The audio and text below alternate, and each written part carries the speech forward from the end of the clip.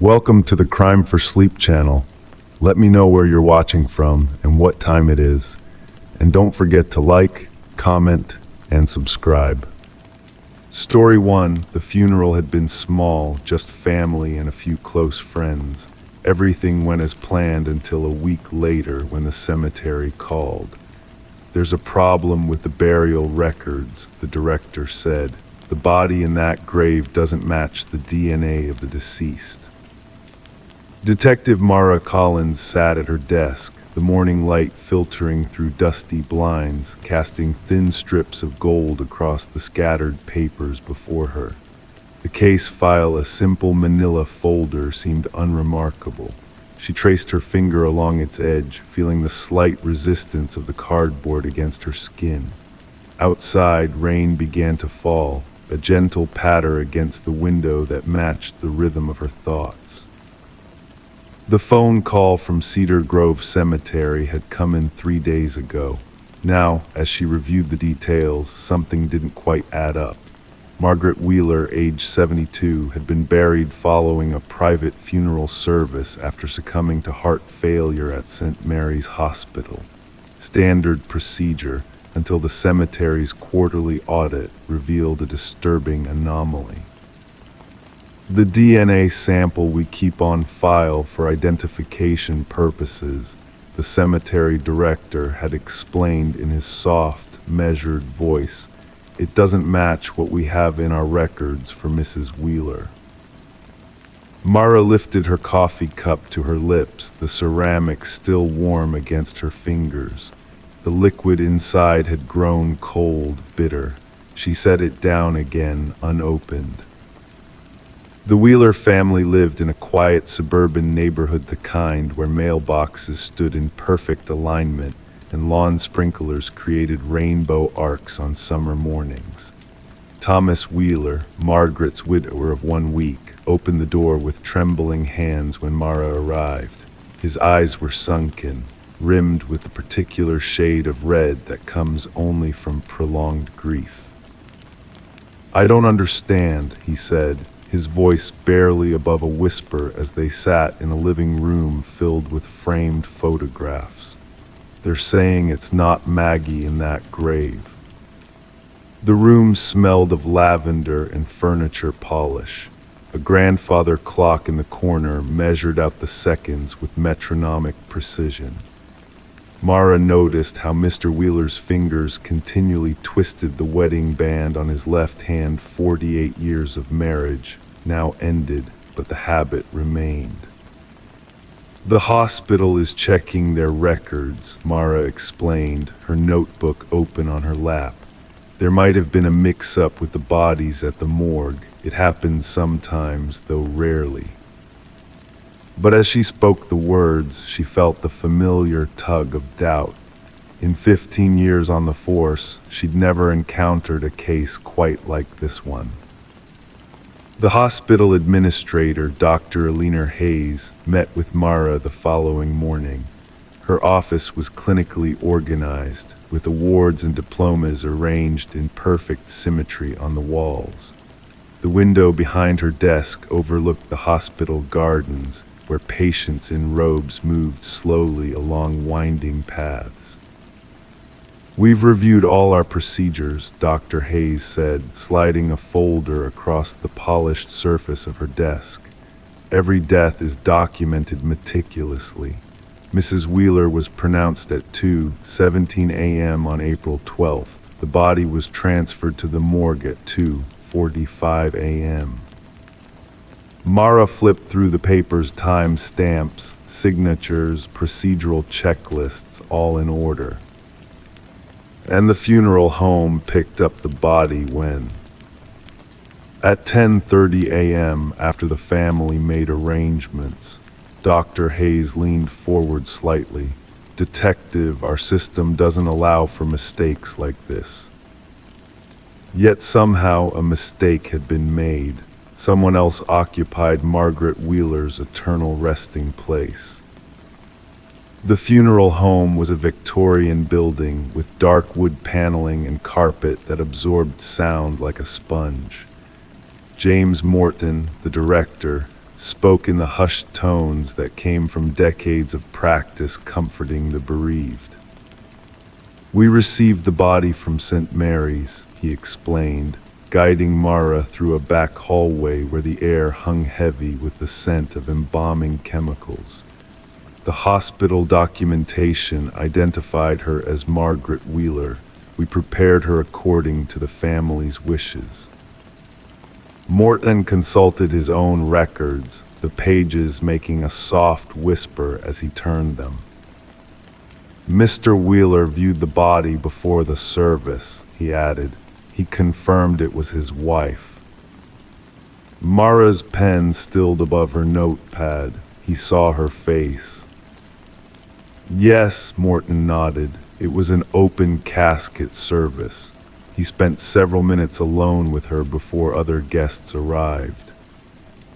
The contradiction sat uneasily in Mara's mind as she drove to Thomas Wheeler's home again. The sky had darkened to the color of slate, and the wipers scraped across her windshield in a hypnotic back and forth. Thomas Wheeler's hands trembled more noticeably this time as he poured tea into delicate china cups that clinked gently against their saucers. "Mr. Wheeler," Mara began carefully, "the funeral director says you viewed your wife's body before the service. You saw her face." He nodded slowly, his gaze fixed somewhere beyond the living room wall. "I did." "And it was Margaret, you're certain?" He raised his eyes to meet hers.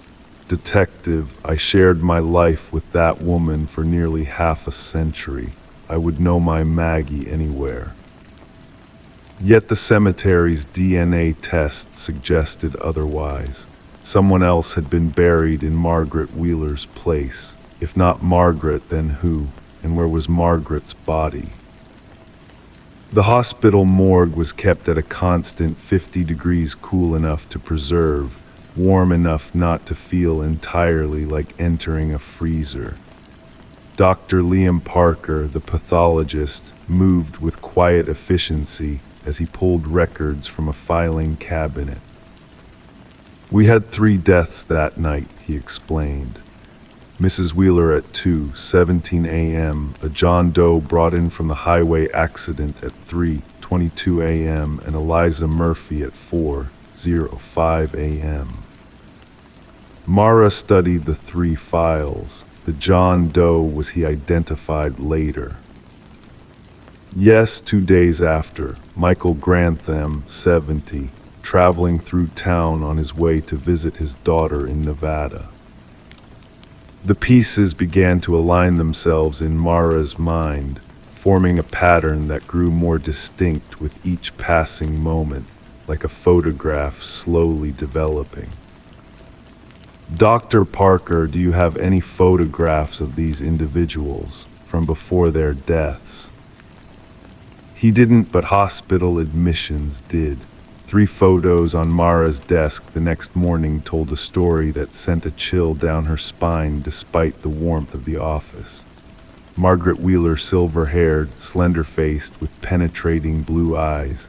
Michael Grantham, also silver-haired, similar build, similar features. They could almost be siblings. The revelation came not with a thunderclap, but with the soft closing of a file folder. Thomas Wheeler had identified his wife because he saw what he expected to see: a woman who resembled his Maggie, but it wasn't her. The cemetery agreed to an exhumation.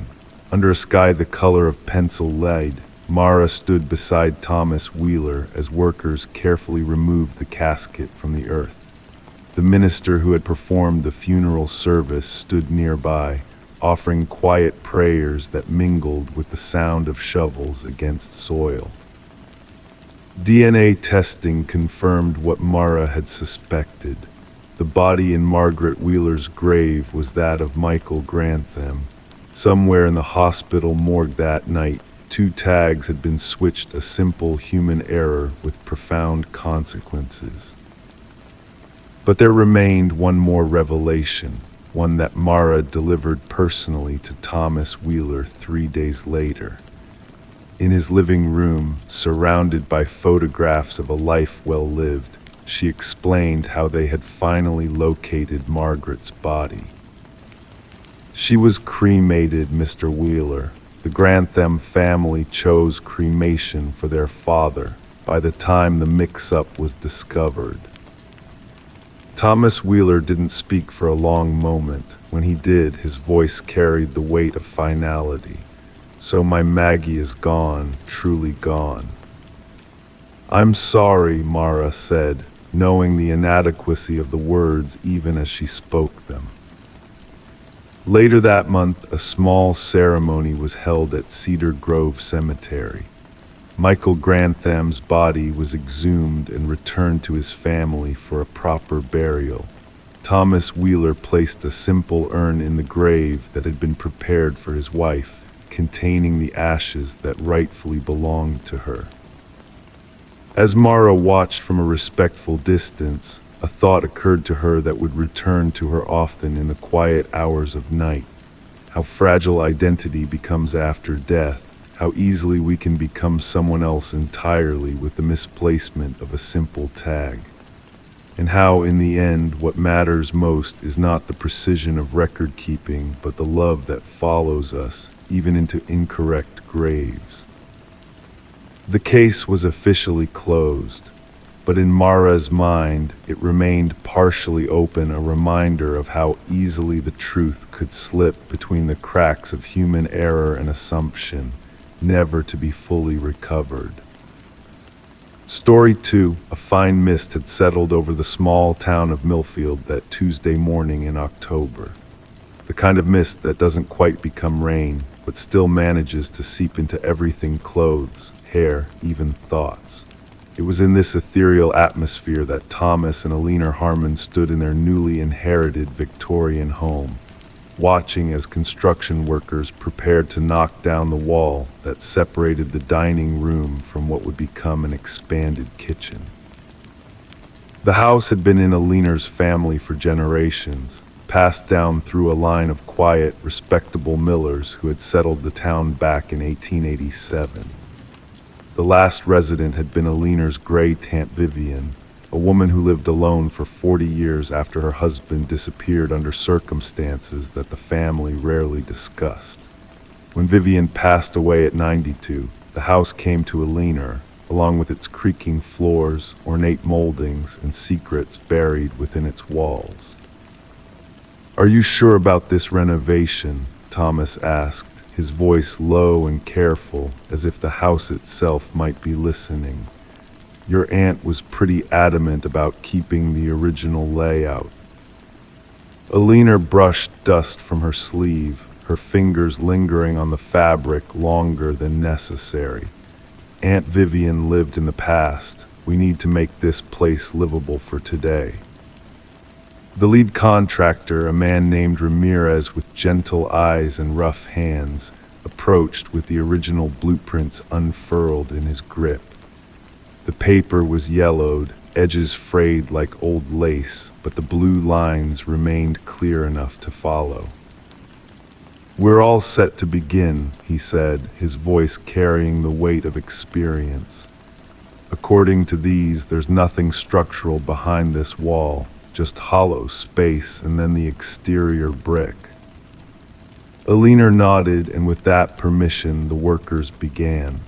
The sound of sledgehammers against plaster filled the air, rhythmic, deliberate, like a heartbeat growing stronger.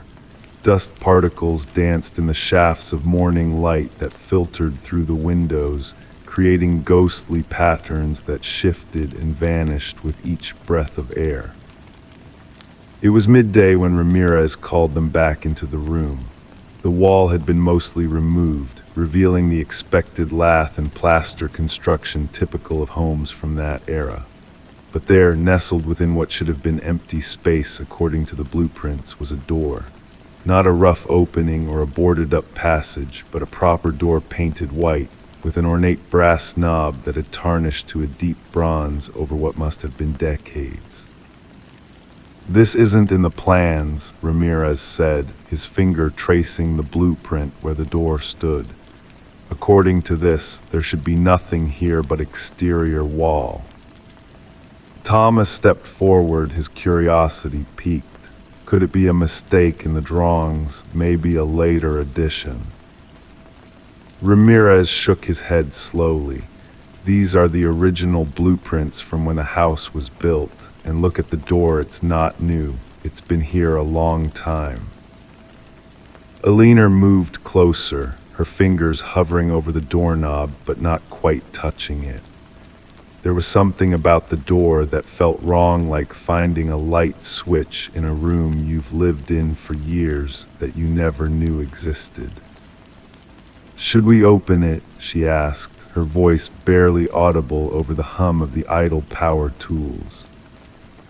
The workers had stopped now, all eyes on the door that had no reason to exist.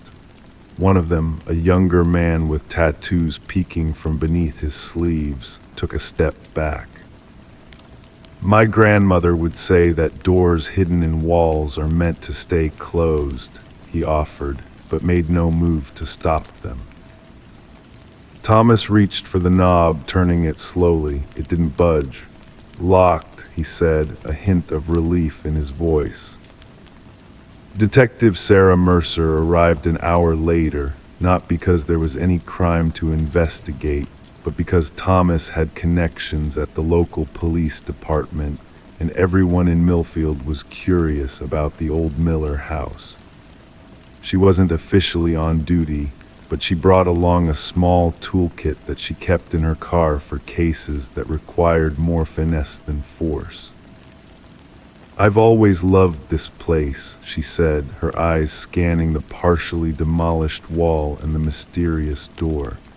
"Used to walk by as a kid and imagine what it would be like to live here. Never thought I'd be breaking into a secret room, though." With careful precision, she worked at the lock, the soft clicking of her tools punctuating the silence that had fallen over the house. Minutes stretched into half an hour before there was a final, definitive click, and the mechanism released. "There we go," she said, standing back. "Want to do the honors." Alina and Thomas exchanged glances before Alina stepped forward and pushed the door open. It swung inward with surprising ease, as if the hinges had been recently oiled, revealing absolute darkness beyond. Detective Mercer pulled out her flashlight, its beam cutting through the blackness to reveal a room that shouldn't exist, a perfectly preserved bedroom, untouched by time or light for what could have been decades. The air that escaped was stale but not musty, carrying with it the faintest scent of lavender and something else, something chemical that none of them could quite place. The room was small, perhaps 10 feet by 12, with a single window that had been bricked over from the outside, invisible from the exterior of the house. A twin bed with a faded quilt stood against one wall, a writing desk against another. A wardrobe, its doors closed, loomed in the corner. But what drew everyone's attention were the photographs, dozens of them, framed and hung on every available inch of wall space. Family portraits, vacation snapshots, holiday gatherings, and in every single one the faces had been meticulously scratched out, leaving ghostly ovals of blank paper where smiles should have been. "Jesus," Thomas whispered, his voice uncharacteristically shaky. Detective Mercer moved further into the room, her flashlight beam stopping on the writing desk. A leather-bound journal lay open, a fountain pen resting in its center crease as if the writer had just stepped away and might return at any moment to continue their thoughts. "Don't touch anything," she said, though no one had made any move to do so. "This isn't just a hidden room anymore. This is something else entirely." Alina stood frozen in the doorway, her eyes fixed on a particular photograph near the bed. Unlike the others, this one had been placed face down, as if even the faceless image it contained was too much to bear. "That's my great-uncle James," she said softly, "the one who disappeared. Aunt Vivian always said he left her, ran off with another woman from out of town. No one ever questioned it." Detective Mercer carefully lifted the journal with a handkerchief, not disturbing the pen. She flipped back a few pages from where it had been left open and began to read, her expression growing more troubled with each line. "This isn't good," she said finally, closing the journal. "This is Vivian's handwriting. From what I can tell, James never left Millfield. According to this, he's still in this house." A heavy silence descended upon the room, broken only by the distant sound of a car passing on the street outside, its normality a stark contrast to the revelation unfolding within these hidden walls. "What do you mean he's still in the house?" Thomas asked, though his tone suggested he already suspected the answer. Detective Mercer's eyes moved to the wardrobe in the corner, large, solid oak, with intricate carvings around its edges. "I think," she said carefully, "that we need to call in the forensic team, and you two might want to consider staying somewhere else tonight." The investigation lasted 3 weeks. The forensic team discovered human remains in a sealed compartment built into the base of the wardrobe bones that had been treated with chemicals to prevent decay and odor, explaining the faint chemical smell that had greeted them when the door was first opened. Dental records confirmed what they already suspected. The remains belonged to James Miller, who hadn't abandoned his wife but had instead been killed by her, his body hidden within their very home. The journal told the rest of the story. James had not been faithful, but he had never planned to leave. It was Vivian who couldn't bear the thought of public humiliation, of being the wife who couldn't keep her husband from straying. One night, after discovering letters from his lover, she had confronted him. The argument escalated, ending with James unconscious from a blow to the head. Rather than calling for help, Vivian had made a decision. She had the skills. Her father had been a doctor who taught her about preservation techniques, and she had the means. The room, which had been a nursery they never needed, was already set to be sealed off as part of a small renovation. Within days, James was gone, the room was hidden behind a false wall, and Vivian began telling everyone that he had abandoned her. The scratched-out faces in the photographs were a manifestation of her growing paranoia and guilt. In her journal, she wrote about how she couldn't bear to look at their faces anymore, not James, not the family who believed her lies, not even herself. Yet she couldn't bring herself to destroy the pictures entirely. They were evidence of a life she had once had, a life she had destroyed with her own hands. The Miller family legacy in Millfield was forever altered. Elena and Thomas eventually sold the house, unable to live with its history. Detective Mercer received commendation for solving a 40-year-old missing persons case, though the victory felt hollow given the circumstances. And sometimes, on misty October mornings like the one when the door was discovered, residents walking past the old Miller house swear they can see a figure standing at one of the upstairs windows, watching. Just for a moment, and then gone like a face scratched out of a photograph, leaving nothing but a blank space where a person used to be. Story 3, the emergency room at Westlake Memorial Hospital breathed with its own rhythm on that rainy Tuesday evening in October. Fluorescent lights hummed overhead, casting a pale glow across the worn linoleum floor. The gentle patter of raindrops against the windows provided a soothing counterpoint to the distant beeping of machines and hushed conversations. Nurses moved with practiced efficiency between cubicles, their rubber-soled shoes squeaking softly against the floor. The air carried the familiar blend of antiseptic, coffee, and human worry that defined hospital spaces. It was during the shift change at 11:42 p.m. when she appeared. A woman in a standard issue pale blue hospital gown, her dark hair pulled back in a loose ponytail, walked through the automatic doors with unhurried steps. Water droplets clung to her bare shoulders, suggesting she had been outside in the rain. She carried no purse, no phone, no identification, just a small paper bracelet around her wrist. Without speaking to the receptionist, she found an empty chair in the corner of the waiting room and sat down, hands folded neatly in her lap.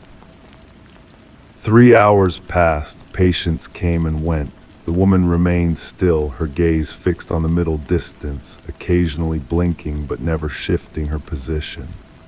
The night staff assumed she belonged to the day shift's roster.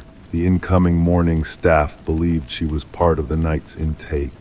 It wasn't until nurse Elaine Proctor approached her at 2:37 a.m. that anyone directly acknowledged her presence.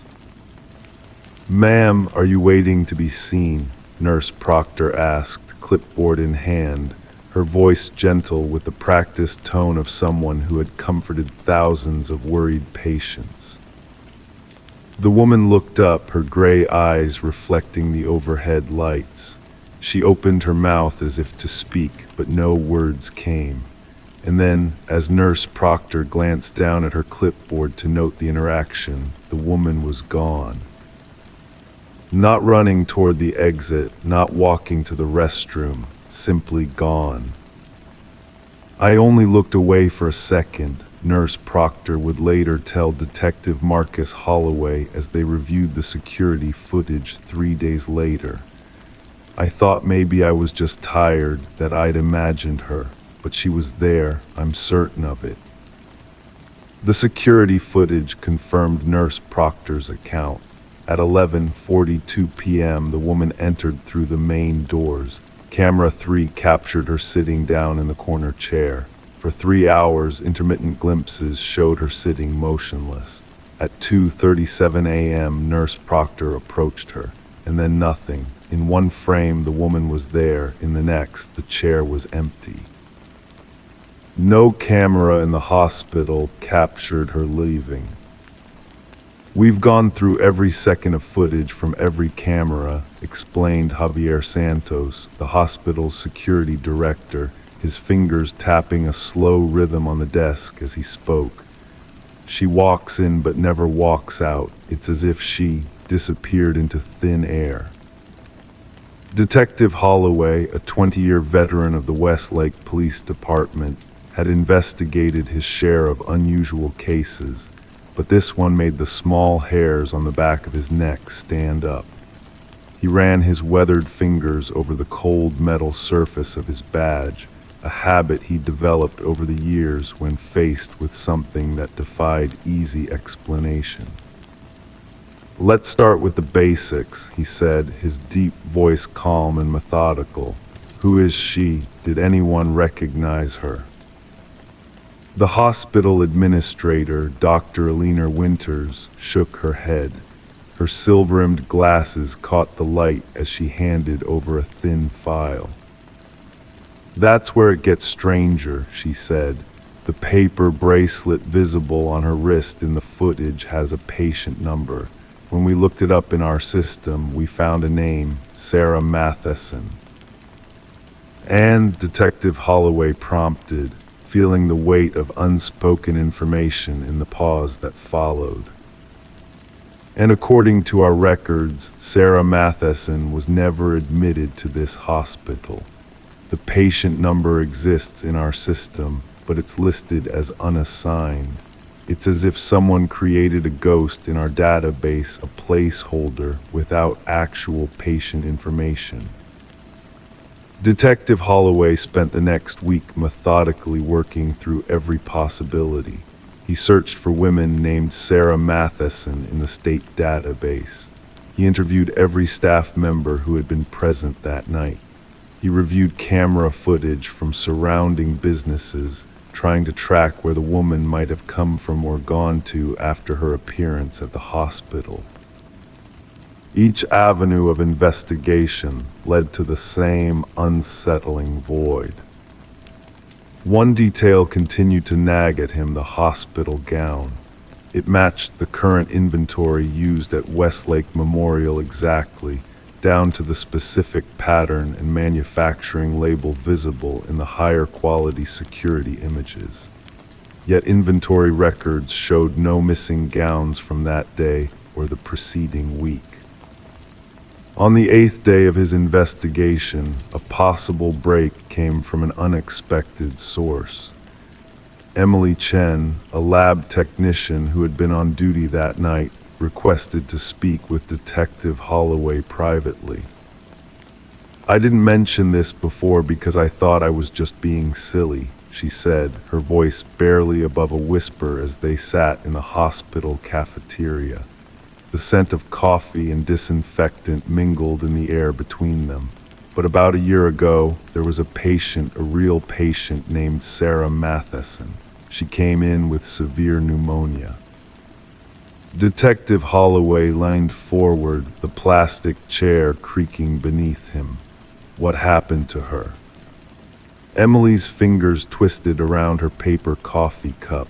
She died waiting to be admitted. It was during that terrible flu season when we were over capacity. She'd been waiting for hours, and by the time someone realized how serious her condition was, she trailed off, the implication clear in her silence. "And you think the woman in the security footage?" "I know how it sounds," Emily said quickly. "But when I saw the still image you were showing around, I could have sworn it was her. The thing is, the hospital settled with her family. There was a confidentiality agreement. The records were, well, they were handled differently." Detective Holloway thanked Emily for her information and immediately began searching for the settlement records. 3 days of bureaucratic obstruction later, he found what he was looking for: a sealed legal agreement between Westlake Memorial and the family of Sarah Matheson, who had indeed died in the emergency room waiting area on October 17 of the previous year. Exactly 1 year before the mysterious woman appeared in the same emergency room. The detective located Sarah's sister, Rebecca Matheson, who lived in a small apartment on the outskirts of town. When he showed her the security footage still, her face drained of color. "That's Sarah," she whispered, running a trembling finger over the grainy image. "That's what she was wearing when I identified her body."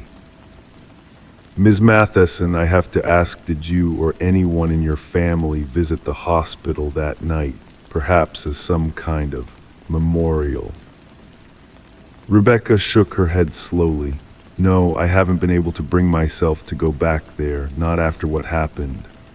She paused, then added, "But Sarah always said she'd haunt that place if they let her die.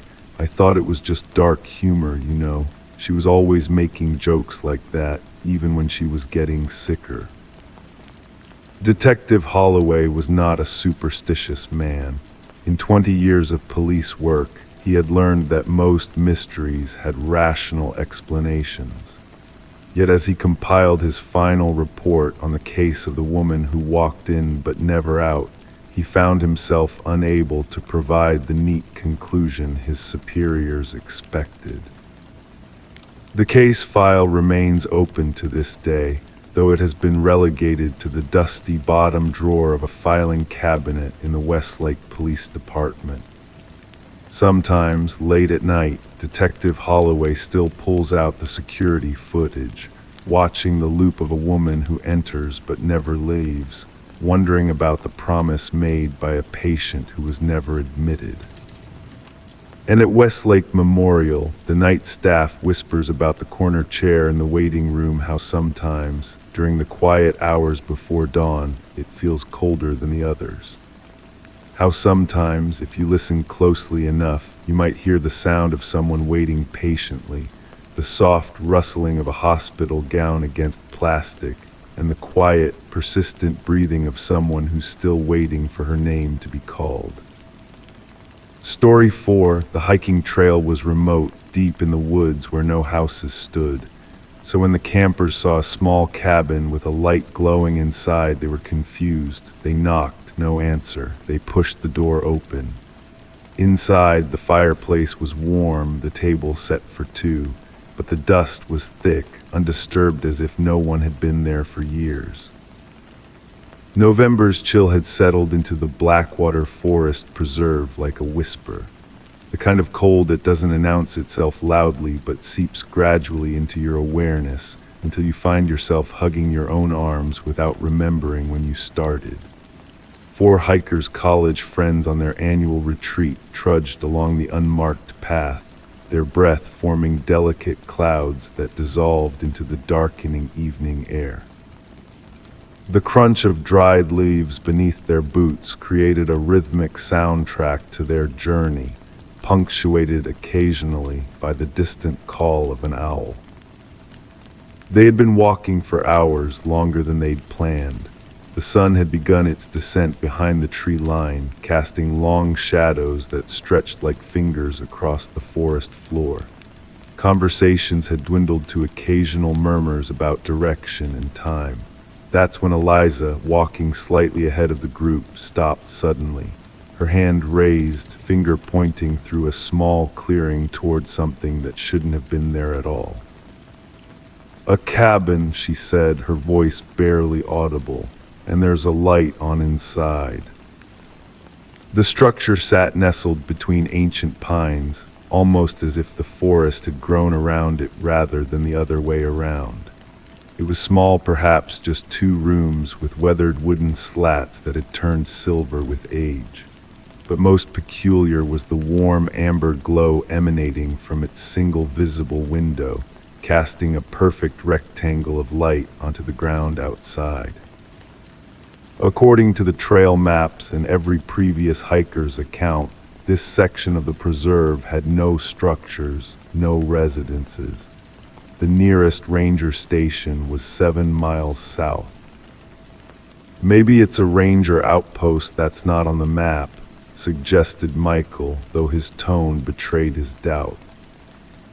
The 4 friends approached slowly, their footsteps suddenly conscious and deliberate. The forest around them had grown unusually still, as though holding its breath. Up close, the cabin appeared even older than they first thought. The wood was cracked in places, with small patches of moss creeping up the northern wall. A thin trail of smoke rose from the stone chimney. Marcus knocked on the door 3 firm raps that seemed unnaturally loud in the silence. No response came. He knocked again, calling out a tentative "Hello, anyone home?" The door moved slightly at his touch, not latched or locked. With a shared glance at his companions, Marcus pushed it open with measured caution. The warm air that escaped from within carried the scent of burning wood and something else, something herbal and unfamiliar. Detective Laureen Harper would later describe it in her notes as reminiscent of tea brewing, but sharper, medicinal.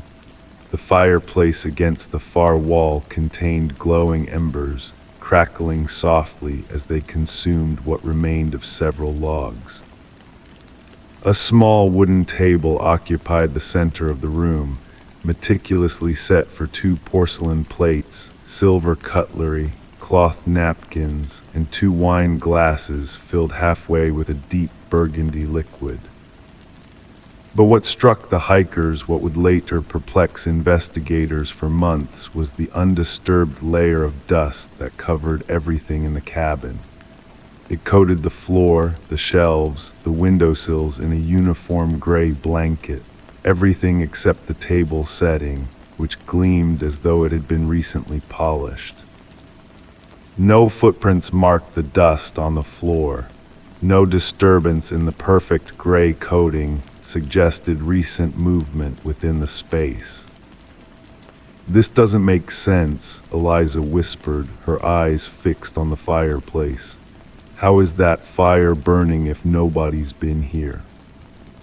Detective Harper arrived at the scene 18 hours later, after the hikers had made their way back to civilization and reported their discovery to the local sheriff's department.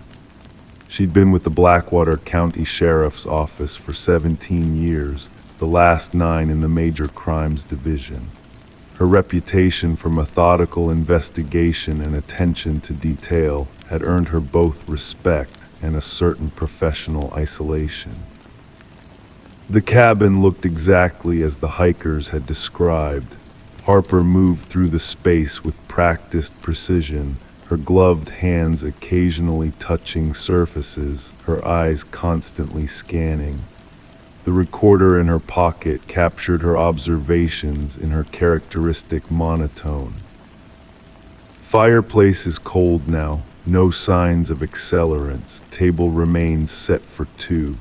Wine in glasses has evaporated slightly but remains. Testing will determine composition. Dust pattern uniform throughout the cabin except for the table setting. She paused, bending down to examine the floor more closely. No footprints in the dust other than those belonging to the reporting hikers. No disturbance in dust pattern near fireplace to suggest wood was recently added. The cabin contained minimal furnishings beyond the table and chairs. A small bookshelf held several volumes with faded spines, botanical guides, local history, and a handwritten journal that Harper carefully bagged as evidence. A single bed occupied the small adjacent room, its sheets drawn tight with hospital corners, untouched for what appeared to be years. The investigation progressed with the measured pace of all rural police work, thorough but unhurried. The cabin, Harper discovered, had been built in 1934 by a local doctor named Edmund Walters. County records showed that Walters used it as a weekend retreat until his death in 1972, after which the property passed to his daughter, Marion. There was no record of the property ever being sold, though Marion Walters had reportedly moved to Arizona in the late 1970s and passed away in 1998. The property had essentially been forgotten by local authorities, existing in that administrative limbo where taxes went uncollected because the billing system had never been updated to include it. More puzzling were the items on the table. The wine glasses contained actual wine, a Cabernet Sauvignon from 1967, according to the lab. The plates were antiques, likely from the 1940s. The silverware bore an elaborate engraving, EW and LH, Edmund Walters, and someone whose identity Harper had yet to discover. The journal found in the cabin provided the first real thread to follow. Written in a careful hand, it documented Dr. Walters' botanical experiments.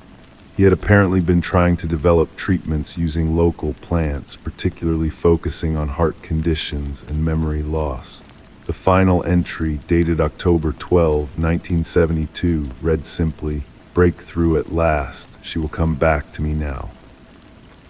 Edmund Walters had died 3 days later, heart failure, according to his death certificate. The County Historical Society provided Harper with additional context. Louisa Hammond, presumably the LH from the silverware, had been Walters' fiancée in the early 1930s. She had died suddenly in 1932, just 2 months before their planned wedding. The cause of death was listed as heart failure. She was 24 years old. Harper continued her investigation with quiet determination. She interviewed the few elderly residents who remembered Dr. Walters, all of whom described him as devoted to his work and never the same after Louisa died. One resident, a 93-year-old former nurse who had worked with Walters, mentioned something that caught Harper's attention. He was convinced he could bring her back, the woman said, her voice papery with age. Not in the Christian sense of resurrection. He believed in something else, something about capturing essence and memory in plants. We all thought grief had affected his mind. 2 weeks into the investigation, Harper returned to the cabin alone. The sun was setting, casting the same amber glow through the trees that the hikers had described. She sat in the car for several minutes, observing the structure from a distance. No light showed from within. Inside, everything remained as it had been, preserved in dust and stillness. Harper moved to the table, studying the place settings with renewed interest. 2 places, always waiting. Something compelled her to open the small wooden box she had discovered earlier beneath the bed. Inside were hundreds of dried flowers and leaves, carefully preserved and labeled in the doctor's precise handwriting. One packet, larger than the others, was labeled simply for her return. As Harper held the packet, a subtle shift occurred in the cabin's atmosphere. The air grew heavy, charged with something indefinable. Later, she would struggle to describe the sensation in her official report, eventually settling on a profound sense of not being alone. The fire in the hearth ignited without apparent cause. Not gradually, as flames typically build, but all at once a sudden warm glow that filled the small space with dancing light. Harper's training urged her to seek logical explanations, a timed gas mechanism, perhaps, or some trick of the cabin's construction. But her search revealed nothing to explain what she had witnessed.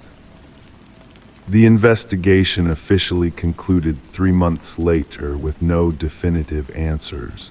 The cabin was recorded as an abandoned property, the incident filed as unexplained but non-criminal. Harper included every detail in her report except one, her final visit to the site. She had returned one last time on the anniversary of Louisa Hammond's death. She brought with her the packet of dried plants she had taken from the doctor's collection. Following an impulse she couldn't explain, she had scattered the contents into the cold fireplace and stepped back. Harper never told anyone what happened next. She never reported seeing the fire ignite spontaneously once more, never mentioned watching as 2 indistinct figures appeared to sit at the table, visible only as disturbances in the dust-filled air, like heat mirages on summer asphalt. She never described how, for just a moment, she thought she heard whispered conversation and the gentle clink of glasses touching in a toast. The Blackwater Forest Preserve was expanded 2 years later, and the hiking trail was officially rerouted to avoid that section of woods. Maps were updated, warnings posted about unsafe structures in the area. Few hikers venture there now. But locals still tell stories about the cabin with the light on, where sometimes, on particularly cold evenings, smoke can be seen rising from the chimney, though no one has lived there for years. They speak of a doctor who loved too deeply and a woman who died too young, of promises made that transcended death itself. And occasionally, very occasionally, hikers who have lost their way report seeing it a small cabin deep in the woods where no houses should stand, with a warm light glowing inside. They never go in.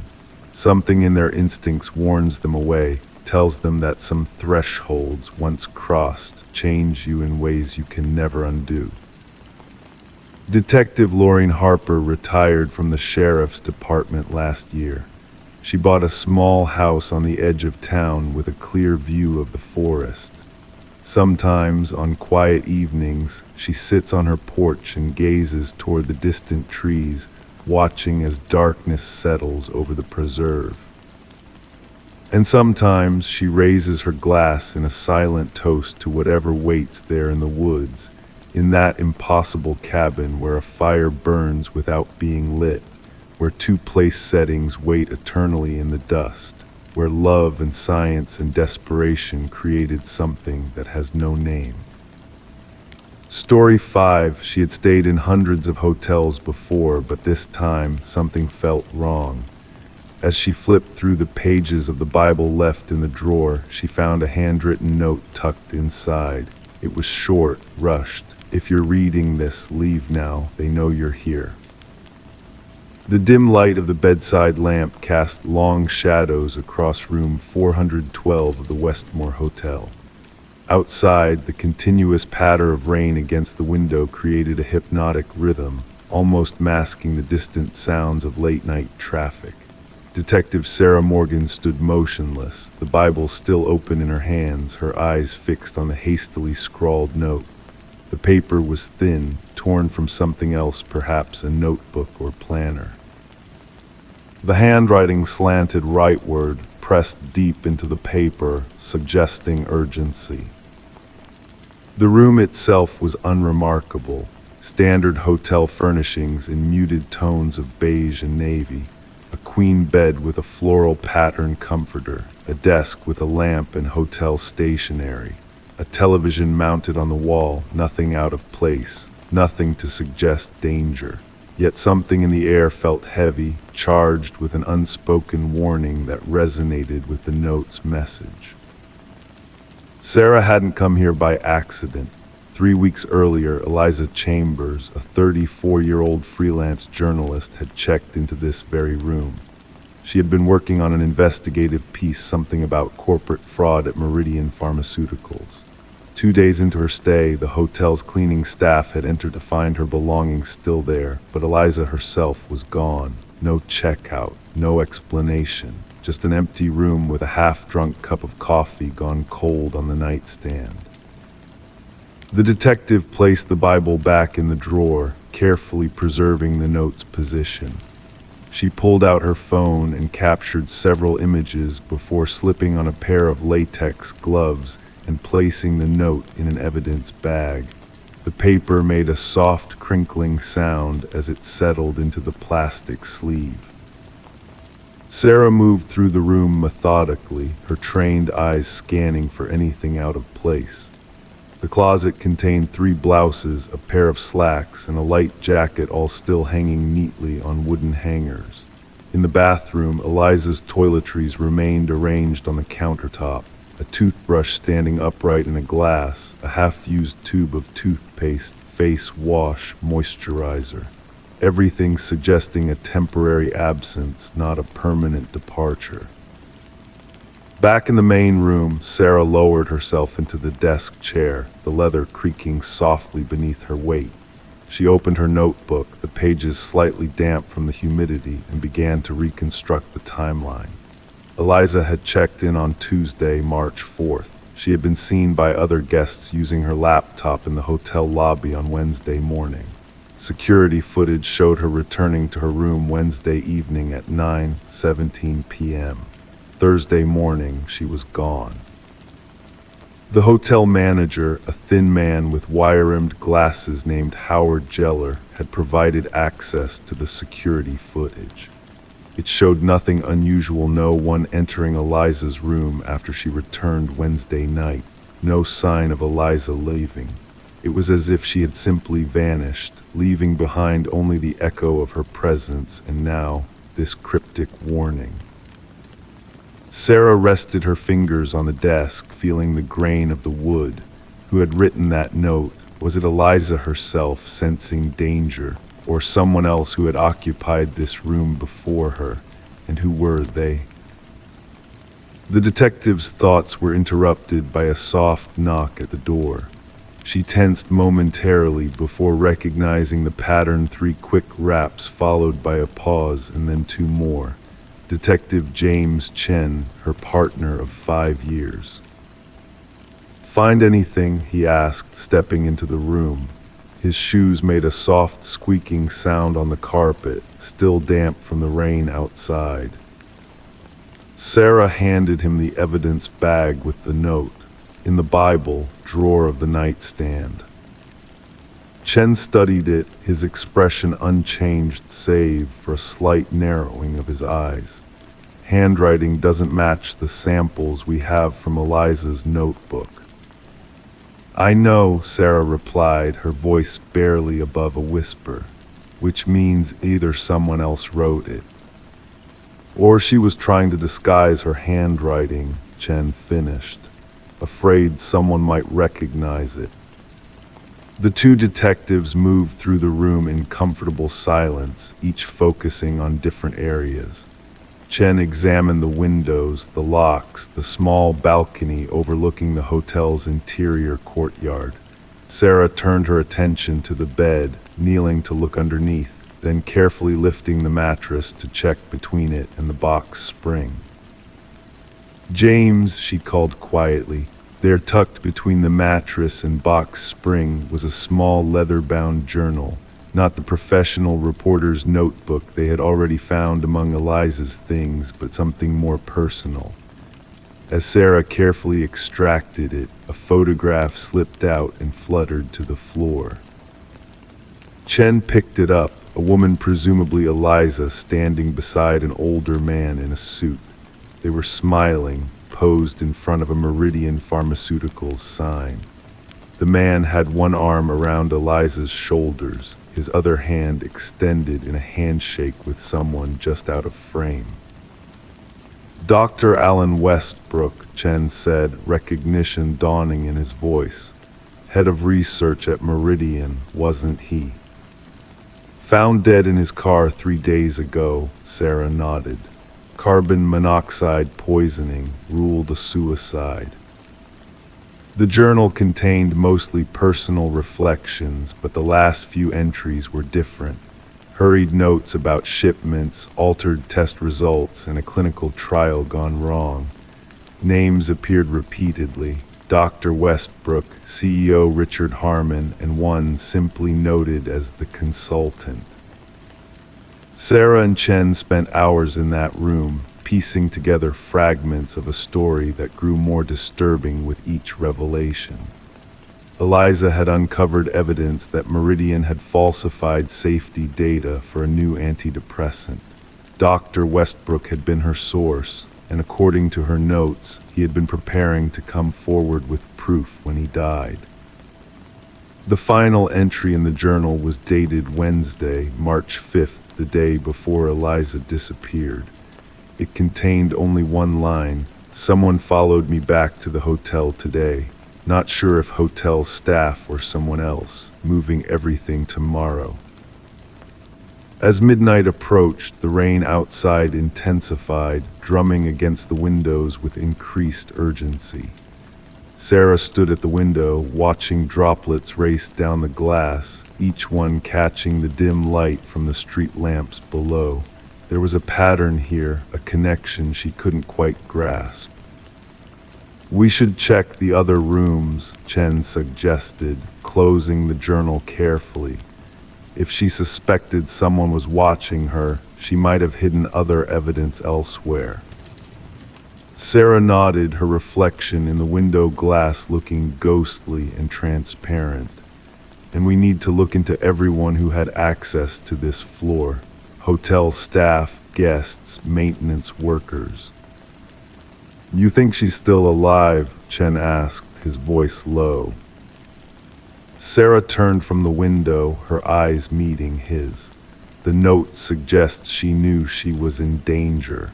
If she was clever enough to realize that, she might have been clever enough to disappear on her own terms.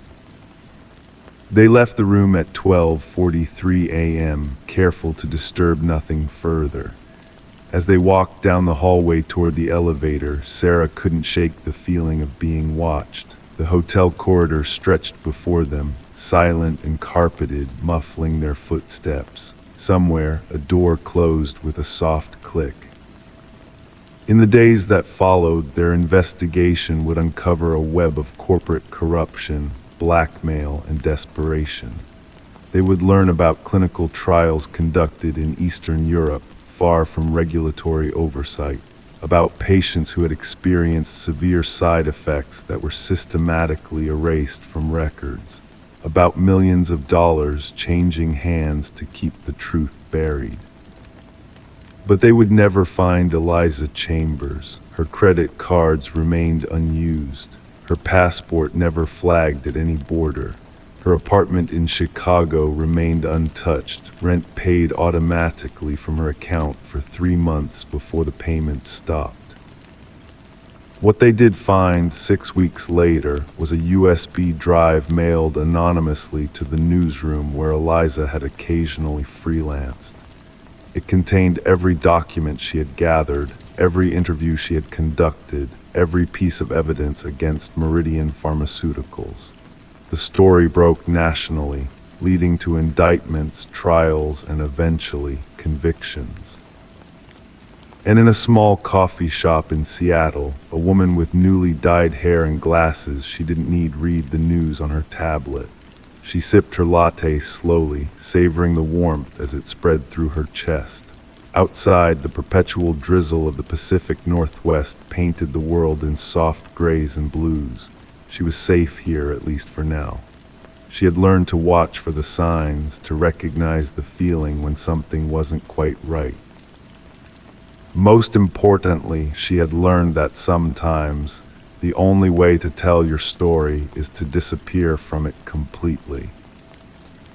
Back in Chicago, Detective Sarah Morgan still kept the note from the hotel Bible in her desk drawer. Sometimes, late at night when the office was empty, she would take it out and read those 9 words again. If you're reading this, leave now, they know you're here. A warning that had saved a life, perhaps, or merely the opening chapter in a mystery that would never fully be solved. The case remained officially open, one more folder in a filing cabinet of the missing and the lost. But Sarah knew, with the certainty that came from years of following human patterns, that Eliza Chambers had chosen her own ending, and in that choice had somehow won. Story 6. The twilight air hung heavy with the scent of pine and something else, something acrid that seemed to cling to the back of the throat. Detective Morgan Pierce stood at the end of Willow Lane, staring at the modest 2-story house with its fresh coat of white paint gleaming softly in the fading light. The porch swing swayed gently, pushed by a breeze that whispered through the trees. To anyone else, it might have looked like a postcard of small-town American life, but Morgan knew better. That house had burned to the ground 5 years ago. He had seen the photos in the case file. Nothing left but a blackened foundation and the charred skeleton of what was once a family home. And yet here it stood, completely intact, as if the fire had never happened. The gravel crunched softly beneath Morgan's shoes as he approached the property. Each step felt heavier than the last, the weight of impossibility pressing down on his shoulders. His fingers brushed against the worn leather of the small notebook in his pocket, a habit formed over 15 years as a detective. The cool evening air carried the distant sound of crickets, a rhythmic chirping that seemed oddly muted as he drew closer to the house. Morgan had returned to his hometown of Millfield after a decade and a half of building a career in the city.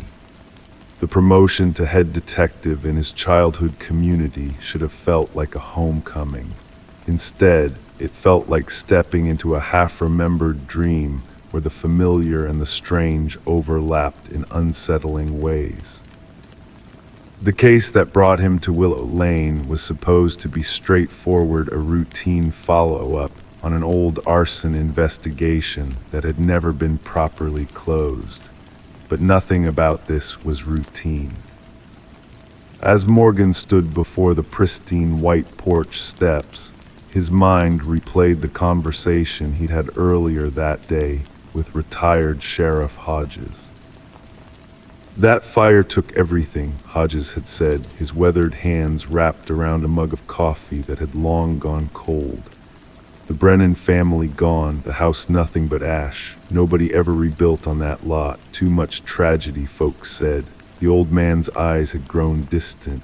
Strange thing was, they never found all the bodies. the daughter, Emily, 17 at the time. Her remains were never recovered. Morgan's knuckles rapped against the solid wood of the front door, the sound impossibly real. For a moment there was silence. Then from within, a voice called out with unnerving clarity, "I was wondering when you'd come back." The door opened with a soft creak, revealing a woman in her early 20s, her eyes reflecting a wisdom beyond her years. For a moment, Morgan couldn't breathe. Emily Brennan should have been 22, now exactly the age this woman appeared to be. "You look confused, detective," she said, her voice gentle yet somehow hollow. "Please come in. I've been waiting a long time for someone to ask the right questions." The interior of the house was immaculate, too perfect, as if it had been preserved in amber.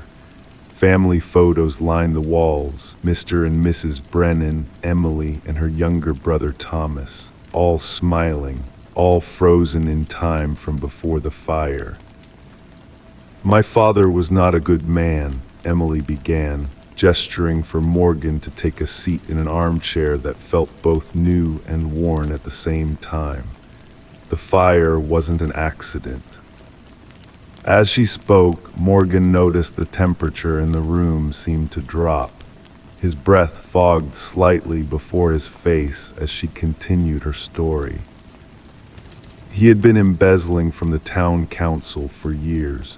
My mother found out. They argued that night. I heard everything from my bedroom upstairs, the shouting, the sudden silence, then the smell of gasoline."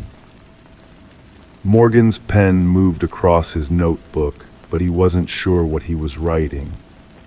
The details she provided matched facts that had never been released to the public, financial discrepancies in the town's records that had been discovered months after the fire but never connected to the case.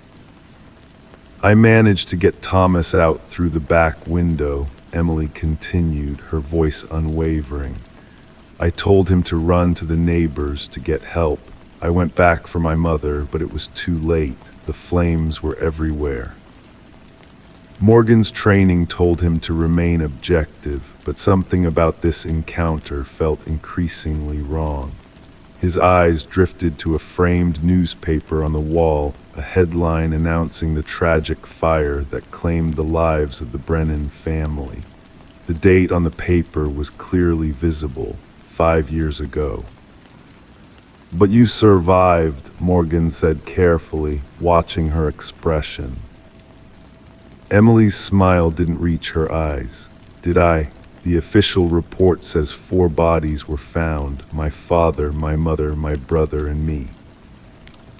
"But they never recovered your remains," Morgan countered, feeling a chill run down his spine. "No," she agreed. "They found another girl's body, someone who had gone missing months before. My father had secrets, detective, dark ones."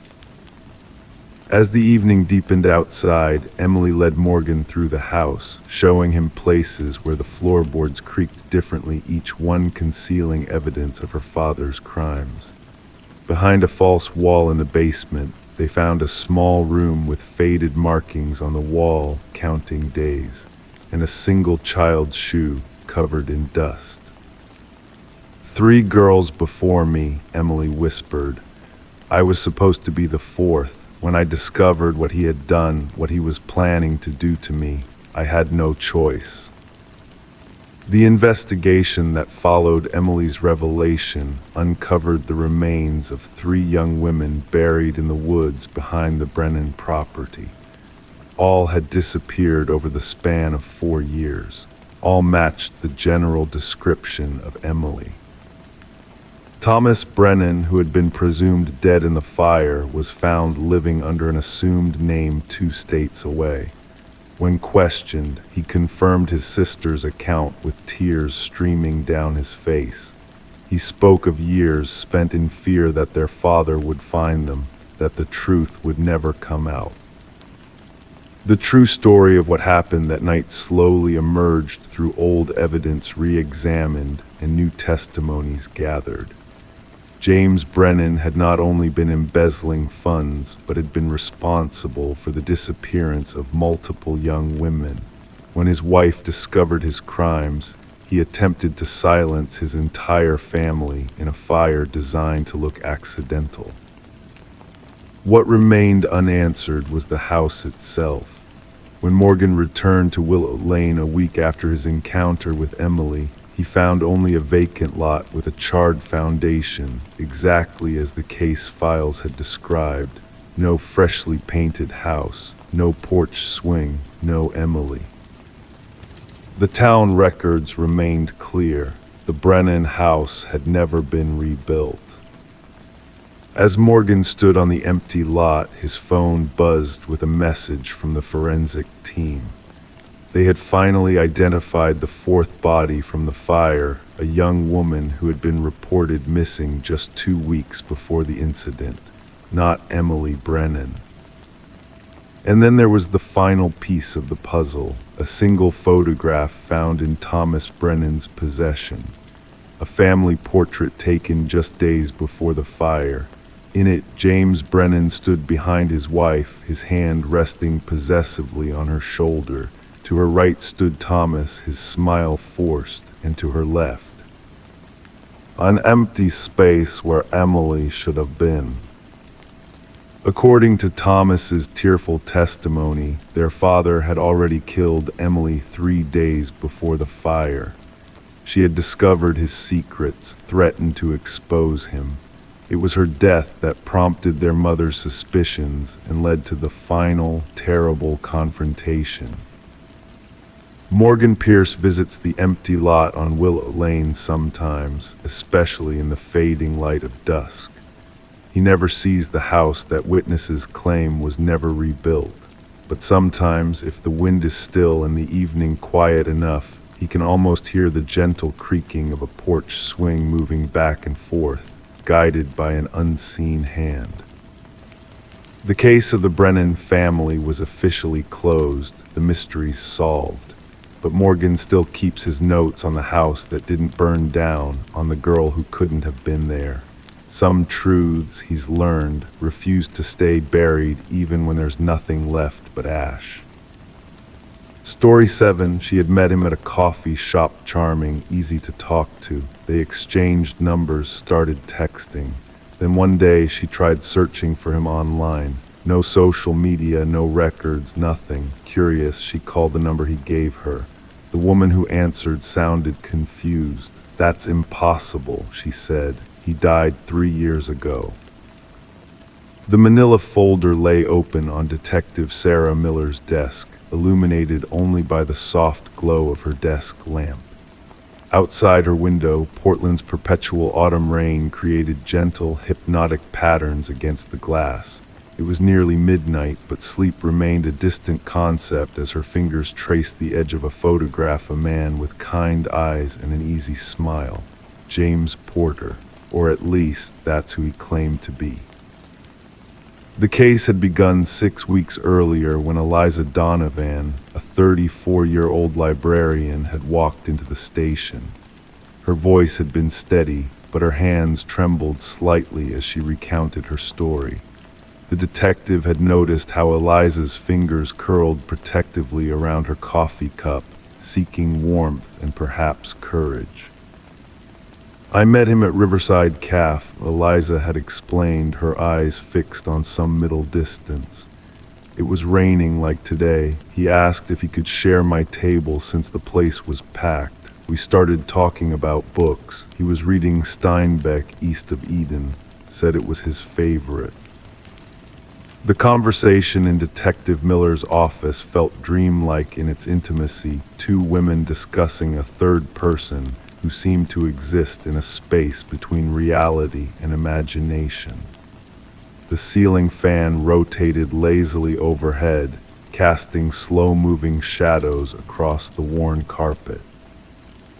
We met 3 more times after that, coffee, then dinner. He was attentive. He remembered everything I told him. He said he was new in town, working remotely as a software consultant. Eliza's voice had grown softer. He gave me his number. We texted almost every day for 2 weeks. In the quiet of her office now, Detective Miller lifted a printout of the text messages.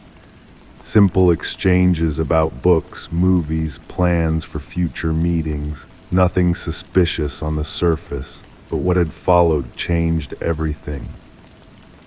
I tried to find him online, Eliza had continued. I know that sounds. I just wanted to see his profile, learn more about him, but there was nothing. No LinkedIn, no Facebook, no Instagram, nothing. In 2025, who doesn't exist online? The detective's pen had scratched quietly against her notepad as Eliza described calling the phone number. The confusion on the other end of the line. The woman's voice, initially annoyed, then increasingly disturbed. She said the phone belonged to her brother, James Porter, but he had died 3 years ago. Carbon monoxide poisoning in his apartment. She inherited his phone and kept the number for sentimental reasons. Sarah Miller now held that piece of paper containing the phone records. The number existed, registered to one Catherine Porter of Eugene, Oregon, and her brother James had indeed died 3 years earlier. The obituary was paperclipped to the corner of the folder. James Porter, 35, software engineer, survived by his sister Catherine. The detective's fingers drummed a thoughtful rhythm on her desk. 3 other reports had found their way to her in the weeks since Eliza's visit. 3 other women, all in their 30s, all single. Each had met a charming man who introduced himself with a different name. Each encounter had taken place in a coffee shop or bookstore. Each woman had discovered, through various means, that the man they'd been seeing was using the identity of someone deceased. The rain continued its gentle percussion against the window as Detective Miller spread out photographs provided by each woman. Despite different angles and lighting, despite different names and backstories, the face looked remarkably similar in each image. Not identical, subtle differences in hair, sometimes glasses, once a light beard, but the same person, a chameleon adapting to his environment. None of the women had been harmed, nothing had been stolen. No laws had technically been broken beyond perhaps identity fraud, yet something about the case settled like a cold weight in the detective's stomach. The methodical pattern, the careful selection, the patient cultivation of trust. In the drawer of her desk rested a file with similar cases from Seattle, Vancouver, and Boise. Different detectives, different jurisdictions, but the same haunting question: who was this man who collected identities like others collected stamps? And more importantly, what was his purpose? Detective Miller closed the folder and leaned back in her chair. The case had no violence, no clear motive, no obvious crime.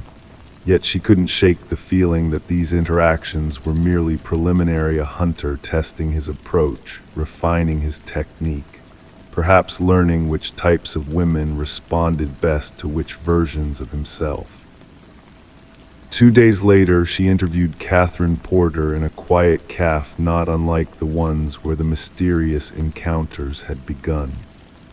Catherine was in her early 40s, with tired eyes and a defensive posture that softened only when speaking about her brother. James was brilliant but private, she explained, turning her coffee cup in slow circles. He would have hated someone using his name, his identity. Did he know many people in Portland? Detective Miller asked, her voice gentle but probing. Catherine shook her head. He worked from home even before it became common. He had anxiety. Social situations were difficult for him. Would you mind showing me a photograph of him? Catherine pulled out her phone, scrolled for a moment, then turned it toward the detective. The face that looked back from the screen was not the face from Eliza's photographs. This James Porter had been thinner, with different eyes, a different jawline. The impersonator hadn't chosen James Porter for his appearance then. Something else had drawn him to this particular identity. "Did your brother keep any physical journals, notes, records?" The detective's voice remained calm, though her pulse had quickened. "He was old-fashioned that way, always writing in notebooks. I have boxes of them. I couldn't bring myself to read them or throw them away." 3 days later, Detective Miller sat cross-legged on her living room floor, surrounded by James Porter's journals. Catherine had been reluctant but ultimately willing to share them. The handwriting was neat, precise, much like the man described in the obituary. The entries chronicled mundane daily activities, coding projects, occasional interactions with delivery people or neighbors. But in the final journal, dated just 2 months before his death, something changed. James had begun writing about encounters with a man named Daniel who had moved into his apartment building. A man who showed interest in his work, his life. A man who asked questions about his childhood, his habits, his sister. A man who, in retrospect, seemed to be studying James rather than befriending him. The last entry was 3 days before James Porter's death. It mentioned having Daniel over for dinner. It mentioned feeling unusually tired afterward. It mentioned wondering if he'd had too much wine. Detective Miller called the medical examiner's office the next morning. The carbon monoxide death had been ruled accidental, a faulty heating system. But no toxicology screening had been performed. There had been no reason to suspect foul play. A week later, she met with the other detectives from Seattle, Vancouver, and Boise via video call. Each shared similar stories. Each had discovered similar patterns. Each had traced the stolen identities back to men who had died under circumstances that, while not overtly suspicious, could potentially have been staged a hiking accident, a drowning, a fall in a home. As the call ended, Detective Miller's office seemed quieter than before. The rain had stopped, leaving behind an unsettling stillness. On her computer screen was a map with pins marking each encounter, each stolen identity. No clear pattern emerged geographically. No timeline that made logical sense. Just a constellation of moments where someone had slipped into existences not his own, tried them on like coats, then disappeared again. What remained unanswered, hovering in the silence of her office, was the why. Why assume these identities for brief encounters that led nowhere? Why invest time in relationships that were abandoned at the first sign of suspicion? Unless these documented cases were just practice runs. Unless there were other encounters with other women that had progressed further. Unless somewhere right now, someone was falling in love with a person who didn't exist, a ghost wearing a stolen name, carrying stolen memories, perhaps harboring darker intentions than mere deception. Detective Miller closed her laptop and stood by the window. Outside, the streets glistened with recent rain. People moved along the sidewalks, hurrying toward warmth and connection. How many of them were who they claimed to be? How many were wearing borrowed lives? And how would anyone know the difference until it was too late? The case remained open. The man remained unfound. The questions lingered, suspended in the space between what is seen and what is real, a mystery with no resolution, a story with no end. Only the haunting possibility that somewhere in a coffee shop not unlike the one where it all began, a stranger was sitting down at a table, smiling, introducing himself with a name that once belonged to someone else. Story 8. The baby had been sleeping soundly, the monitor glowing softly on the nightstand. Then a faint crackle static breaking through the silence. She reached for the monitor, expecting to hear her child stir, Instead, a voice whispered through the speaker, "You have to get out." Sarah Winters froze, her fingers still wrapped around the plastic edge of the baby monitor. The blue light from the device cast strange shadows across her bedroom wall as she listened, waiting for something more. The digital clock on her nightstand ticked silently from 2:17 to 2:18 a.m. Outside, the November wind gently rustled through the nearly bare branches of the maple tree beside their suburban home in Millfield, Pennsylvania. The monitor remained silent now, offering only the soft, rhythmic breathing of her 6-month-old daughter, Emma. Sarah's husband, Daniel, was away on business in Chicago, not due back for another 2 days. The house creaked as it settled around her, a normal sound she had grown accustomed to in the 3 years they had lived there. But tonight, each subtle noise seemed to carry weight. Detective Marcus Powell sipped his coffee, grimacing at the bitter taste from the police station's aging machine. His desk lamp cast a small pool of yellow light across the report he was reviewing. The call had come in 4 days ago, a woman reporting a strange voice through her baby monitor. It wasn't the first such call the department had received that month. 3 other families had reported similar occurrences within a 5-mile radius. The detective ran his finger along the list of addresses, tracing an invisible pattern.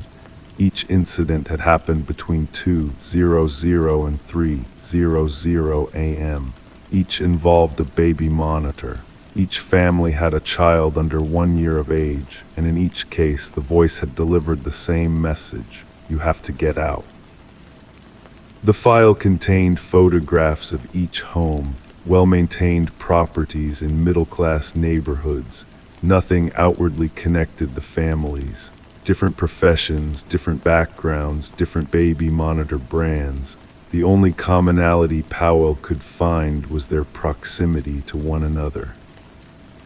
He pulled out a map and marked each location with a red dot. Then he connected them, forming an irregular shape that resembled nothing significant.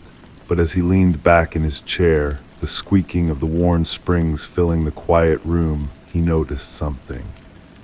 Just south of the area encompassed by the homes was an abandoned telecommunications facility that had closed down 8 years prior. Sarah didn't call the police immediately.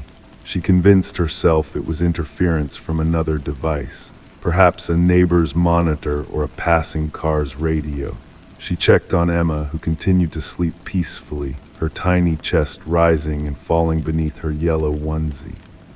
The nursery was exactly as she had left it, stuffed animals watching silently from their shelf, the night light casting a warm glow across the pale green walls. The next morning, Sarah mentioned the incident to her neighbor, Ellen, as they collected their mail. Ellen's expression changed immediately, her usual smile fading into something more serious. "Carol Thompson down the street mentioned something similar last week," Ellen said, lowering her voice despite no one else being nearby. Her baby monitor picked up a voice saying the exact same thing. The air felt suddenly cooler as Sarah processed this information. Coincidence seemed unlikely. She called the police that afternoon. Detective Powell arrived at the abandoned telecommunications facility as the sun began its descent, casting long shadows across the weed-strewn parking lot. The building itself was a low, gray structure with most windows either boarded up or broken. A chain-link fence surrounded the property, but a section had been pushed down, creating an easy entrance point that had clearly been used frequently. His flashlight beam cut through the dusty interior, revealing graffiti-covered walls and debris-strewn floors. The facility had once housed equipment for cell phone towers and radio transmissions before newer technology rendered it obsolete. Most valuable equipment had been removed years ago, but some abandoned items remained, covered in dust and cobwebs. As Powell moved deeper into the building, his shoes echoed against the concrete floor. In what appeared to be a former control room, he found something unexpected: signs of recent occupation. A folding chair sat in front of an old desk. On the desk was an array of electronic equipment that didn't belong. A laptop connected to what appeared to be a radio frequency transmitter. Powell photographed everything carefully before examining the setup more closely. The transmitter had been modified with additional components soldered into place. A notebook lay open beside it, containing frequencies and times written in neat, precise handwriting. Upon closer inspection, Powell realized the frequencies matched those commonly used by digital baby monitors. Someone had been deliberately broadcasting on these channels. Sarah couldn't sleep. Each night since the incident, she had disconnected the baby monitor, preferring to leave Emma's door open and check on her frequently. Daniel had returned from his business trip concerned but skeptical, suggesting it was likely just radio interference. Sarah wasn't convinced. 3 other families heard the exact same message, she explained, sitting at their kitchen table, fingers wrapped around a mug of tea that had long gone cold. That's not random interference. Daniel rubbed his eyes, the fatigue of travel still evident on his face. But why? What's the point of scaring people through baby monitors? The question hung in the air between them, unanswerable. 2 days later, Powell made an arrest. Jacob Mercer, 32, former employee of the telecommunications company, had been living in a small apartment 3 blocks from the Winters' home. In his residence, they found equipment matching that discovered at the abandoned facility, along with detailed notes about baby monitor frequencies and a map with the affected homes marked. During questioning, Mercer sat calmly in the metal chair, his posture relaxed despite the circumstances. The fluorescent lights of the interrogation room highlighted the pallor of his skin and the dark circles under his eyes. "Why tell them to get out?" Powell asked, his voice level and professional despite his confusion at the man's motives. Mercer looked up, his expression earnest. "Because they needed to." "Needed to what?" "Get out," Mercer replied simply. "I worked with radio frequencies for 15 years. I know what they can do, what they're doing. Those new digital monitors, they're not safe. The companies know it, but the profit margins are too good." Powell leaned forward slightly. "What do you mean, not safe?" "The radiation levels at the frequency they operate with prolonged exposure." Mercer trailed off, then continued more quietly. "I have the readings. I tested them myself. The children's rooms, the levels are too high. I couldn't just watch it happen." The investigation continued for weeks. Mercer's claims about radiation levels were examined by experts. The baby monitor manufacturers were questioned. Tests were conducted in the homes of the affected families. The results were inconclusive. Some tests showed elevated levels of radio frequency radiation. Others fell within normal parameters. Mercer was charged with breaking and entering, trespassing, and causing public alarm. The judge, noting his lack of prior criminal history and the absence of intent to cause harm, sentenced him to probation and mandatory psychological evaluation. The story made the local news, then faded as more pressing matters took its place. The affected families, including the Winters, replaced their baby monitors with different models. Life returned to normal, or something resembling it. But sometimes, in the dark hours of early morning, Sarah would wake suddenly and listen carefully to the silence of her home. She had chosen a different brand of monitor, one that experts assured her was perfectly safe. Still, she would often find herself standing in Emma's doorway, watching her daughter sleep, wondering about the man who had whispered warnings through the static. The new monitor never picked up any strange voices or interference. Emma grew from an infant to a toddler without incident. Yet Sarah couldn't shake the feeling that perhaps Jacob Mercer, despite his methods, had been trying to deliver a message that deserved to be heard, a whisper of concern in a world too loud to listen.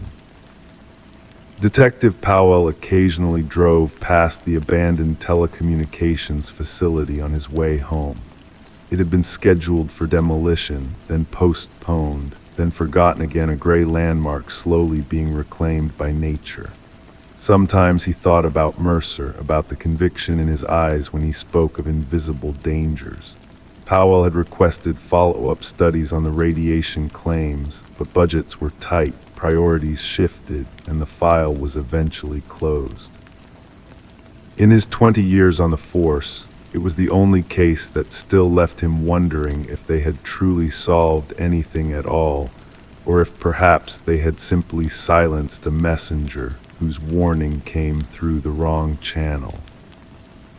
Story 9. The rain fell in gentle waves against the windows of Blackwood Books, a small second-hand shop nestled between a cafe and a tailor on Maple Street. The sound created a soothing backdrop to the otherwise silent store, where the only other noise came from the occasional turning of pages or the soft creak of wooden floorboards beneath careful footsteps. It was the kind of place that seemed to exist outside of time, where the scent of aged paper and leather bindings hung in the air like a comforting blanket, and where each book on the shelves carried with it countless untold stories beyond the ones printed on their pages. Detective Sarah Morgan stood by the register, her notebook open but empty. She watched as forensic technicians in blue gloves carefully documented the scene, their movements slow and methodical in the dim amber light of the shop's vintage lamps. The store should have been closed hours ago, but instead it had become the center of an investigation that was already proving to be unlike any other she had encountered in her 15 years with the department. "So run me through it again," she said, her voice low and measured as she addressed the shop owner, a man in his 60s with wire-rimmed glasses and a cardigan that seemed as old as some of the books he sold. Harold Winters nodded, his fingers absently tracing the edge of the counter. "Like I told the officers, it started about 3 weeks ago. A customer came in, early 30s, dark hair, seemed ordinary enough. He was looking for a specific book, said he'd lost his copy years ago when he moved. I remember because he was so excited when he found it, like he'd been reunited with an old friend." Sarah's pen hovered over her notebook, finally making contact with the paper. The book was The Cartographer's Daughter, not particularly rare, but not something we always have in stock either. First edition, 1987. The detective nodded, encouraging him to continue. "He bought it right away, paid cash. I didn't think anything of it until he came back 2 days later." Harold's voice grew quieter. He looked different, pale, shaken. "He said he needed to talk to me about the book, asked if I remembered where I'd gotten it from." Outside, the rain intensified slightly, drumming against the roof in a steady rhythm. A forensic technician carefully lifted a fingerprint from the cash register, the sound of adhesive tape peeling back barely audible in the hushed atmosphere. "And what did you tell him?" Sarah asked. "The truth, that I get most of my inventory from estate sales, library discards, sometimes other shops going out of business. I keep records, but not for every individual book, especially not the more common ones." Harold paused, removing his glasses to clean them with a handkerchief. He showed me the first page then. His name was written there, Daniel Keller, in his own handwriting. He said it was his exact copy, the one he'd lost years ago. Sarah's interest deepened. Did you believe him? I didn't know what to believe. It seemed impossible, but he was genuinely disturbed. Said there were notes in the margins that only he could have written, dog-eared pages exactly where he remembered folding them. Harold replaced his glasses, his eyes magnified behind the lenses. He asked if anyone else had access to the store inventory, if someone might be playing a trick on him. I assured him that wasn't possible. The detective wrote a few more notes, her handwriting neat and controlled. What happened next? He left his contact information, asked me to call if I remembered anything about where that particular book came from. Harold's voice wavered slightly. 3 days later, I saw his photo in the news. They found him in his apartment. Sarah nodded, already familiar with this part of the story. Daniel Keller had been found dead in his apartment. No signs of forced entry, no signs of struggle. The medical examiner had preliminarily ruled it natural causes, a sudden cardiac event, though the final report was still pending. It might have ended there, an unfortunate but unremarkable case, except for what they found at the scene. The book was open on his desk, Sarah said, more to herself than to Harold. Sticky notes and papers everywhere. He'd been researching something intensely before he died. That's what the other detective told me when he came by yesterday, Harold confirmed. Detective Lewis. He asked similar questions, took notes just like you're doing now. Sarah's pen stopped moving. She looked up sharply. Detective Lewis. Yes, about your height, dark hair going gray at the temples. He had a badge and everything. The weight of this information settled into the room.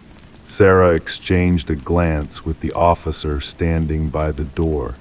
Mr. Winters, we don't have a Detective Lewis in our department. The silence that followed was heavy, broken only by the continuous patter of rain against the windows. Harold's face drained of color as understanding dawned. He took the sales record for that day, said he needed to see who else had been in the shop. Sarah closed her notebook with deliberate care. I think we need to take a closer look at that book.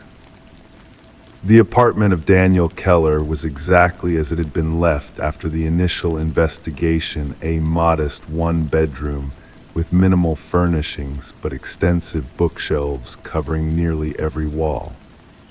The living room had been transformed into a makeshift study, with a desk positioned under the window overlooking the street 4 stories below.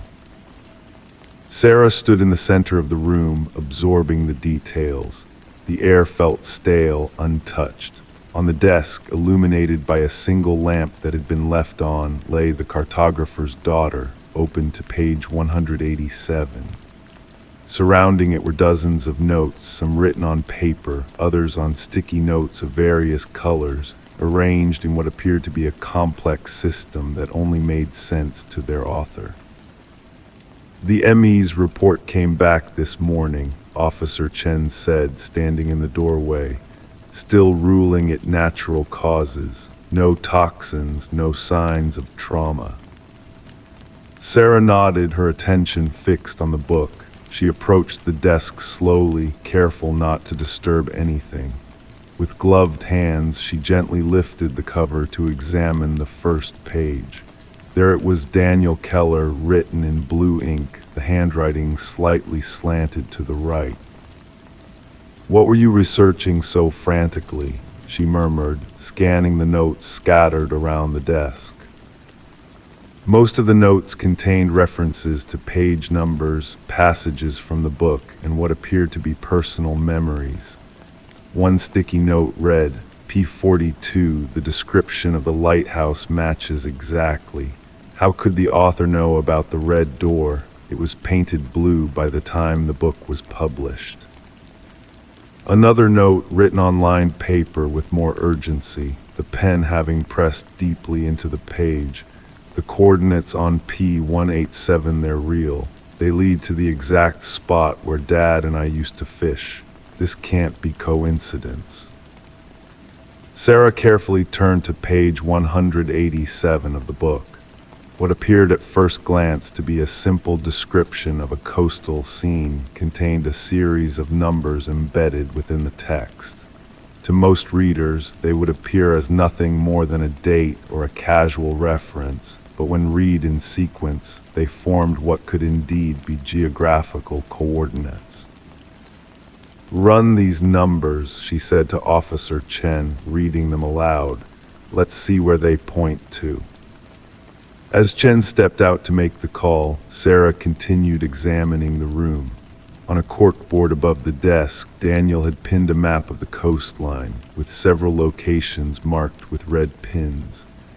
Next to it hung a faded photograph of a young boy standing beside an older man, both holding fishing rods, smiling against the backdrop of a rocky shore.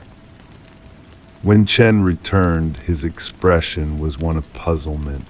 The coordinates are for a small cove about 40 miles up the coast, pretty isolated area. Sarah's gaze moved between the book, the notes, and the map. He was convinced this book was his old copy, and that somehow it contained personal information only he would know.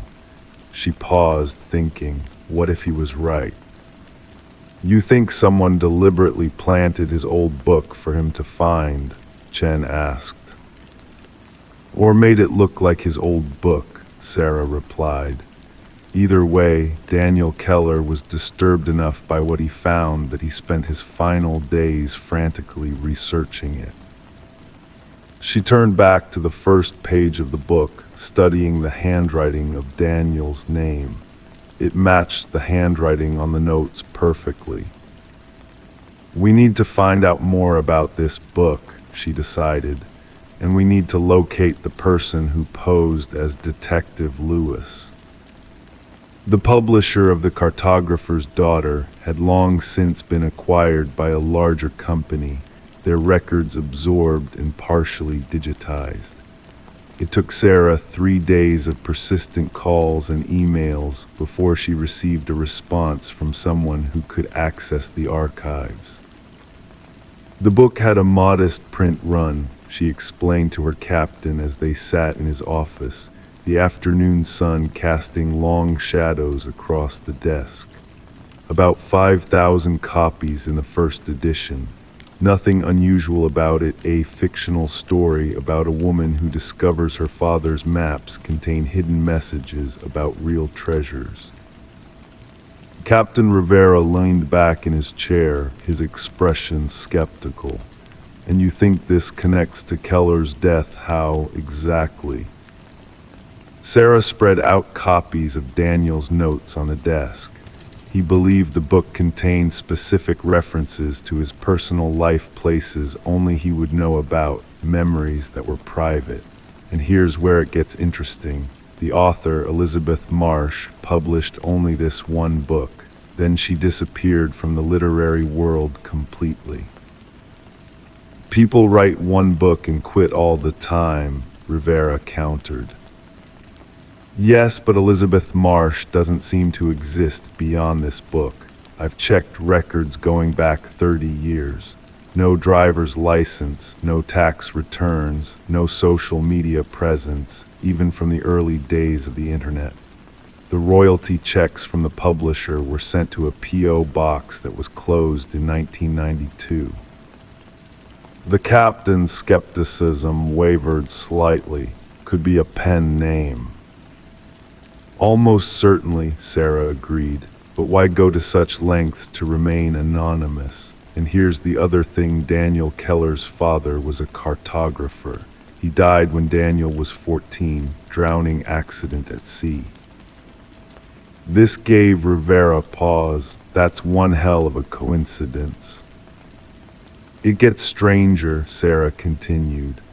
I went to the coordinates from the book. There's nothing particularly special about the location, just a small, rocky cove. But I found this wedged between some rocks, as if someone had left it there to be found. She placed a small, weathered brass key on the desk. It's old, Rivera observed, picking it up to examine it. And it matches the description of a key mentioned on page 212 of the book. A key that the protagonist finds hidden in a cove left by her father. The captain set the key down carefully. So what's your theory here, Morgan? Sarah took a deep breath. I think someone wrote this book specifically for Daniel Keller, someone who knew intimate details about his life, his relationship with his father, someone who wanted him to find something or perhaps realize something. And I think the same person made sure he would find his old copy of the book at that specific store.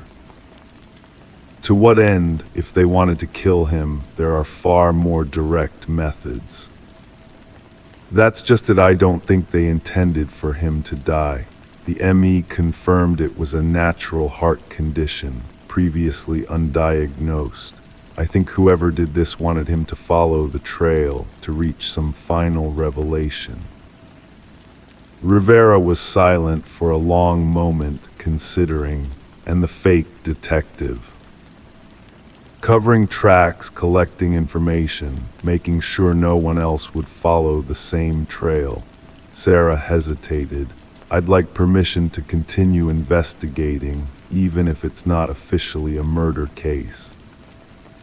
Outside the office, the everyday sounds of the police station continued, phones ringing, keyboards clicking, the murmur of conversations. Inside, the captain studied Sarah's face, seeing the determination there. 2 more days, he finally said.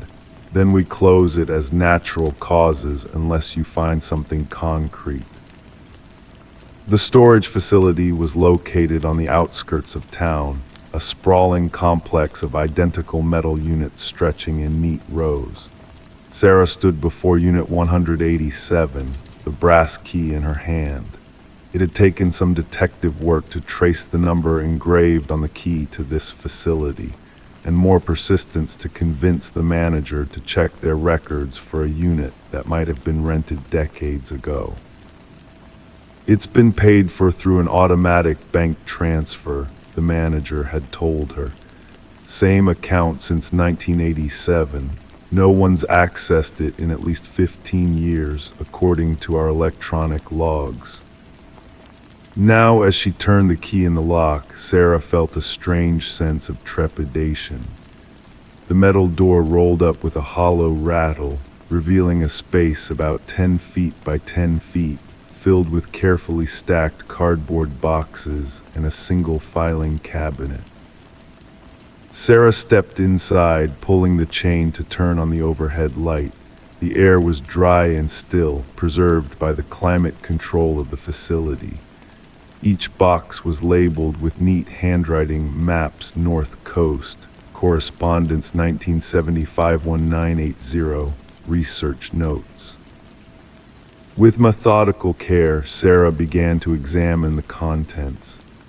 The boxes contained exactly what their labels suggested: hand-drawn maps of coastlines, letters between Richard Keller, Daniel's father, and various colleagues, notebooks filled with observations about tides, currents, and geographical features. The filing cabinet proved more interesting. In the top drawer, she found a manuscript, the original draft of The Cartographer's Daughter, typed on an old manual typewriter with handwritten corrections in the margins. And beneath it, a sealed envelope addressed to Daniel Keller, with the words "to be opened when you find your way here" written across the front. Sarah stared at the envelope, knowing she should take it as evidence, process it properly. But something about this case, about the personal nature of the trail that had been laid, made her pause. This message had been waiting for Daniel for decades. Whatever revelation it contained had died with him. After a moment's hesitation, she carefully opened the envelope. Inside was a single sheet of paper, a letter written in the same handwriting as the notes on the manuscript. My dearest Daniel, if you're reading this, then you followed the path I left for you. I hope it wasn't too difficult, but I needed to be certain these things would find their way to you when you were ready. There is so much I never had the chance to tell you. The official report said I drowned, a simple accident at sea. The truth is more complicated. I discovered something during my work mapping the coastal shelf, something powerful people wanted to remain hidden. I was given a choice, disappear or watch them destroy everything and everyone I loved. I chose to protect you and your mother. I created a new identity, became someone else. I've watched you from afar all these years, seen you grow into the man I always knew you would become. Writing that book was my way of leaving you a message I hoped someday you would find. Everything I documented is in these boxes. The truth about what lies beneath the waters off the coast, the evidence of what they've been hiding. It's yours now to do with as you see fit. I have always loved you, and I have always been proud of you. Your father, Richard Keller. Sarah lowered the letter, understanding finally washing over her.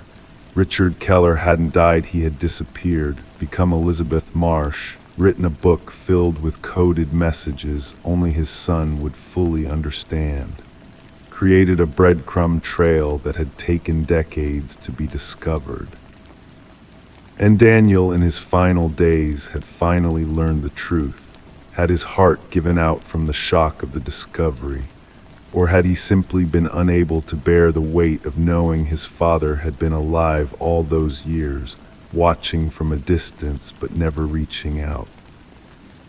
Sarah carefully returned the letter to its envelope. The truth would come out now, whatever it was that Richard Keller had discovered all those years ago. She would make sure of that. But as she stood in that small storage unit surrounded by the carefully preserved remnants of a life interrupted, she couldn't help but feel the profound sadness of the story that had unfolded. A father who chose absence to protect his family, a son who discovered the truth too late, and a book that had sold twice to the same person, bridging decades of silence with its hidden messages. As she closed the storage unit door, Sarah thought about the fake detective, wondering if he would return, if he represented the same powerful interests that had forced Richard Keller into hiding. She would be ready if he did. Some stories deserved their proper endings, even if they came years too late. Story 10. The town never mentioned the house at the edge of the woods. It stood alone, its windows blackened, its porch sagging under the weight of years. No one claimed to own it. No one could remember who built it. But when a group of hikers wandered too close, they saw something strange, names carved into the wooden siding, etched deep like warnings. At the bottom of the list, fresh and unweathered, was a name none of them recognized, until one of them whispered, voice trembling, "That's mine." The call came in during the night. Dispatch recorded it as a standard trespassing report.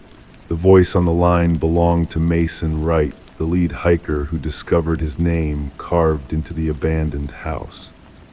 The responding officers expected nothing more than teenage vandalism, perhaps a prank among friends. What they found instead defied explanation. Detective Sarah Keller arrived as darkness enveloped the forest. The beam of her flashlight cut through the shadows, illuminating the weathered facade of the structure. The names 27 in total ran vertically down the eastern wall. Some had faded with age, nearly invisible against the gray wood. Others remained sharp as if carved recently. And at the bottom, Mason Wright, the cut still bearing traces of fresh sawdust. "I've never been here before," Mason insisted. his breath forming clouds in the cold air. I don't understand how anyone would know my name. The investigation began with background checks on every name listed. The results chilled the detective team to their core. Each name belonged to someone reported missing over the past 4 decades. Some cases had gone cold, others remained active. All shared one disturbing detail: the individuals had disappeared while hiking alone. Forensic analysts photographed each carving, noting the varying depths, techniques, and weathering patterns. The oldest name, Rebecca Hansen, corresponded to a missing persons case from 37 years prior. The case notes described a young woman who ventured into these woods and never returned. Search parties found nothing but a single hiking boot beside a stream. Detective Keller interviewed Mason extensively. His story remained consistent. He had no connection to the area beyond this hiking trip with 4 college friends. They had chosen the trail randomly, based on an online recommendation. Nothing about his background linked him to any of the other names on the wall. The investigation shifted focus to Mason's companions. Emily Chen, the group photographer, provided pictures taken throughout their hike. In reviewing the images, analysts noticed something disturbing. A blurred figure appeared in the background of 3 separate photos. The shape resembled a tall, thin man, always partially obscured by trees. "We never saw anyone else on the trail," Emily insisted. "We would have remembered." Detective Keller ordered a search of the house interior. The structure appeared abandoned. Dust covered every surface. Furniture lay broken and scattered. Yet in the basement, officers discovered a disturbing scene. Personal items belonging to the missing hikers sat arranged in neat rows on wooden shelves. Watches, backpacks, cameras, wallets, each labeled with a corresponding name from the wall outside. The evidence technicians worked methodically, documenting every item. Under ultraviolet light, blood patterns emerged on the concrete floor, years of stains that someone had attempted to clean. Ground-penetrating radar revealed no bodies buried beneath the house, yet cadaver dogs alerted repeatedly near the back of the property, where the forest grew densest.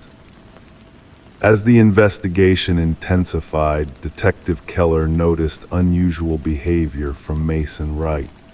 He began reporting strange occurrences: whispers outside his apartment, footprints in fresh snow leading to his door but not away, figures watching from the street. The department assigned an officer to protect him, but Mason grew increasingly paranoid. The breakthrough came when researchers discovered land records buried in county archives. The house had belonged to a reclusive hunter named Victor Blackwood. Neighbors rarely saw him, describing brief encounters with an unnervingly tall, gaunt man who avoided conversation. Blackwood disappeared without trace 15 years ago, his disappearance never officially investigated. Detective Keller obtained a warrant to search deeper into the surrounding forest. The search team discovered a network of crude hunting blinds strategically positioned along popular hiking paths. Inside one, they found a journal containing meticulous observations, descriptions of hikers, their routes, equipment, and patterns. The handwriting matched samples from Victor Blackwood's few existing documents. The journal entries grew increasingly disturbing over time. Early pages detailed hunting techniques for animals. Later entries described humans as prey, their habits, vulnerabilities, and methods for their collection. The final pages contained detailed accounts of stalking each victim on the wall, including elaborate descriptions of how he selected his targets. The manhunt for Blackwood mobilized across multiple jurisdictions. Helicopters equipped with thermal imaging scanned the forest. Tactical teams methodically searched every cave and ravine, yet no trace of the suspect emerged. Mason Wright stopped answering his phone. Officers dispatched to his apartment found the door unlocked, the rooms empty. On his bedroom wall, freshly carved, was a single line: "The hunter becomes the hunted." The search for Mason continued for weeks without success. Then, during a secondary sweep of Blackwood's house, forensic technicians made a horrifying discovery. Hidden behind a false wall in the basement, they found a small workshop containing woodworking tools, jars of wood preservatives, and a freshly carved piece of wood bearing a new name not yet mounted to the exterior wall. Detective Keller recognized the name instantly. It belonged to the lead forensic technician who had processed the house during the initial investigation. The technician had called in sick that morning and couldn't be reached by phone. Authorities established a continuous surveillance perimeter around the house. Camera systems recorded every approach. Motion sensors monitored for intrusions. The trap was set. 3 nights later, sensors triggered an alert. Security footage captured a figure emerging from the forest, impossibly tall and thin, moving with unnatural grace. The figure approached the house directly, seemingly unconcerned about the surveillance. As tactical teams closed in, the cameras briefly lost connection. When the system recovered, the figure had vanished. The house remains under constant surveillance today. Mason Wright and the forensic technician were never found. The investigation continues, with new resources allocated as similar disappearances are reported in other forested regions. The names on the wall have become legendary among criminal investigators. Some officers refuse to speak them aloud, others avoid the case entirely. And local hikers now give the house a wide berth, afraid that speaking of it might somehow add their names to that terrible list, the names no one speaks. Story 11. The current was slow that morning, the water glassy and still. The fisherman almost didn't notice the suitcase bobbing near the shore. At first he thought someone had dumped old clothes, but as he waded closer, the stench hit him thick, cloying, unmistakable. The case was wrapped in chains, its edges rusted from exposure. When authorities pried it open, they didn't find clothes, they found hair, fingers curled into a frozen grasp, and at the bottom a note: "This isn't the first." Detective Sarah Mercer pressed her handkerchief to her nose as she surveyed the grim scene. The victim was female, mid-30s, with dark hair and pale skin now mottled from water exposure. The medical examiner worked methodically, documenting every detail before the body was removed. What struck Mercer most wasn't the method of disposal, but the care taken with the victim's appearance: nails manicured, hair recently styled, wearing expensive clothing. She wasn't killed here, Mercer noted, watching the water lap against the muddy shoreline. She was prepared, displayed. The victim was identified as Catherine Walsh, a real estate agent known for selling high-end properties. Divorced, no children, she lived alone in an upscale neighborhood.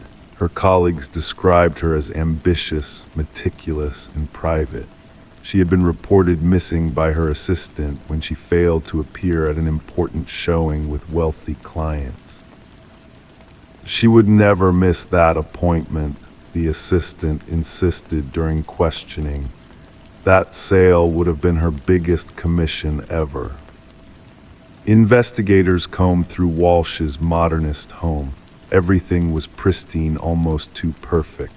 Designer furniture arranged just so, not a speck of dust on any surface.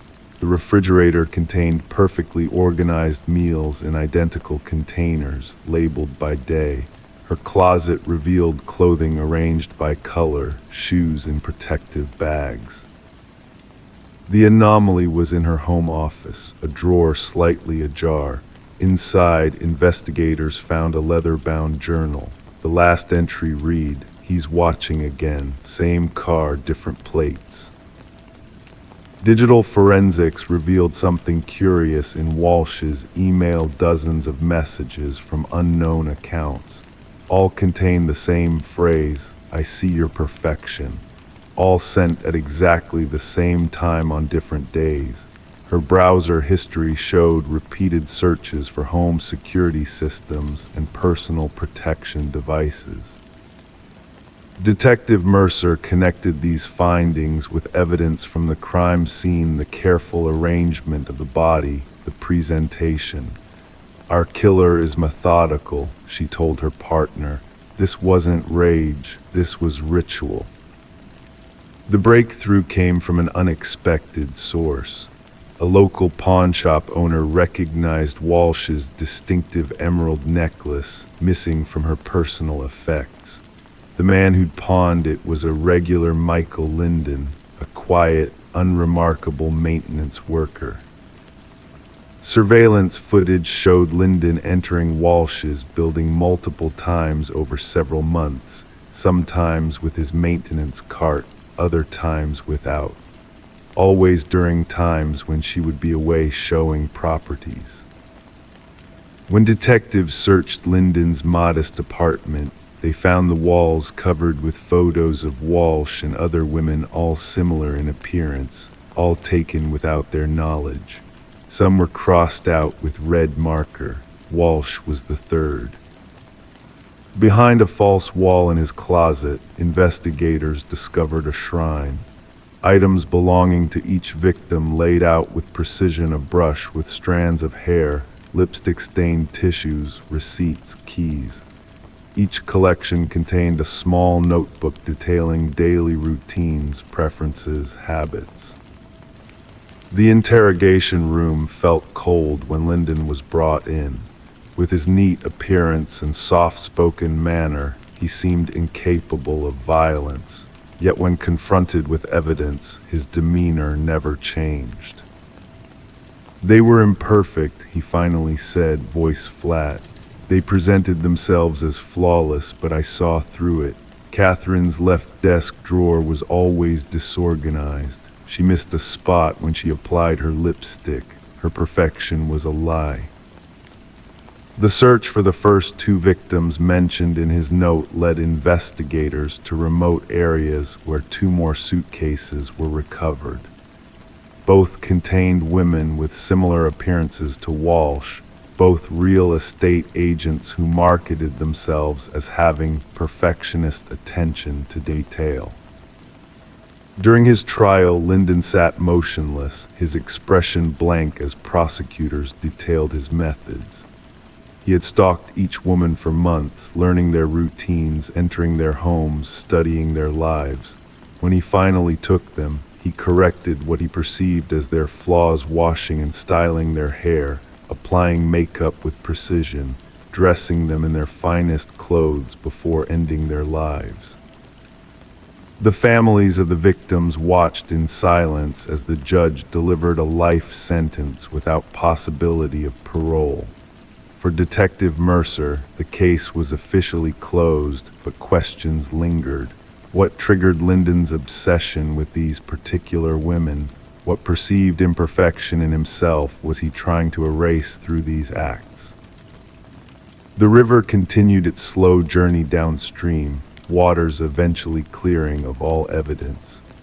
But in the precinct on Mercer's desk sat copies of those chilling notebooks, reminders that behind closed doors, in seemingly ordinary lives, darkness sometimes lurks beneath the surface. And sometimes the most dangerous predators are those hiding in plain sight, watching, waiting for a single flaw to reveal itself. Story 12.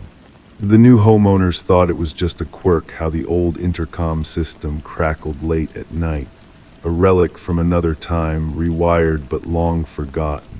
Then one night the husband pressed the button out of curiosity. A whisper crackled through the speaker. "Why did you come back?" He jolted back, his hands shaking. His wife, standing behind him, whispered, "I never said that." The Victorian manor sat nestled among ancient oak trees, its weathered exterior belying the renovated modern interior. Daniel and Meredith Parker had purchased the property at a surprisingly reasonable price, despite the real estate agent's nervous demeanor during the walkthrough. The intercom system, a vintage feature connecting all rooms, had been one of the selling points for the history-loving couple. Detective Sarah Reeves pulled up to the property, gravel crunching beneath the tires of her unmarked vehicle. The call had come in as a potential break-in, but something in the dispatcher's voice suggested there was more to the story. The tall figure of Daniel Parker greeted her at the door, his pallor evident even in the dim porch light. "It started with the intercom," he explained, leading Detective Reeves through the grand foyer. "Just static at first, then whispers, then full sentences. My wife thought I was imagining things until she heard it too." In the living room, Meredith sat rigid on an antique sofa, hands clutching a steaming mug that remained untouched. "We found something behind the wall," she said without preamble. Daniel wanted to expand the kitchen pantry, and when he took down the drywall, her voice faltered. Behind the wall, wrapped in deteriorating plastic, they had discovered a small leather-bound journal. Detective Reeves donned gloves before carefully opening its brittle pages. The handwriting, elegant yet frantic, belonged to someone named Alina, the apparent previous owner. The entries detailed her growing suspicion that her husband Vincent was planning to harm her. The final entry was dated 30 years ago, Daniel explained. After that, nothing. The previous owners claimed they bought it from an elderly man who moved to a retirement community. The investigation uncovered that Vincent and Alina Blackwood had indeed owned the house. Property records showed Vincent had sold the house shortly after Alina allegedly left him. No divorce was ever filed, no change of address, no financial transactions in Alina's name after the date of the final journal entry. Detective Reeves assembled a team to examine the property thoroughly. Ground-penetrating radar revealed anomalies beneath the concrete foundation of the garden shed. As investigators broke through the decades-old concrete, the truth emerged in the form of human remains. Forensic analysis confirmed the skeleton belonged to a woman in her 40s, with evidence of blunt force trauma to the skull. A gold wedding band found among the remains bore an inscription, "To Alina, my eternal love." The case against Vincent Blackwood built rapidly. Now elderly and living in a care facility, his mind was sharp enough to understand the charges brought against him. When confronted with the evidence, his response chilled even the seasoned detective. "She wouldn't stop talking," Vincent said, his voice eerily calm. "Always chattering through that damned intercom, checking on me, questioning me. I disconnected it, but she rewired it herself. Said she wanted to always be able to reach me, no matter where I was in the house." He looked up, eyes vacant. "I just wanted quiet." During his confession, Vincent revealed how he had carefully constructed the narrative of Alina abandoning him, even sending postcards to neighbors from various locations, written in forged handwriting. He had lived in the house for years afterward, walking daily over the concrete where his wife lay buried. The trial was brief, with Vincent pleading guilty to murder. The sentencing judge noted the calculated nature of the crime and the decades of deception that followed. Daniel and Meredith eventually sold the house, unable to remain after learning its dark history. Before leaving, they held a memorial service for Alina in the garden, now restored after the investigation. The intercom system was removed during renovations by the next owners. Workers reported hearing static and whispers during the removal process, though they attributed it to interference from their power tools. Detective Reeves visited the Blackwood case file one last time before it was archived. As she closed the manila folder, she reflected on how the house itself had seemingly reached across time to reveal its secret. The justice system had finally caught up with Vincent Blackwood, but only because Eleanor had found a way to make herself heard. The case became known among local law enforcement as the house that answered back. Detective Reeves would sometimes drive past the property on her way home.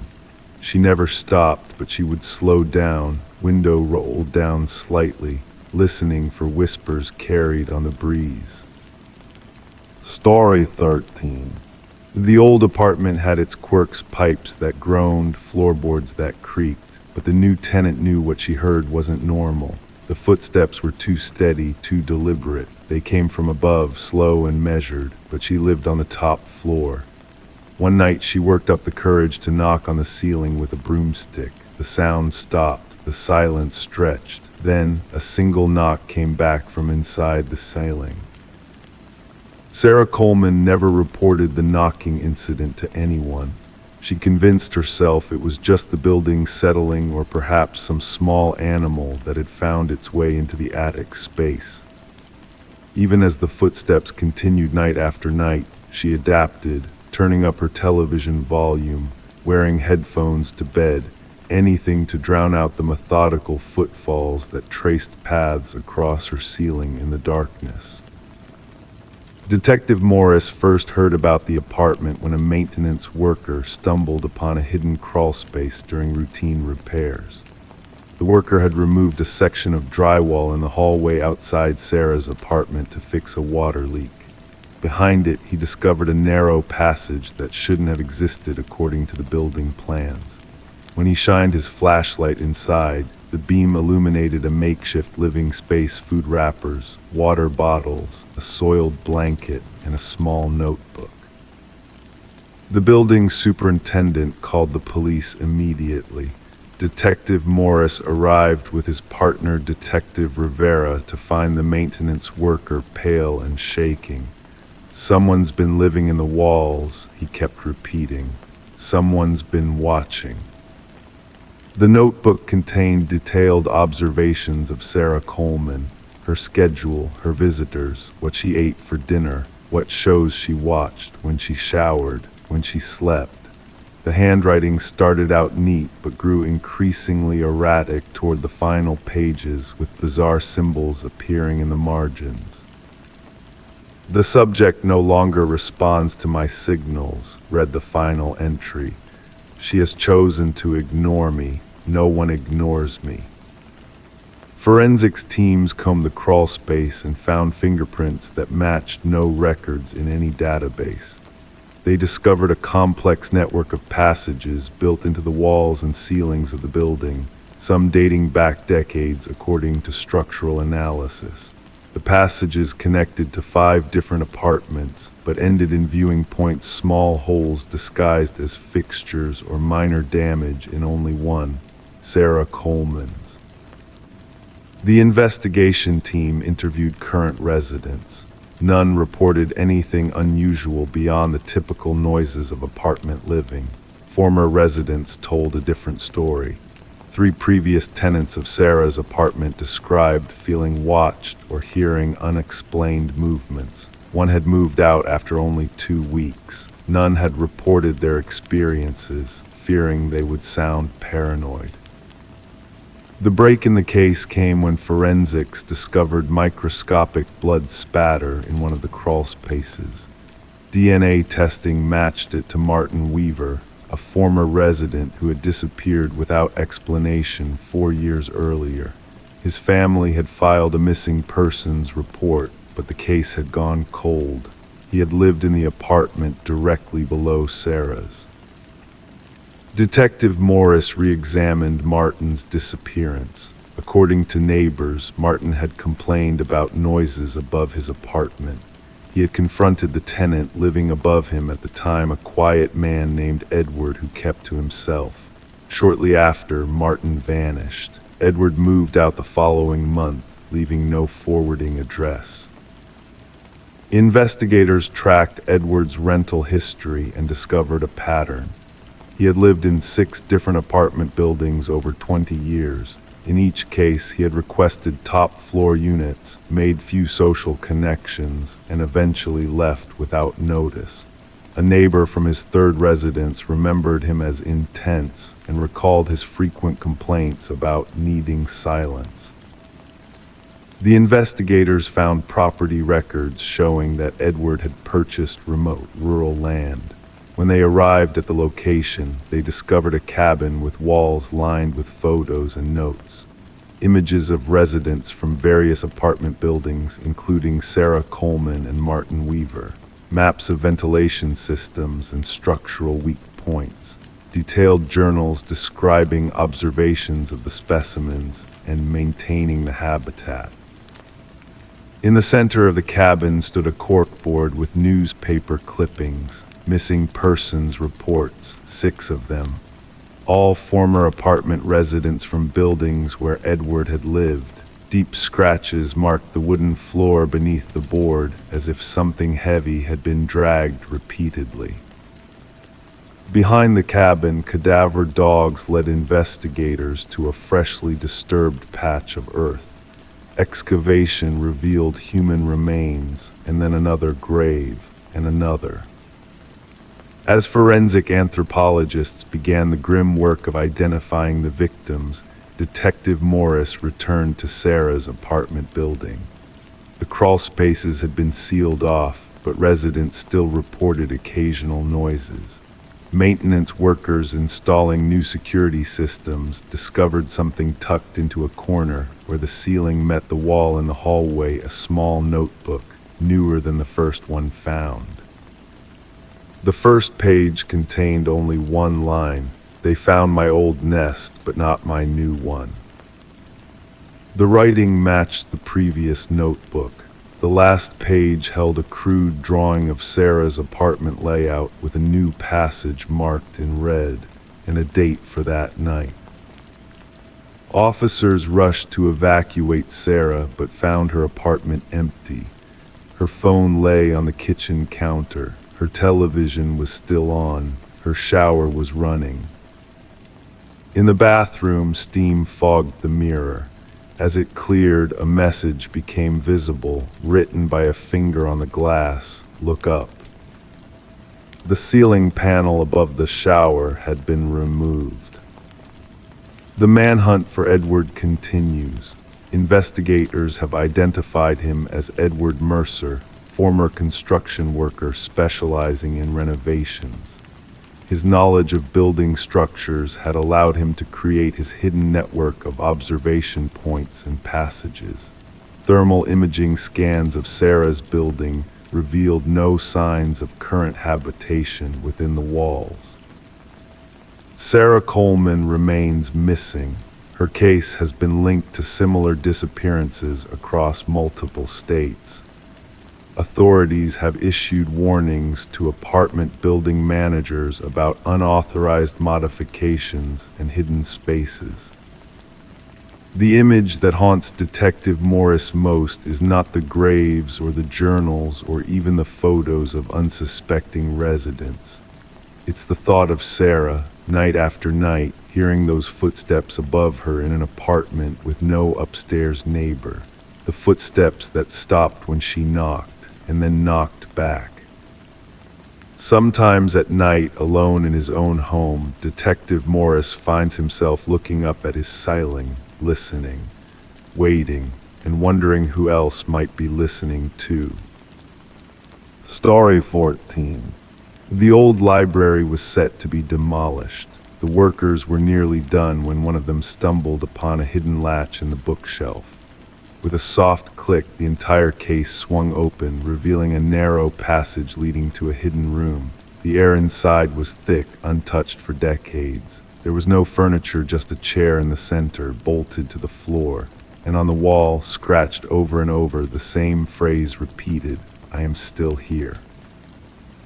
The construction foreman radioed for the police. What began as a routine demolition quickly transformed into something far more sinister.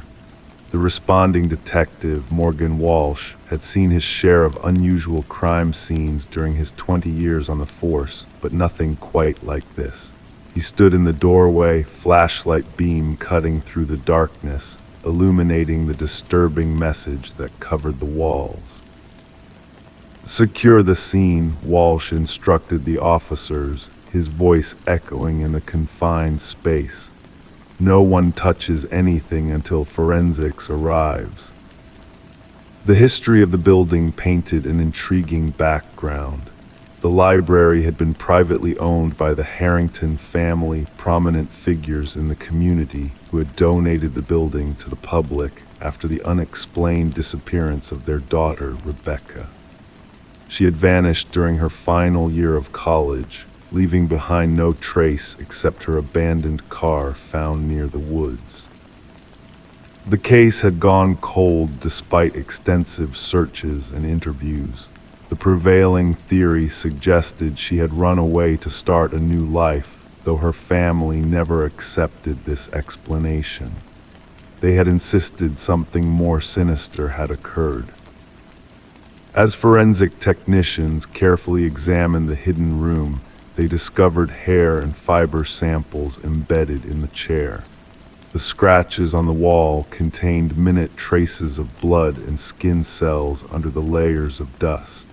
Initial testing indicated the biological material was consistent with a young female. The chair was designed to restrain someone, the forensic analyst noted, pointing to the bolt holes and weathered leather straps still attached to the arms. Whoever was kept here struggled intensely.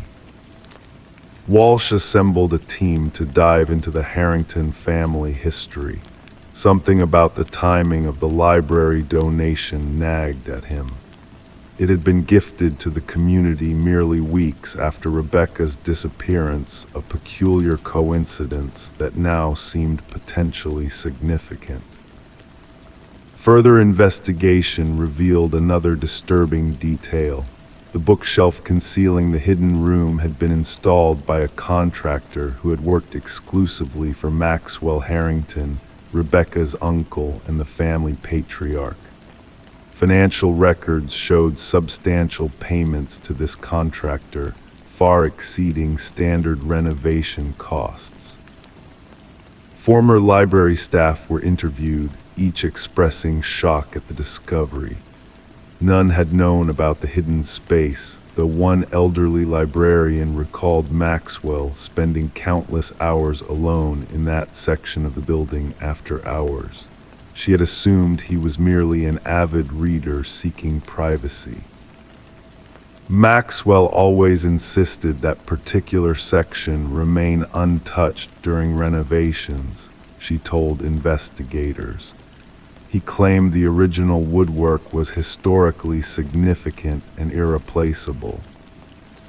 The investigation intensified when forensic results confirmed the DNA from the hidden room matched samples from Rebecca's hairbrush recovered from her old bedroom. The timeline became clearer and more disturbing. Rebecca had not run away. She had been imprisoned behind the bookshelf, potentially by someone within her own family. Detectives obtained a warrant to search the Harrington estate. In Maxwell's study, they discovered a leather-bound journal hidden in a false bottom drawer. The journal contained detailed entries spanning several months, describing an unhealthy obsession with his niece. The final entry was the most chilling. She threatened to tell everyone, "I cannot allow that. The room will hold her until she understands." Investigators tracked down Maxwell, now living in a coastal retirement community. During questioning, he maintained his composure initially, dismissing the hidden room as an architectural curiosity he knew nothing about. but when presented with the journal and DNA evidence, his fa-a-de crumbled. She was going to ruin everything, he finally admitted, his voice flat and emotionless. Rebecca discovered financial documents proving I had been embezzling from the family foundation for years. The family name meant everything. I couldn't let her destroy it. The confession painted a horrific picture. Maxwell had lured Rebecca to the library, subdued her, and imprisoned her in the hidden room. He had planned to keep her there until she agreed to silence, but something went wrong. During one of his visits, Rebecca had attempted to escape. In the struggle that followed, he had killed her. I panicked, Maxwell stated during his recorded confession. I buried her beneath the floorboards of the room and sealed it shut. Then I donated the building to ensure no one would ever renovate that section. Ground-penetrating radar confirmed the presence of human remains beneath the floor of the hidden room. Excavation revealed Rebecca's skeletal remains, still wearing the silver bracelet her parents had given her for her 20th birthday. The Harrington family attended Maxwell's sentencing, watching in somber silence as justice was finally delivered. Rebecca's mother clutched her daughter's recovered bracelet, the only piece of her they could bury properly after all these years. The library demolition was halted indefinitely as it became a site for mourning and reflection. Community members left flowers at the entrance, honoring a life cut short and a truth that had waited patiently behind a bookshelf to be discovered. In a sad twist of irony, it was Rebecca who had the final word. Her message, "I am still here," scratched desperately on the walls, had indeed ensured she would never be forgotten, and that justice, however delayed, would eventually find its way to the light. Story 15. She wiped the steam off the mirror, staring at her own reflection, but something was off. Her face looked right, her clothes the same. Yet the longer she stared, the more the unease grew. A flicker in the corner of her eye, a movement that wasn't hers. Then, as she turned away, the reflection stayed still watching. The case of Rebecca Thorne began with that unsettling moment in her bathroom. What followed would confound investigators and haunt a community for years to come. Rebecca lived alone in a modest apartment in a quiet suburban neighborhood. Friends described her as methodical, reserved, a woman who kept to herself but remained cordial with neighbors. She worked as a data analyst for a mid-sized company, her life defined by routine and precision. Nothing about her suggested she would become the center of one of the most perplexing criminal investigations of the decade. The first incident seemed innocuous. Rebecca noticed small objects in her apartment had been moved, nothing missing, just rearranged. A coffee mug placed on a different shelf, books reorganized, her toothbrush on the wrong side of the sink. She dismissed these oddities as moments of absent-mindedness, the natural result of working long hours under fluorescent lights, staring at spreadsheets until her vision blurred. Detective Marion Shaw received the first report when Rebecca, after weeks of these disturbances, finally contacted authorities. The initial assessment, nothing criminal, perhaps a case for mental health services rather than law enforcement. Shaw documented the complaint but filed it away among the stack of non-priority cases. There was nothing tangible, Shaw would later testify. No broken locks, no missing items, no signs of forced entry, just a woman who felt something was wrong in her home. The bathroom mirror incident changed everything. Rebecca described it in vivid detail during her second contact with police, how her reflection seemed to move independently, how she felt watched even when alone. This time she had evidence, a security camera she had installed herself, pointed at her front door. The footage revealed something that sent a chill through even the most seasoned officers. The grainy video showed Rebecca leaving for work in the morning. Then, 20 minutes later, someone who looked exactly like Rebecca used a key to enter the apartment. Forensic analysts examined the footage for signs of tampering or digital manipulation. They found none. The person entering the apartment moved like Rebecca, dressed like Rebecca, even carried the same distinctive leather bag Rebecca owned. But according to time-stamped footage from her workplace security system, Rebecca had already badged into her office building across town. "We're dealing with a doppelganger situation," Detective Shaw told her superior. "Someone who has studied Ms. Thorne extensively and can mimic her with uncanny precision." The investigation intensified. Fingerprints throughout the apartment matched only Rebecca. No foreign DNA was discovered. Neighbors reported seeing nothing unusual, just Rebecca coming and going as she always did.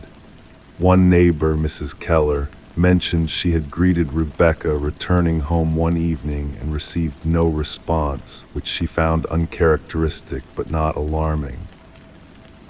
Rebecca began keeping a journal of disturbances. Small changes in her apartment multiplied. Food she didn't remember eating disappeared from her refrigerator. Her computer showed searches she hadn't conducted. Most disturbing, she found photographs on her own phone's selfies that looked like her but that she had no memory of taking. In some, her expression seemed subtly wrong, the smile too wide or the eyes too intense.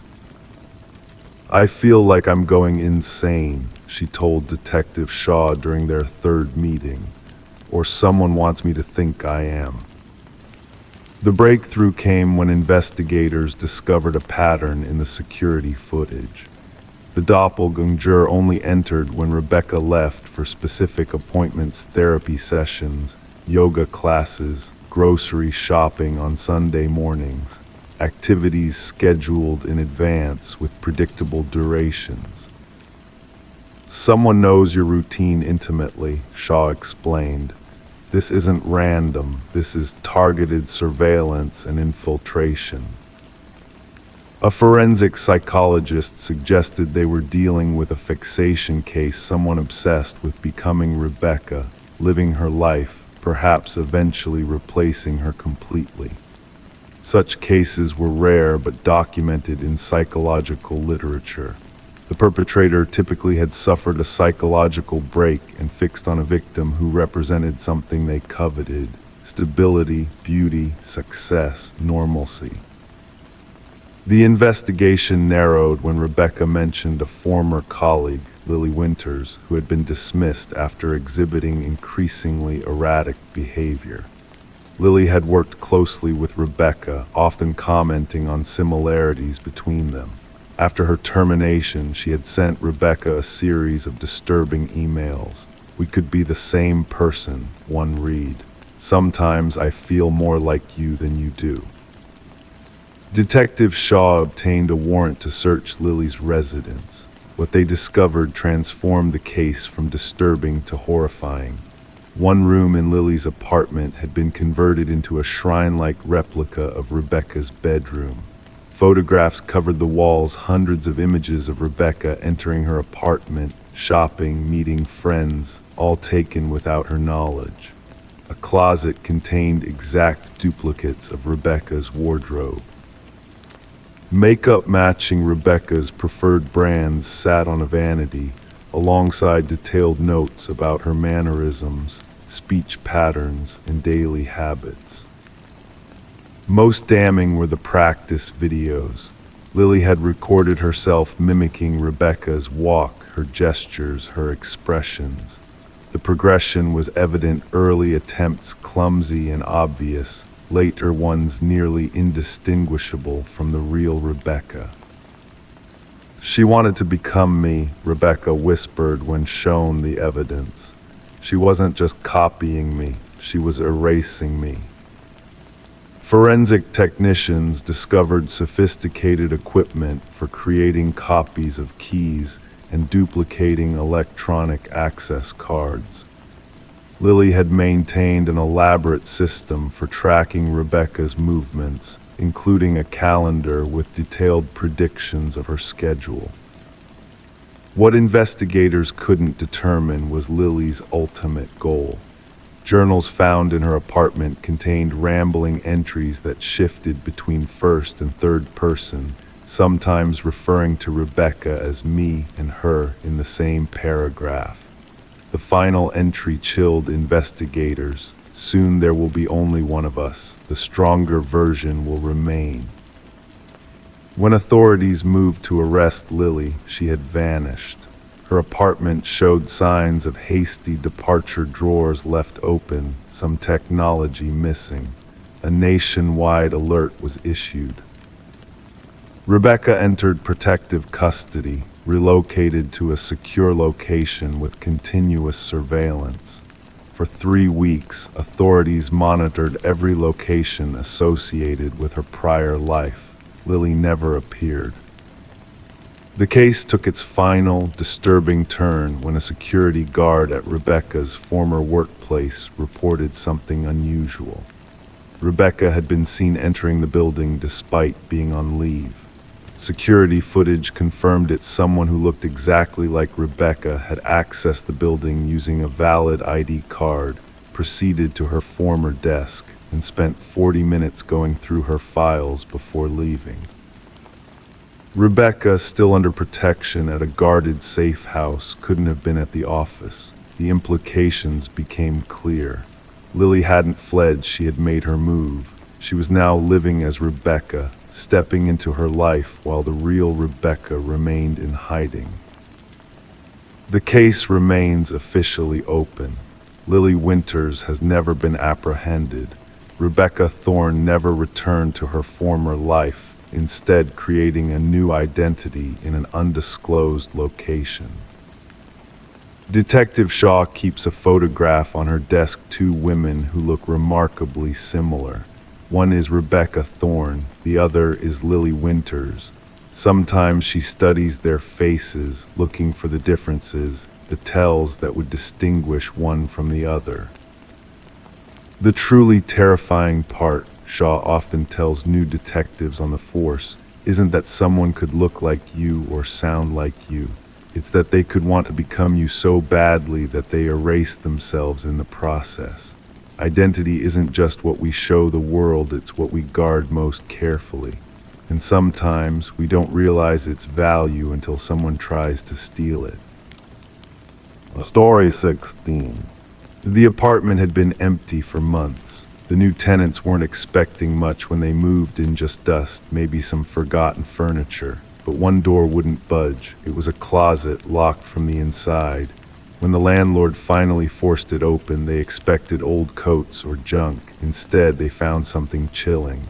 The walls were covered in scratches, deep, uneven lines carved desperately into the wood. And in the corner, an old flip phone, its battery long dead, except for the single unread message still glowing on the screen. Detective Morgan Shaw had seen many disturbing scenes throughout her career.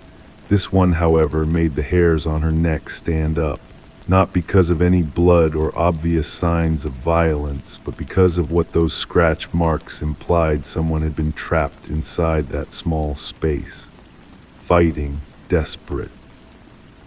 "We need forensics here now," she said to her partner, Officer Reed, who was already photographing the scratches, "and get me the previous tenant records." The message on the phone simply read, "I know what you did." The landlord, a nervous man with perpetually damp palms, claimed the previous tenant had moved out without notice, leaving behind rent. A young woman, quiet type, kept to herself, left maybe 6 months ago. His eyes darted around, avoiding the closet, never caused trouble. Forensics revealed multiple blood samples embedded in the wall scratches. Most matched a single person, presumably the previous tenant. Emma Caldwell, aged 28, reported missing by her workplace when she stopped showing up. But two other DNA samples were found. One remained unidentified in the system. The other belonged to someone who had supposedly been dead for 2 years. "This can't be right," Shaw muttered, staring at the lab report. Derek Mercer, convicted of assault 5 years ago, had reportedly died in a car accident. His dental records had confirmed the identification, yet his DNA was fresh on the closet walls. Emma's apartment told a story of interrupted life. Mail piled up, unwashed coffee mug in the sink, bed neatly made. Her phone records showed a pattern. Calls with her sister twice weekly until they suddenly stopped, and dozens of calls from an unknown number in the weeks before her disappearance. The sister says Emma mentioned a new boyfriend, Officer Reed reported. Never gave a name, just said he was intense and private. Surveillance footage from a convenience store near the apartment complex showed Emma entering her building one night, followed minutes later by a man in a baseball cap, face carefully angled away from cameras. The break came when forensics found partial fingerprints on the inside doorknob of the closet prints belonging to Derek Mercer. He faked his death, Shaw concluded. Question is why and what's his connection to Emma? The unidentified DNA sample led them to another missing persons case. Lynette Porter, who disappeared 3 years prior. Her case had gone cold, but her description matched a woman neighbors had seen visiting Emma's apartment several times. Shaw pieced it together while reviewing traffic camera footage. A car registered to Derek Mercer's mother was spotted near Emma's apartment building multiple times. The driver matched Derek's height and build. The investigation led to a remote property owned by Mercer's family. Behind heavy basement doors, they found Lynette Porter alive but severely malnourished, kept in conditions mirroring the closet where Emma had been trapped. "He made me watch," she whispered, eyes vacant. "Said I needed to learn what happens to girls who try to leave." Evidence mounted, journals detailing Mercer's obsession with control, photographs of women who matched Emma and Lynette's appearance, and most damning video recordings of Mercer forcing Emma into the closet. "She thought she could tell people about me," his voice said on the recording. "About us. Nobody reveals my secrets." The manhunt for Derek Mercer stretched across jurisdictions. While authorities searched, forensic psychologists constructed a profile that chilled investigators. Mercer didn't just want to kill, he wanted to create suffering, to watch hope drain away in confined spaces. When they finally captured him at a bus terminal, Mercer was carrying a new identity and ticket to a coastal destination. In his backpack, a roll of duct tape, a hunting knife, and a newspaper clipping about Emma's disappearance. During interrogation, Mercer maintained a calm, almost pleasant demeanor. "She sent that text message herself," he said about the phone. "She wanted someone to find her, but she didn't deserve rescue."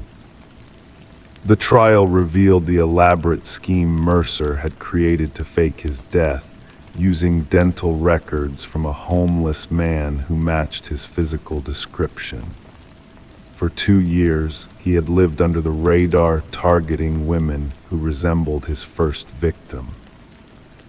Emma's body was never found. Forensic evidence suggested she had eventually died in that closet, scratching desperately at walls that would never yield. The message on the phone had been her last attempt to implicate her killer. She had texted it to herself from Mercer's phone while he slept, knowing her battery would preserve it when the phone eventually shut down. The jury deliberated for just 4 hours before returning a guilty verdict on all counts. As the judge delivered a life sentence without possibility of parole, Mercer smiled slightly, as if the outcome satisfied some private logic only he understood. At the sentencing, Lynette Porter addressed the court. He locked us in small spaces because that's where his mind lives, trapped in darkness. But while he rots in his cell, I'll be standing in the sun. The case transformed department protocol for missing persons investigations, particularly focusing on relationship patterns and rental property searches. Detective Shaw kept the closet door from Emma's apartment mounted on her office wall, a reminder that sometimes the most terrifying crime scenes aren't covered in blood, but in the desperate marks of someone fighting to survive. Story 17. The apartment was old, the heating system groaned, the pipes rattled. It was nothing unusual. At least that's what she told herself until she heard it. A voice, faint but distinct, carried through the vents. It wasn't the usual murmurs of a neighbor on the phone. It was whispering, calling her name. She pressed her ear against the grate, heart pounding. A breath of cold air rushed past her cheek, and then softly, almost playfully, "I know you can hear me." Detective Morgan Shaw stood motionless in the center of the vacant apartment, her gaze fixed on the rusted vent cover that had been pried from the wall. The forensics team worked methodically around her, cameras flashing as they documented the scene. The victim, Alina Reeves, had been missing for 7 days before the building manager noticed the smell. What they found inside the ventilation system defied explanation. She reported hearing voices through the vents, said Officer Patel, reading from his notepad. Building management dismissed her concerns, said the old heating system made strange noises. Shaw knelt beside the vent, noting the scratch marks around its edges. "These weren't made by tools," she murmured. The gouges in the metal were deep, frantic fingernails desperately trying to remove the cover from the inside. The victim had been popular, well-liked, a kindergarten teacher with a warm smile and a collection of houseplants that still thrived on her windowsill. Her students had made her cards when she didn't show up for work. Her sister had filed the missing persons report. She became paranoid in the weeks before her disappearance, the sister had explained during her interview. Her voice trembled as she spoke. Alina was convinced someone was watching her, speaking to her through the vents in her apartment. "I thought it was stress from work." Shaw studied the apartment with new eyes, the perfectly made bed, the unwashed coffee mug in the sink, the chair positioned directly beneath the vent, as if someone had been sitting there listening. The forensics report revealed unexpected details. Fibers caught in the vent grating matched those from the victim's favorite cardigan. A partial fingerprint, not Alina's, was found on the inside of the vent cover. Most disturbing were the audio recordings recovered from Alina's phone. Shaw listened to them alone in her car, the rain drumming against the roof. Alina's voice came first, hesitant and frightened. "If you're real, say something." Silence stretched for 20 seconds before a response came, a whisper so faint Shaw had to turn the volume to maximum. "Alina, sweet Alina, let me in." The background check on the building yielded unsettling history. 7 tenants had vacated the apartment in the past decade, each breaking their lease early. 2 had filed complaints about noises in the walls. 1 had been treated for carbon monoxide poisoning, claiming hallucinations of voices calling from the vents. The building superintendent, a man named Harold Weber, had worked there for 15 years. His personnel file showed no red flags, though Shaw noted he possessed keys to every apartment. During questioning, he maintained an unnerving calmness. "The building makes noises," he said with a shrug. "People get spooked. Nothing supernatural about old pipes and settling foundations." But when Shaw asked about the previous tenants of apartment 4B, his demeanor shifted subtly. A tightening around the eyes, a slight tension in his shoulders. "I don't keep track of everyone who comes and goes," he replied, eyes fixed on a point beyond her shoulder. The investigation took an unexpected turn when forensics discovered a hidden access panel in Alina's bathroom, concealed behind a loose tile. It connected to a narrow maintenance passage that ran between the walls, providing access to the ventilation system throughout the building. Inside this passage, they found a collection of items: a flashlight, a water bottle, food wrappers. Someone had been living within the walls, watching, listening, whispering. Shaw ordered a search of Weber's apartment. It was immaculate, almost sterile in its tidiness. Nothing out of place, nothing personal, until they checked his computer.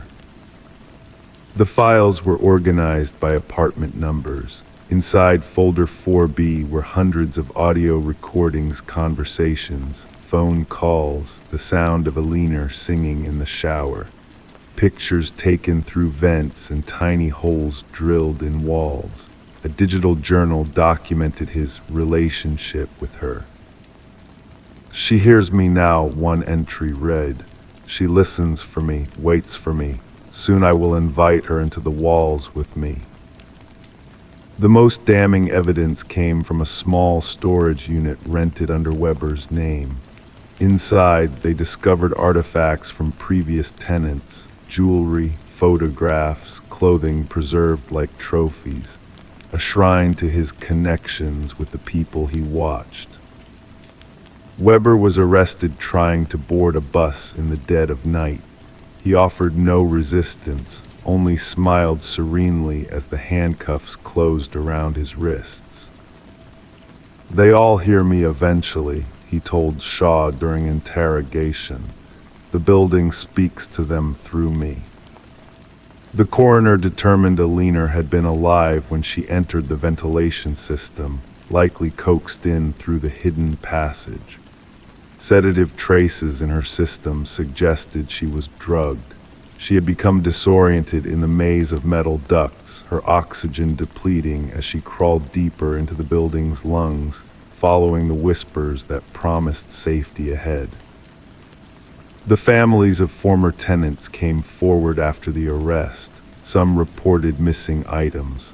Others described loved ones who had become anxious, paranoid, convinced they were being watched. A pattern emerged spanning years, a predator hiding within the walls, selecting his victims, studying them, speaking to them through the vents until the whispers became their reality. At trial, Weber maintained an eerie composure. His attorney pursued an insanity defense, presenting psychological evaluations describing delusions of symbiosis with the building. The prosecution countered with evidence of meticulous planning, the modified vents, the carefully maintained passages, the detailed records of his victims' habits. The jury deliberated for just 4 hours before returning their verdict: guilty on all counts. As Weber was led from the courtroom, he turned to Shaw with a smile that never reached his eyes. "They'll still hear me," he said. "The building remembers, the whispers never stop." The apartment building stands vacant now. Despite renovations, new owners, fresh paint, no one stays long. Residents report strange sounds from the vents, whispers in the walls, cold drafts that carry voices. The heating system groans, the pipes rattle. It's nothing unusual. At least that's what they tell themselves. Story 18. It arrived in the mail, wrapped in a plain envelope with no return address. A single brass key worn with time.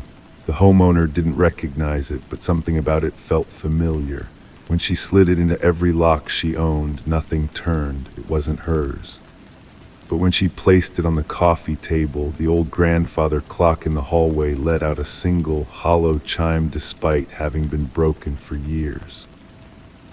Sarah Miller reported the strange occurrence to authorities after finding the mysterious key.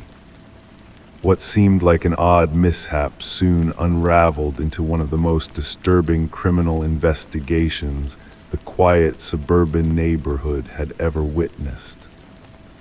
The responding officer initially dismissed her concerns. A key in the mail, perhaps a mistake, he suggested. But Sarah insisted something felt wrong. The officer reluctantly took the key as evidence, mostly to appease her, placing it in a small evidence bag that would later become central to a sprawling investigation. Detective Robert Harmon received the case file during the morning briefing.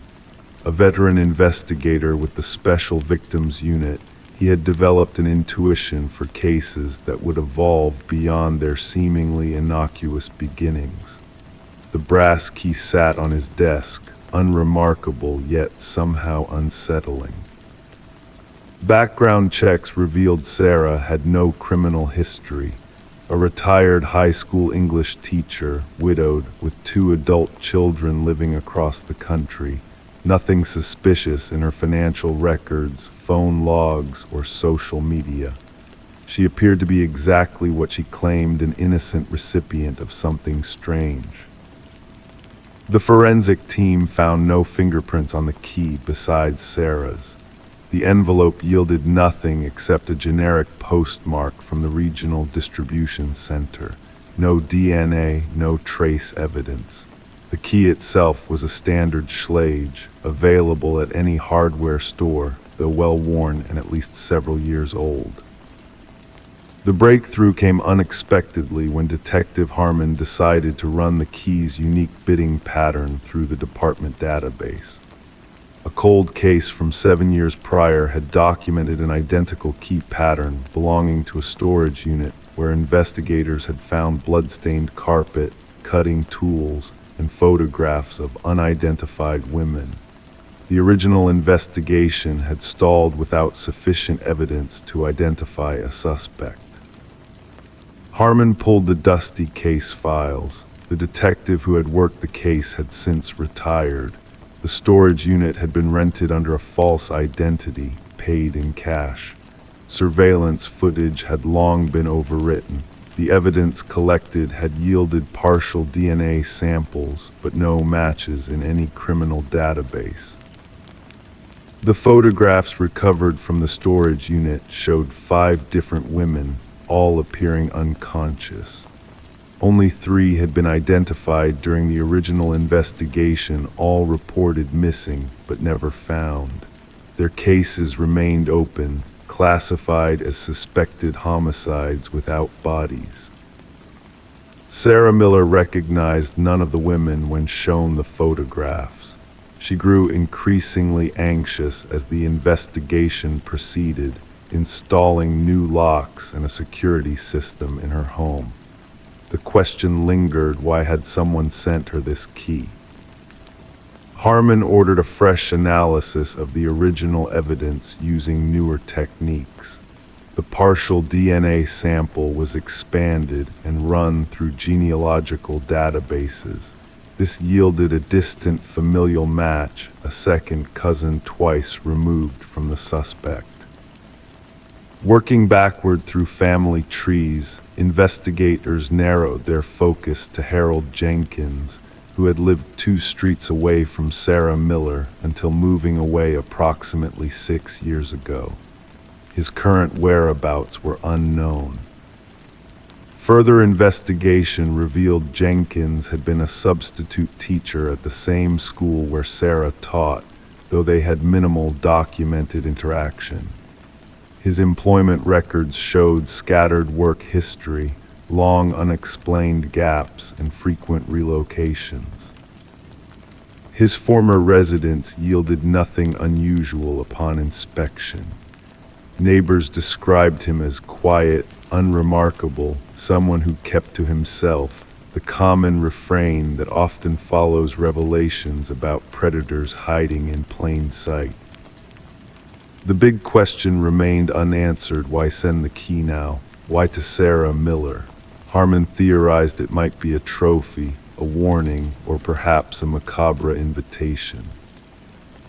The search for Jenkins intensified.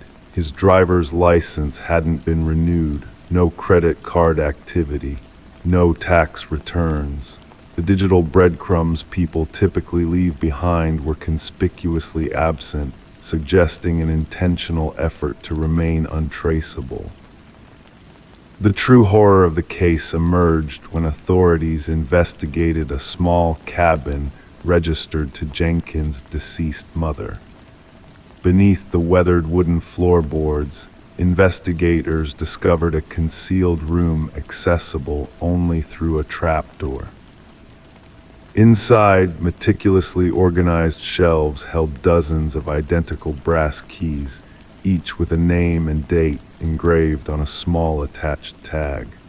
5 keys corresponded to the women from the photographs. The remaining keys, 27 in total, presented a horrifying implication of additional victims previously unknown to authorities. Buried behind the cabin, forensic teams recovered human remains. The excavation continued for weeks as investigators unearthed multiple bodies in varying states of decomposition. Sarah received round-the-clock protection as the manhunt for Jenkins expanded nationwide. Behavioral analysts suggested the key represented a twisted invitation, Jenkins selecting Sarah as someone to appreciate his work. The press dubbed him the Keymaster, a name that spread rapidly across national headlines. Fear permeated the community as residents questioned how such horror had existed among them undetected. Detection dogs tracked a scent from the cabin into the surrounding wilderness. Search teams combed dense forest areas. Thermal imaging drones scanned terrain too dangerous for ground teams. The manhunt became one of the largest in regional history. A wildlife photographer hiking in remote woods captured an image of someone matching Jenkins' description. The grainy photograph showed a bearded man with hollow eyes carrying a backpack, heading deeper into the wilderness. Authorities closed in on the area, establishing a perimeter. Tactical teams navigated difficult terrain while psychological profilers predicted Jenkins would not surrender. They anticipated he might have prepared for this contingency with hidden supplies and escape routes. The final confrontation occurred when a patrol officer encountered Jenkins attempting to cross a river. Rather than surrender, Jenkins retreated to higher ground, where he barricaded himself in an abandoned fire observation tower. Negotiators attempted communication for hours without response. When tactical teams finally breached the tower, they found Jenkins dead from a self-inflicted wound.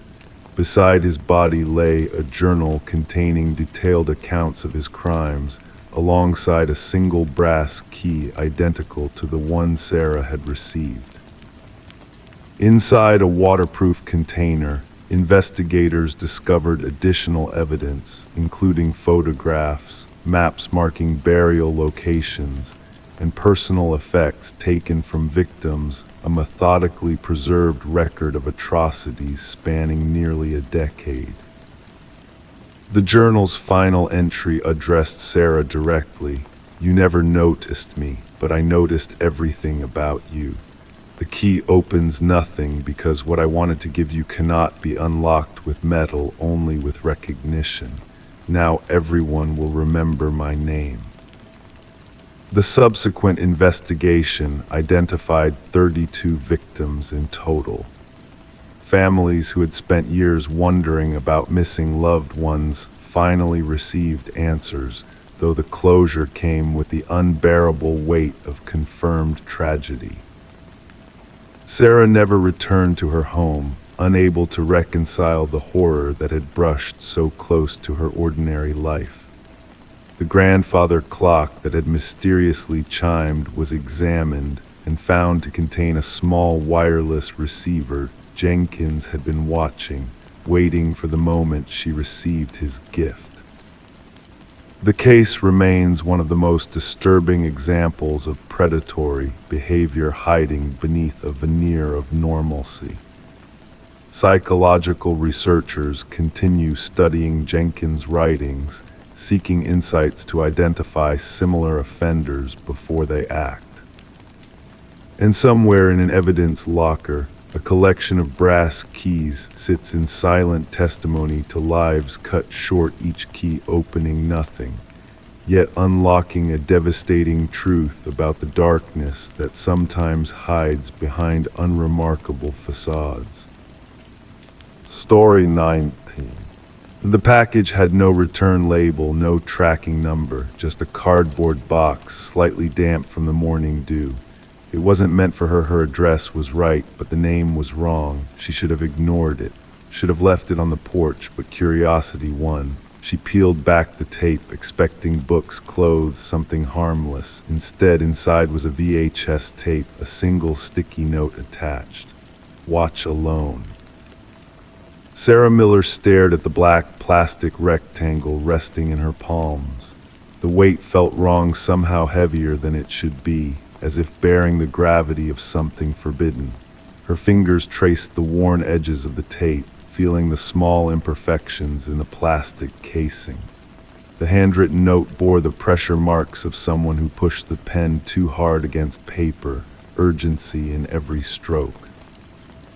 The suburban neighborhood around her continued its mundane symphony, a dog barking in the distance, children playing somewhere beyond her fence, the mechanical hum of a lawnmower cutting through the morning air. Normal life carried on, unaware of what had just been delivered. Sarah brought the package inside, setting it on her kitchen counter while doubt crept into her mind. The name on the box, Daniel Whitaker, meant nothing to her. She had lived in the house for nearly 4 years and never received mail for anyone by that name.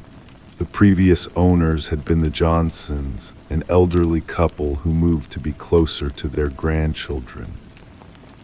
Curiosity and unease battled within her as she glanced at her VCR, a relic she kept mostly for nostalgia. Something about the tape called to her a mystery wrapped in worn black plastic. Against her better judgment, Sarah slid the tape into the machine. Static filled the screen, at first white noise that gradually sharpened into focus. A dark room appeared, dimly lit by a single lamp. The camera angle was low, slightly askew, as if hastily placed. A man sat in a wooden chair, his face initially obscured by shadow. "My name is Daniel Whitaker," the man spoke, his voice quiet but steady. "If you're watching this, someone found you, which means they'll find me too." He leaned forward, revealing a face marked by sleepless nights and constant vigilance, deep-set eyes, several days of stubble, hair disheveled. "I didn't kill her, I need you to know that, but they found my fingerprints, my DNA, even though I never touched her." The camera shook slightly as Daniel adjusted it, revealing more of the sparse room, bare walls, minimal furniture, the temporary dwelling of someone prepared to leave at any moment. "They planted everything. The police report will say I knew her, that we argued, that witnesses heard us fighting. None of it's true. I never met Catherine Walsh until I saw her face on the news." His voice cracked slightly. "Dead, murdered in her home, and somehow my DNA was all over the crime scene." Detective Eliza Ramirez studied the identical VHS tape on her desk, the fifth one to surface. 5 tapes, 5 different recipients, all with the same desperate message from Daniel Whitaker, a man officially listed as the primary suspect in Catherine Walsh's murder. A man who had vanished without a trace the day her body was discovered. The Walsh case had been straightforward at first. Young professional woman found strangled in her bedroom. No forced entry, signs of a struggle. DNA evidence pointing clearly to Whitaker, whose fingerprints were already in the system from a minor offense years earlier. Neighbors reported seeing a man matching his description near her home several times in the weeks before. Cell phone records placed him in the vicinity on the night of the murder. Open and shut until the tapes started appearing.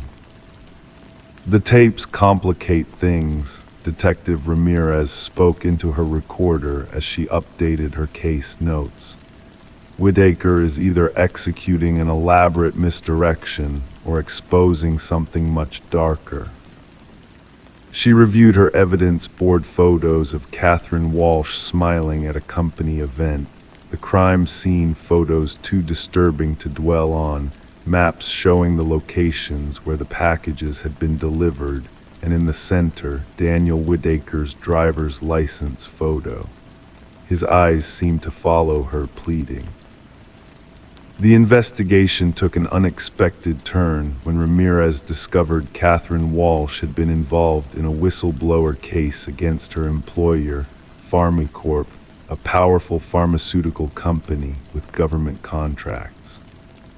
Walsh had discovered irregularities in their clinical trial data evidence that they had covered up serious side effects in a new drug rushing to market. She was going to testify, a former colleague whispered to Ramirez during an interview, constantly glancing toward the door. Catherine had documents, proof that executives knew about the problems and buried them. The trial was next week. The detective began noticing strange inconsistencies. The DNA evidence was almost too perfect, found in locations that made little logical sense for the crime. The witness testimonies about Whitaker seemed rehearsed, with identical phrasing across different statements.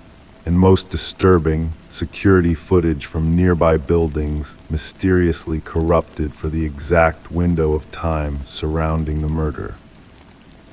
Sarah Miller received a second package 3 days after the tape. This one contained documents, clinical trial reports, internal memos, email printouts, all from Pharmacorp, all bearing Catherine Walsh's digital signature, all proving she had been right. The investigation shifted. Detective Ramirez connected with recipients of the other tapes, piecing together Whitaker's breadcrumb trail. He had worked IT security for a contractor that serviced Pharmacorp systems. He had never met Catherine, but he had seen her name flagged in an unusual security protocol he wasn't meant to access. They were monitoring her, Whitaker explained in a second tape that surfaced. I saw the surveillance orders in the system. They knew she was gathering evidence, and then I found myself locked out of the network. The next day she was dead, and somehow I became the killer. The case broke when Sarah Miller noticed something on her copy of the tape that others had missed. A reflection in a window behind Whitaker showed a row of storage units. Working with Detective Ramirez, they identified the location. Inside Unit 217, they found everything. Daniel Whitaker's journal documenting the conspiracy, the original files Catherine had collected, and most damning, detailed plans for framing Whitaker, written in the handwriting of Pharmacorp's head of security, a former police detective with access to evidence collection protocols. Justice arrived not in a dramatic arrest, but through the steady accumulation of evidence that could not be denied. 3 executives were indicted. The head of security confessed, accepting a deal to testify against his employers. The drug was pulled from market consideration. Daniel Whitaker emerged from hiding, gaunt and changed by his time as a fugitive. The charges against him were dropped, but the experience had marked him permanently. Sarah Miller met him once when he came to retrieve his tape. They spoke briefly on her porch, the same spot where his package had first arrived. "Why me?" she asked. "Why send it to my address?" He looked at her with tired eyes. "The algorithm chose you. I needed people with no connection to me or Catherine, people they wouldn't be watching. People who might still trust their own judgment when the news said I was guilty." The former suspect and the accidental witness stood in silence, contemplating how thin the line between justice and manufactured truth could be. Sarah finally spoke. The wrong address turned out to be exactly the right one. The VHS tapes were logged into evidence, physical reminders that sometimes the truth arrives in unexpected packages, bearing unfamiliar names, waiting for someone curious enough to look inside. Story 20. Renovations were always bound to uncover strange things, old newspapers, broken trinkets, forgotten photographs. But when the couple pulled up the floorboards, they didn't expect to find a letter folded neatly beneath the wood. The paper was brittle, the ink faded, but the message was clear: don't trust the one who knocked. Before they could react, 3 sharp raps echoed through the empty house. The discovery sent chills down their spines. Sarah and Michael had purchased the Victorian-era home at an estate auction, charmed by its ornate moldings and rich history. They never imagined their renovation project would unearth something so unsettling. Detective Alina Reed arrived with her partner, the floorboards still pulled up, exposing the dark cavity beneath. Her weathered hands, marked by years of handling evidence, carefully extracted the note using gloved fingers. The couple had touched it already unavoidable contamination. Reed studied their faces as they recounted the knocking sound. Their fear seemed genuine. Background checks revealed nothing suspicious about Sarah and Michael. Newlyweds, good credit, stable jobs. The house, however, had a more complex history.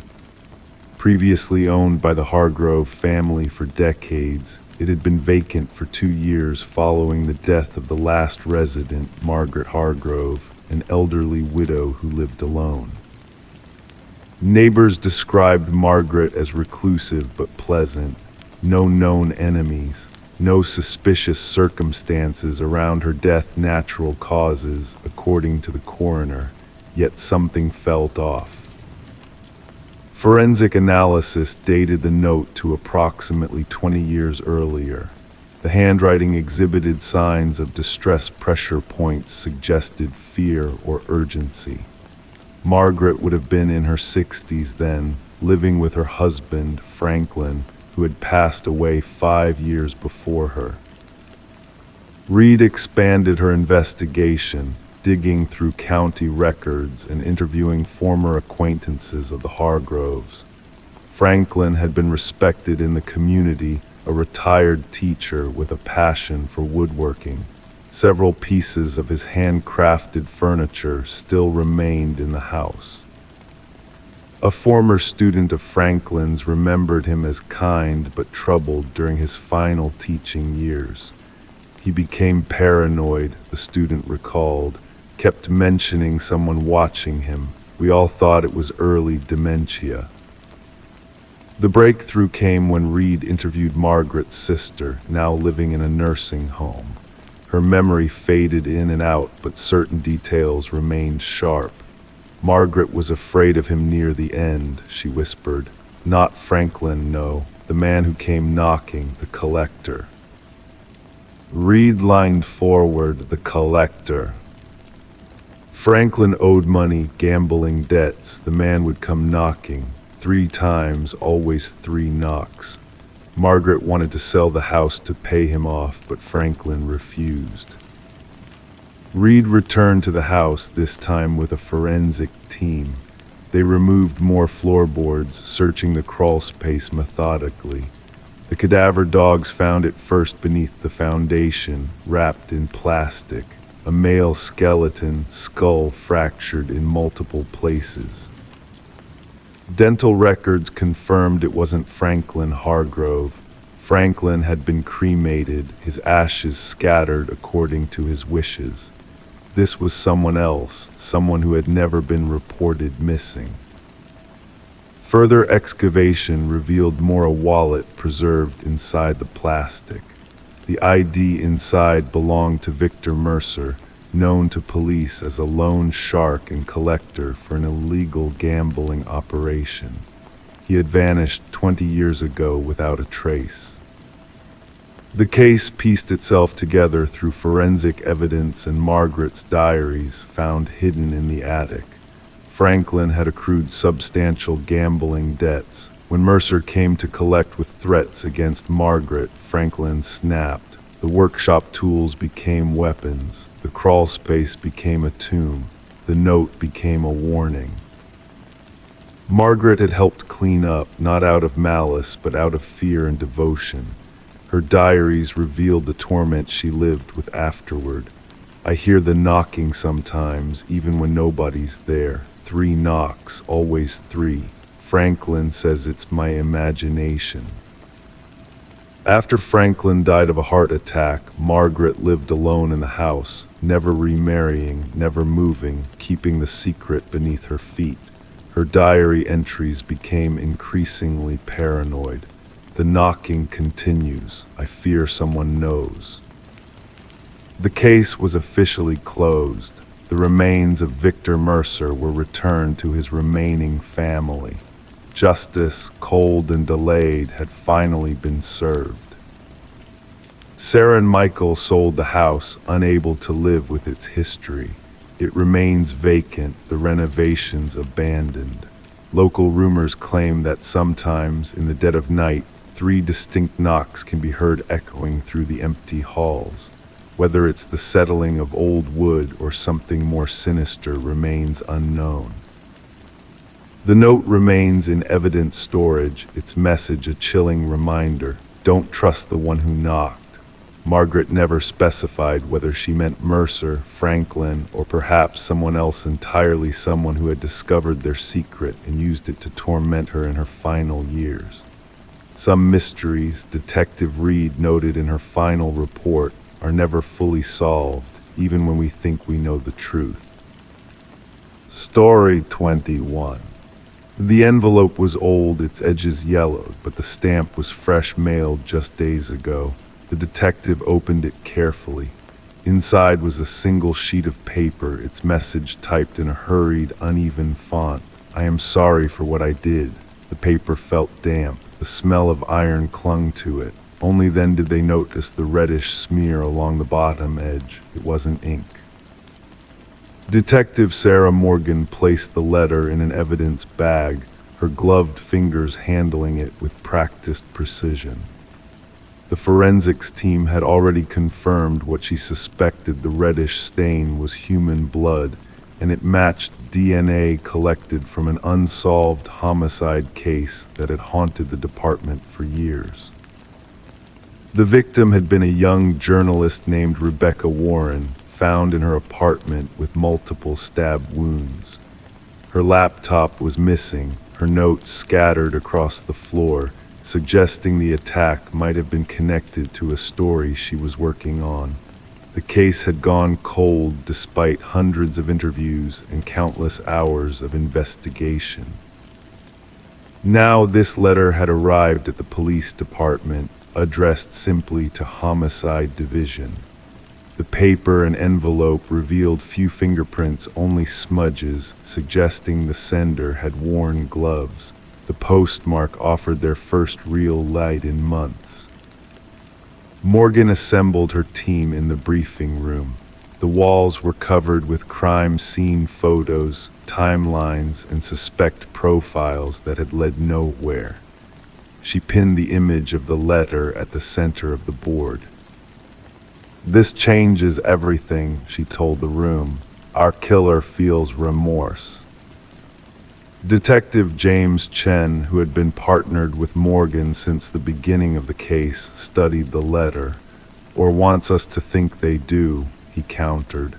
"The blood could be theatrical, a way to taunt us."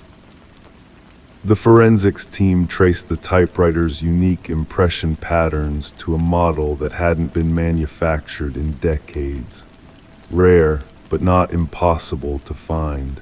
They began contacting antique shops and collectors throughout the region. As the investigation gained momentum, they revisited Rebecca's life. Her editor described her as tenacious, dedicated to exposing corruption. Her latest assignment had involved investigating a wealthy family with connections to local politics. The family patriarch had died recently, leaving behind a contentious will and siblings accusing each other of manipulation. The detectives interviewed Rebecca's boyfriend, Michael Barnes. During their first conversation months ago, he had appeared devastated, providing a solid alibi. Now, with the letter in evidence, they noticed subtle changes in his demeanor, nervous glances, a slight tremble in his hands. Rebecca mentioned someone was following her, he admitted during this new interview. "I thought she was being paranoid because of her investigation. I should have listened." While the detectives pursued this angle, a second letter arrived. The same typewriter, the same blood.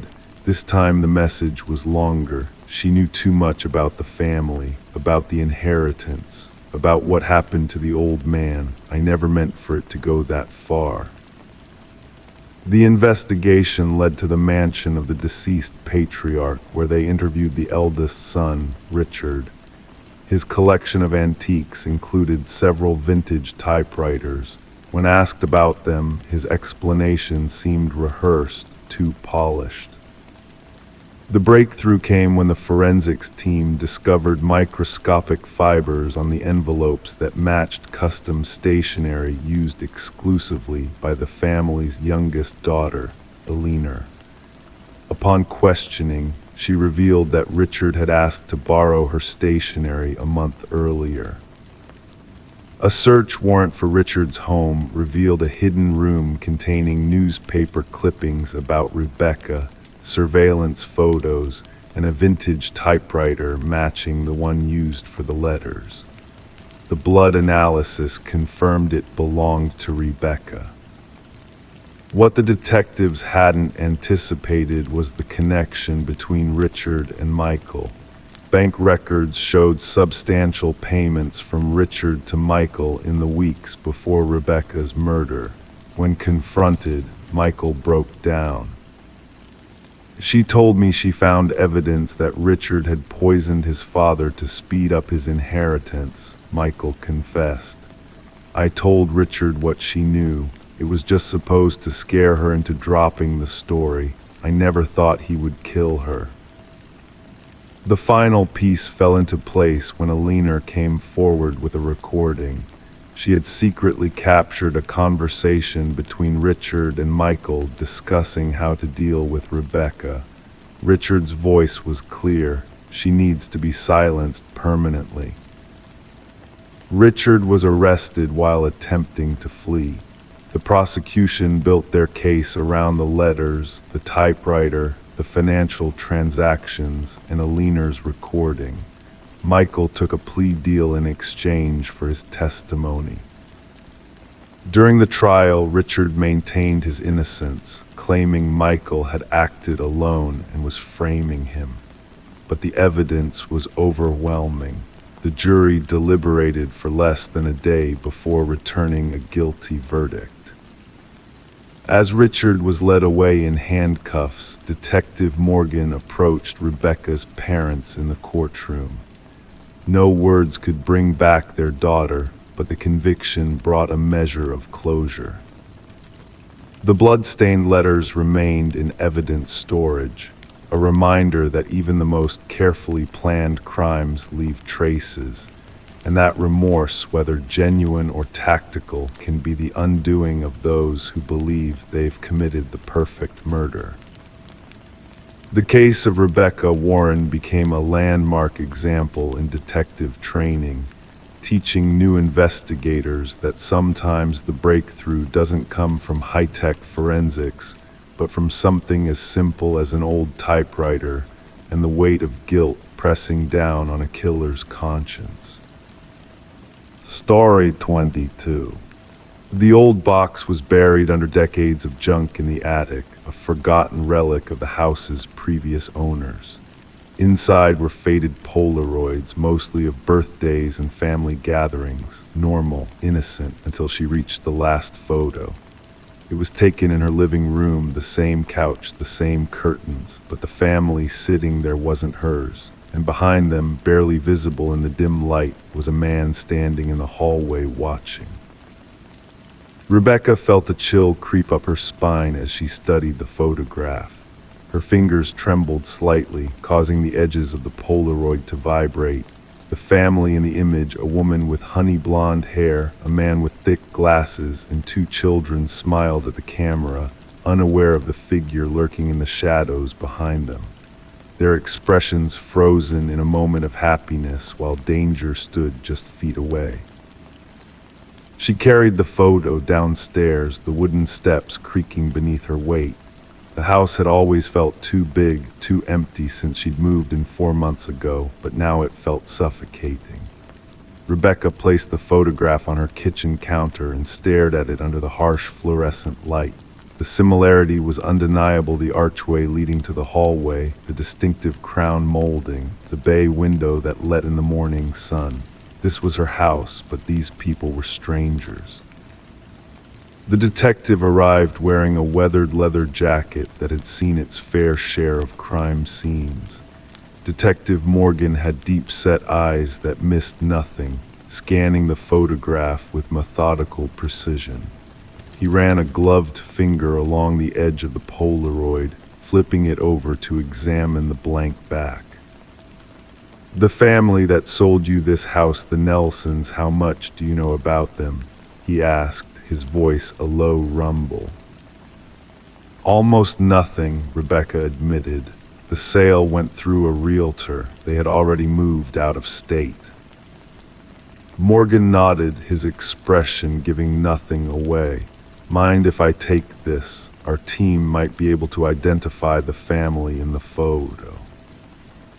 The investigation began quietly. Rebecca learned the Nelsons had purchased the house from a family named Crawford. The Crawfords had lived there for 7 years before moving suddenly. Before them, the Mornos had owned the property for nearly a decade. Detective Morgan worked backwards through property records, interviewing former neighbors and building a timeline of occupants. The break came unexpectedly. A former mail carrier recognized the family in the photo. "That's the Sutherlands," he said with certainty.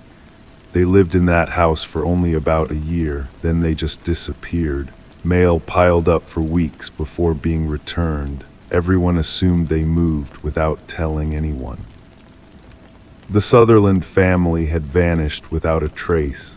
4 people gone, no change of address, no records of enrollment in new schools for the children. Their cars were never found, bank accounts untouched, as if they had simply ceased to exist. Forensic analysis dated the Polaroid to approximately 15 years earlier. The technician pointed to small details in the image: the distinctive pattern of dust particles in the air, the unnatural stillness of the subjects. "This was taken with a timer," she explained. "See how they're all positioned perfectly? Someone set up the camera and then had to rush into position." But if the Sutherlands had set up the camera themselves, who was the figure in the hallway? Enhanced imaging revealed more details about the shadowy presence. tall, male, wearing what appeared to be dark clothing. His face remained obscured, but his posture suggested he was watching intently. He stood perfectly still, as if he belonged there, as if he had every right to be in that house. Detective Morgan discovered a pattern. Before the Sutherlands, another family had lived in the house for exactly 1 year before disappearing, and before them, another. 5 families over a span of 5 years, all vanishing without explanation, always after exactly 1 year of residency. Rebecca had been in the house for 4 months. The investigation uncovered building records from decades earlier. The house had been built by a renowned architect with a sterling reputation, but the project manager had disappeared near completion. His replacement, a man named Samuel Whitfield, had finished the job. Police archives contained a single photograph of Whitfield, a tall, slender man with hollow cheeks and penetrating eyes. When digitally aged and compared to the figure in the Polaroid, the match was undeniable. But Samuel Whitfield had reportedly died in a construction accident shortly after the house was completed. His body was never recovered from the collapsed foundation of another building site. The basement became the focus of the investigation. Ground-penetrating radar revealed anomalies beneath the concrete floor, inconsistencies in density that shouldn't have been there. When the jackhammers broke through the surface, the smell hit them first. Beneath layers of concrete and soil, they found them. Not just the Sutherlands, all of them. Every missing family, perfectly preserved in the cool, dry earth. Among their possessions was a camera. The same camera that had taken the Polaroid found in the attic, and dozens more photographs, each showing a different family, smiling, unaware of the figure watching from the shadows. The house was sealed off as a crime scene. Rebecca would never return. As investigators cataloged evidence, they discovered a crawl space in the attic, hidden behind a false wall. Inside was a small cot, photography equipment, and a journal filled with meticulous observations of the families who had lived there. The final entry was dated just 3 days earlier. "The new one is different. She found my photograph too soon. I'll need to accelerate my timeline." Rebecca moved to a hotel under police protection. Her phone rang during the night, waking her from a fitful sleep. When she answered, there was only the sound of breathing, then a click, followed by the mechanical whir of a Polaroid camera ejecting a photo. The investigation continues to this day. The house stands empty, its windows dark, its secrets not fully revealed. No one has been able to locate Samuel Whitfield, if that was ever his real name. Some investigators believe he died decades ago, while others insist he simply moved on to a new location, a new identity, a new house. And somewhere in a darkened room, photographs are developing new families, new homes, new watchers in the shadows. The only certainty is that those who seek the truth about the man in the photograph are now being watched themselves. Story 23. The coffee shop had been his routine for years, same table, same order, same silence.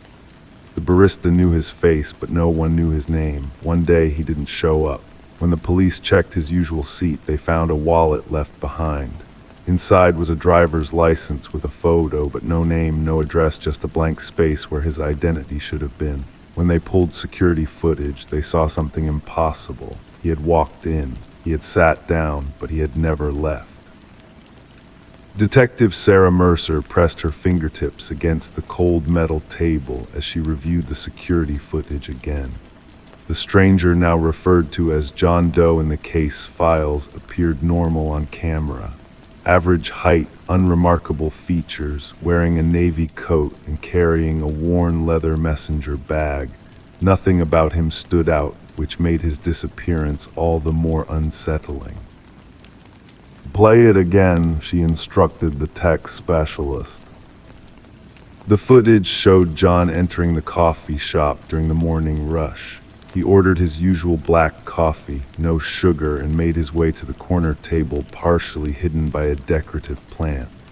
He sat down, opened his bag, removed a notebook, and began writing. Occasionally, he would sip his coffee and look out the window.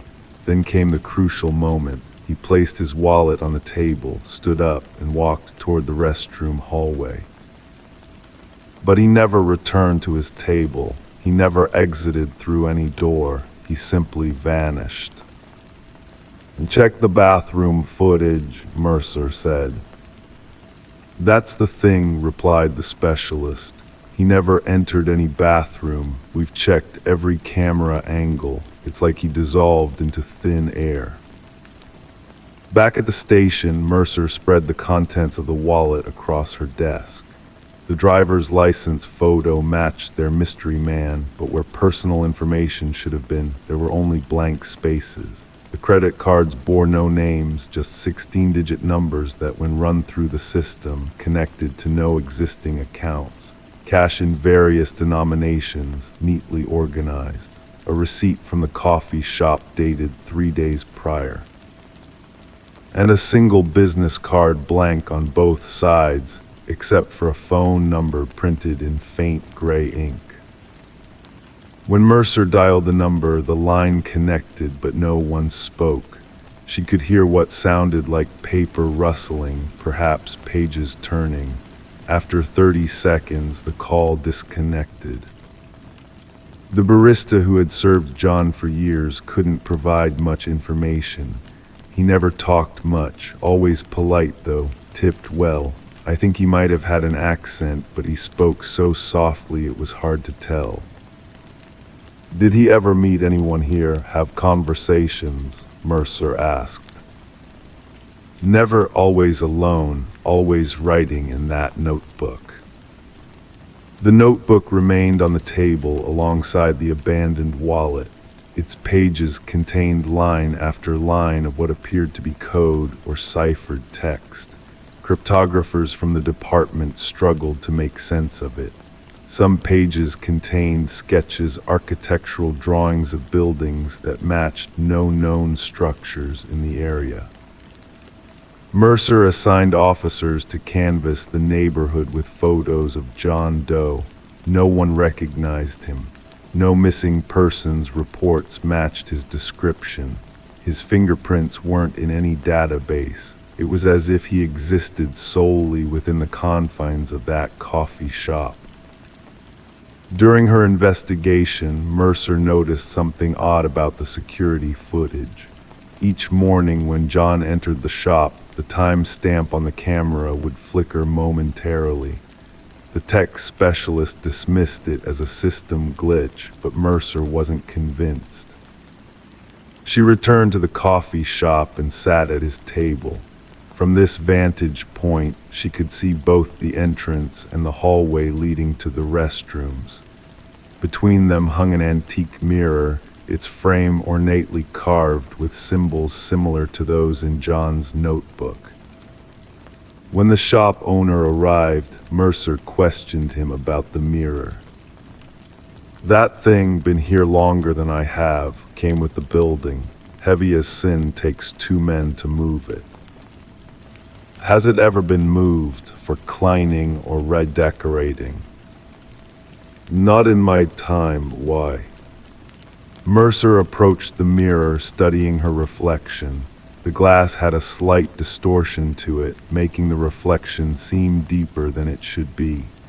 She placed her hand on its surface, expecting cool glass, but instead felt an unusual warmth. The forensics team arrived to examine the mirror. When they removed it from the wall, they discovered a small hollow space behind it. Inside was a stack of identical wallets, each containing a driver's license with the same photo but blank information fields. Beside them sat a leather-bound journal filled with entries dating back decades, all written in the same hand as the notebook left on the table. The final entry read, "The experiment must end. They're getting closer. The window is closing." Investigators found fingerprints throughout the hidden space, all matching John Doe. Carbon dating of the earliest wallet suggested it was approximately 50 years old, yet the photo showed the same unaged face. The journal entries described what appeared to be experiments in temporal displacement and identity transference. References to crossing back and window points were scattered throughout. One paragraph stood out to Mercer: "The coffee shop serves as an anchor point, a place where realities intersect. The mirror acts as the gateway. When alignment occurs, passage becomes possible." As the investigation deepened, strange incidents began occurring around the coffee shop. Customers reported seeing their reflections move independently in the window glass. Several claimed to have spotted John Doe sitting at his usual table, though security cameras showed no one there. The break in the case came when an elderly woman contacted the police station asking about the investigation. She introduced herself as Margaret Keller, a former physicist who had worked on classified government projects. She recognized John Doe from the news reports. "His name was Daniel Weston," she explained. "He was a brilliant theoretical physicist who disappeared while working on an experimental project involving quantum mirror surfaces that could potentially allow matter to pass between parallel realities." Keller provided documents showing Weston had been presumed dead after a laboratory accident.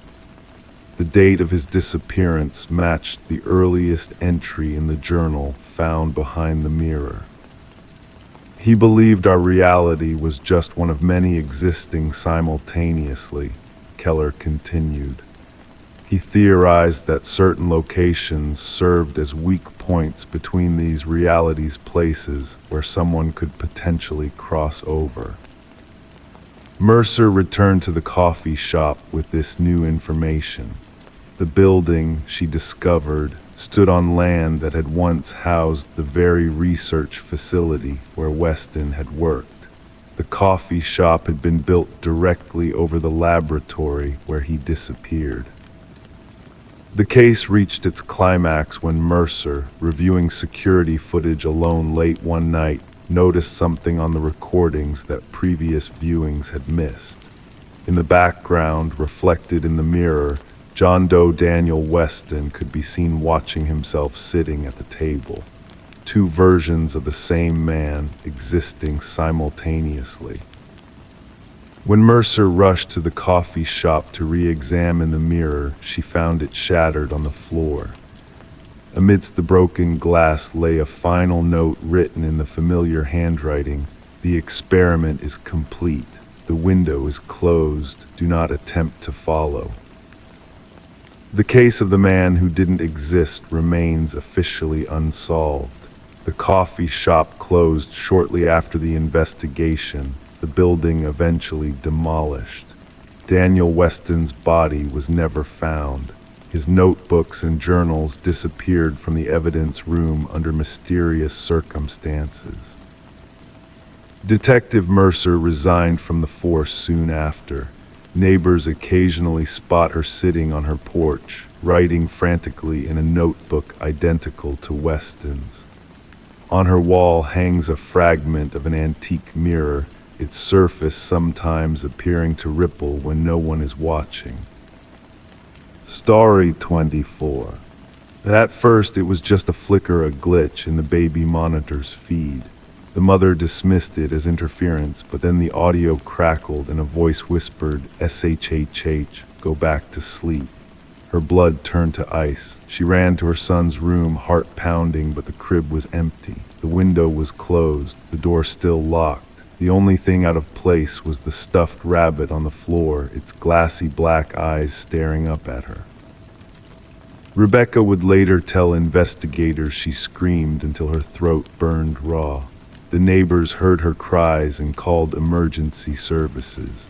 When authorities arrived, they found her clutching the stuffed rabbit, rocking back and forth on the nursery floor. The 4-month-old infant, Samuel, had vanished without a trace. The initial investigation yielded few leads. No signs of forced entry were discovered. The security system remained armed throughout the night. The recorded baby monitor footage showed nothing unusual until that mysterious voice and static. Investigators were baffled. How could an intruder enter a locked home, take a child, and leave without disturbing anything except a stuffed animal? Rebecca became the primary suspect. Her husband Daniel had been away on business. Their marriage had been strained since Samuel's birth. Medical records revealed Rebecca had sought help for postpartum depression. A detective noted her calm demeanor during questioning, describing it as unnervingly composed for a mother whose child had just disappeared. The community whispered behind closed doors. Then came the first breakthrough. The forensic team discovered microscopic fibers on the nursery windowsill that matched neither the household fabrics nor the family's clothing. These fibers belonged to a rare type of climbing rope, suggesting a skilled intruder might have accessed the second-floor nursery from outside. The investigation shifted. Security footage from neighboring homes revealed a dark figure moving between shadows during the night in question. A partial footprint in the garden soil matched a specialized boot used by military personnel and experienced climbers. Rebecca was no longer the focus. Daniel returned from his business trip, distraught and confused. During his interview, investigators noticed unusual calluses on his hands. When questioned, he mentioned rock climbing as a hobby he had recently taken up to manage stress. The detectives exchanged glances. Financial records revealed a troubling picture. Daniel had recently taken out a substantial life insurance policy on Samuel. Phone records showed multiple calls to an unknown number that ceased the day before the abduction. The case took a darker turn when investigators discovered Daniel had a second family in another community, a fact unknown to Rebecca. As the investigation deepened, the baby monitor became the central piece of evidence. Digital forensics revealed the device had been hacked. The signal had been intercepted and manipulated. The voice that whispered to go back to sleep wasn't coming from inside the nursery. It had been remotely broadcast to the receiver Rebecca kept by her bedside. The tracking of the digital intrusion led investigators to a residential basement where they made a shocking discovery. Samuel was found alive, being cared for by a woman named Elaine. She surrendered without resistance, her eyes vacant as she was handcuffed and led away. The connection emerged through old photographs and DNA testing. Elaine was Daniel's first wife who had suffered a miscarriage years earlier. Their marriage had dissolved after that tragedy, but Elaine had never recovered from the loss. She had been monitoring Daniel's life through social media, watching as he built a new family with Rebecca. Daniel denied any involvement, but digital evidence told a different story. His climbing equipment contained fibers matching those found on the windowsill. His specialized boots matched the partial print in the garden. Most damning of all, encrypted messages between Daniel and Elaine detailed their plan. He would provide access to the home security system. She would take the child they both claimed was rightfully hers, and the insurance money would support their new life together. During the trial, the courtroom fell silent as the prosecution played the enhanced audio from the baby monitor. Beyond the whispered words that had chilled Rebecca that night, forensic audio specialists had isolated another sound in the background, Daniel's distinctive cough, placing him at the scene during the abduction he claimed to know nothing about. The jury deliberated for less than 5 hours. Daniel and Elaine received maximum sentences for kidnapping, conspiracy, and endangering a child. Rebecca and Samuel relocated to rebuild their lives away from the painful memories. The case transformed how investigators approach modern abductions. Baby monitors across the country were examined for security vulnerabilities. Parents implemented additional safeguards in nurseries. Security experts warned of the increasing sophistication of crimes that leverage technology against the most vulnerable victims. Samuel would grow up never remembering the night he disappeared. Rebecca kept the stuffed rabbit locked away in a box in her closet. She couldn't bring herself to discard it, nor could she look at those glassy black eyes that had witnessed what truly happened when the baby monitor carried that whispered voice through the darkness. The monitor never lied. It had captured the truth, just not in the way anyone expected. Story 25. They found it in the attic, hidden beneath a tattered blanket, a porcelain doll, delicate and old, its painted blue eyes wide and unblinking. Neither of them had ever seen it before. They laughed it off, just another forgotten antique. But that night, as they settled into bed, something felt off. The air was heavier, the silence stretched, and in the morning the doll wasn't in the attic anymore. It was sitting at the foot of their bed. The young couple, Sarah and Michael, had purchased the Victorian house at auction, enchanted by its ornate woodwork and mysterious charm despite rumors about its troubled past. They were drawn to the history embedded in its walls, not knowing they would soon become part of it. Detective Rachel Winters received the call on a crisp autumn morning. The female victim had been found in the master bedroom, her body arranged in an unnatural pose, arms and legs bent at precise angles. Her eyes were open wide, a look of terror frozen on her face. The male victim was discovered in the hallway as if he had been trying to escape. The scene was immaculate, no signs of forced entry, no evidence of a struggle beyond the final moments. The positioning is deliberate, Detective Winters noted, speaking quietly into her recorder as crime scene photographers captured every detail. The female victim appears posed like a doll removed from a display case. The investigation began with thorough interviews of neighbors. One elderly woman recalled seeing a shadow moving behind an upstairs window when the couple should have been at work. Another mentioned hearing what sounded like a child's laughter coming from the empty house during the night. Each account added another layer of unease to the growing case file. The forensic team uncovered microscopic fibers throughout the house, vintage cotton and silk, consistent with materials used in antique doll clothing. Most concentrated around the victims' bodies and the attic space. More disturbing was what they didn't find. No fingerprints besides the victims, no DNA from any intruder, no footprints in the dust that shouldn't have been there. It's as if whoever did this was never physically present, the lead forensic analyst remarked. The investigation turned to the history of the property. Records revealed a pattern: 3 previous owners over 6 decades had died under mysterious circumstances. Each case remained unsolved, with files noting strange inconsistencies. One family reported finding antique toys in rooms they had just cleaned.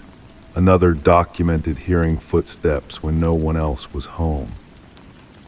Detective Winters discovered a newspaper clipping from decades earlier. A renowned doll maker had once lived in the house with his daughter.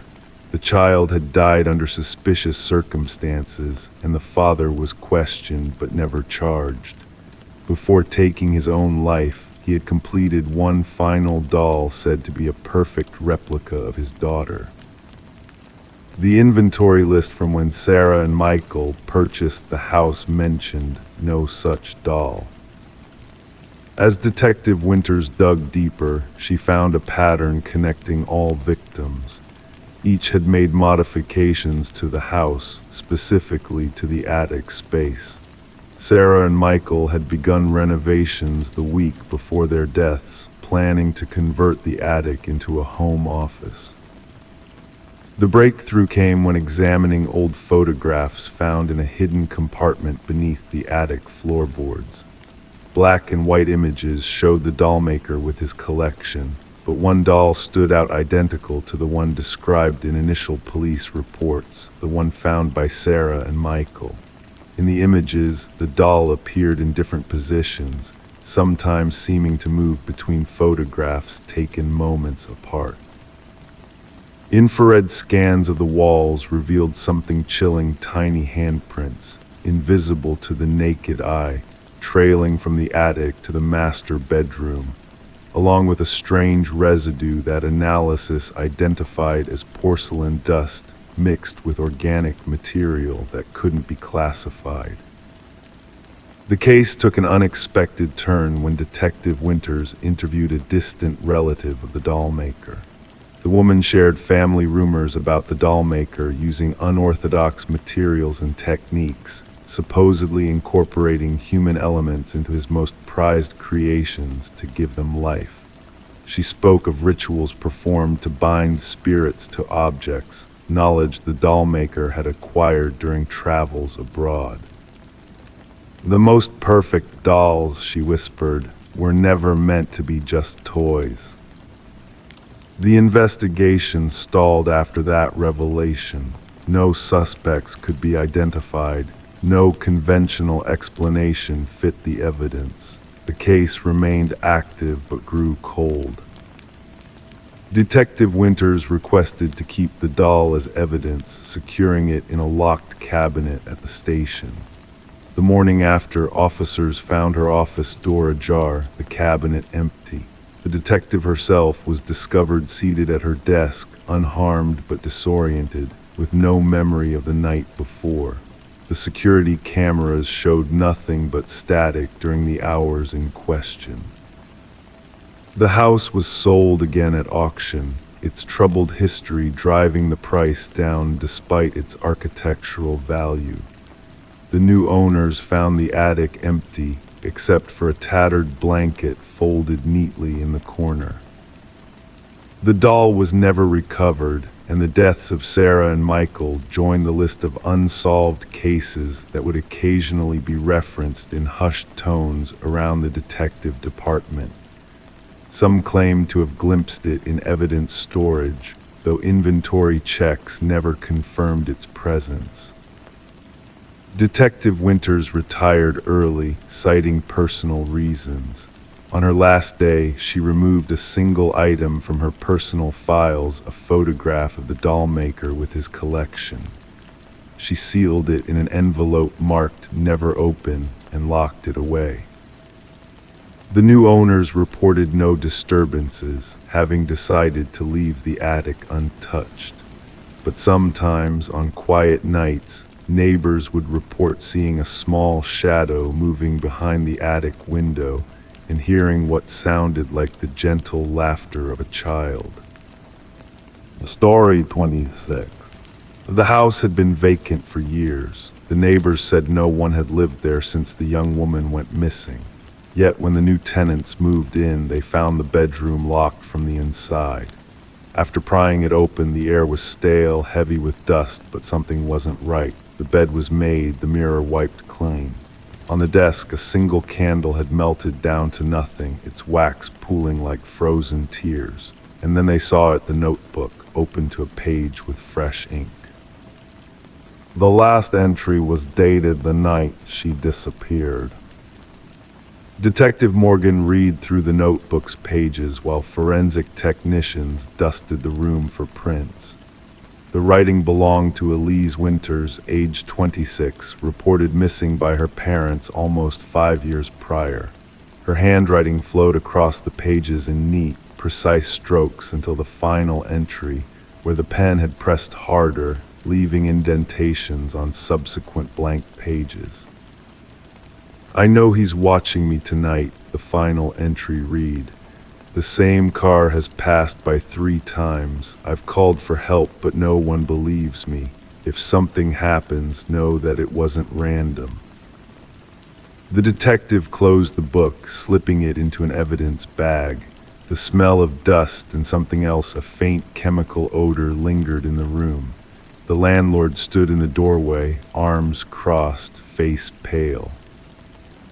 "I swear we checked every room before listing it for rent," he muttered. "That door wasn't locked." Elise had been working as a paralegal for Harriman and Associates, a prestigious law firm handling several high-profile corporate cases. Colleagues described her as meticulous, dedicated, and increasingly withdrawn in the weeks before her disappearance. She started staying late, her supervisor told investigators during a recorded interview. Said she discovered something in the Westridge acquisition files that didn't add up, numbers that were changed, documents that were backdated. The detective studied photographs of Elise auburn hair, serious eyes behind rectangular glasses, always professionally dressed. The woman in the photos seemed too calculated to simply disappear, too organized to leave without a trace. The bedroom yielded few clues, no signs of struggle, no blood, just a perfectly preserved moment in time, as if Elise had stepped out for coffee and intended to return. The candle on the desk was black wax, unscented. Beneath it, heat had warped the wood surface.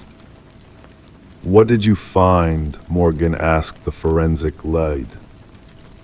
"Multiple fingerprint sets, most degraded with age. The interesting part is what's missing. The doorknob was wiped clean inside and out, same with the window latches." The investigators removed the baseboards, checked behind outlets, and searched for hidden compartments. When they pulled up a loose floorboard near the closet, they found it a small waterproof case containing a flash drive and a key. The key opened a safe deposit box at Northern Trust Bank. Inside was a second flash drive and several folders of documents.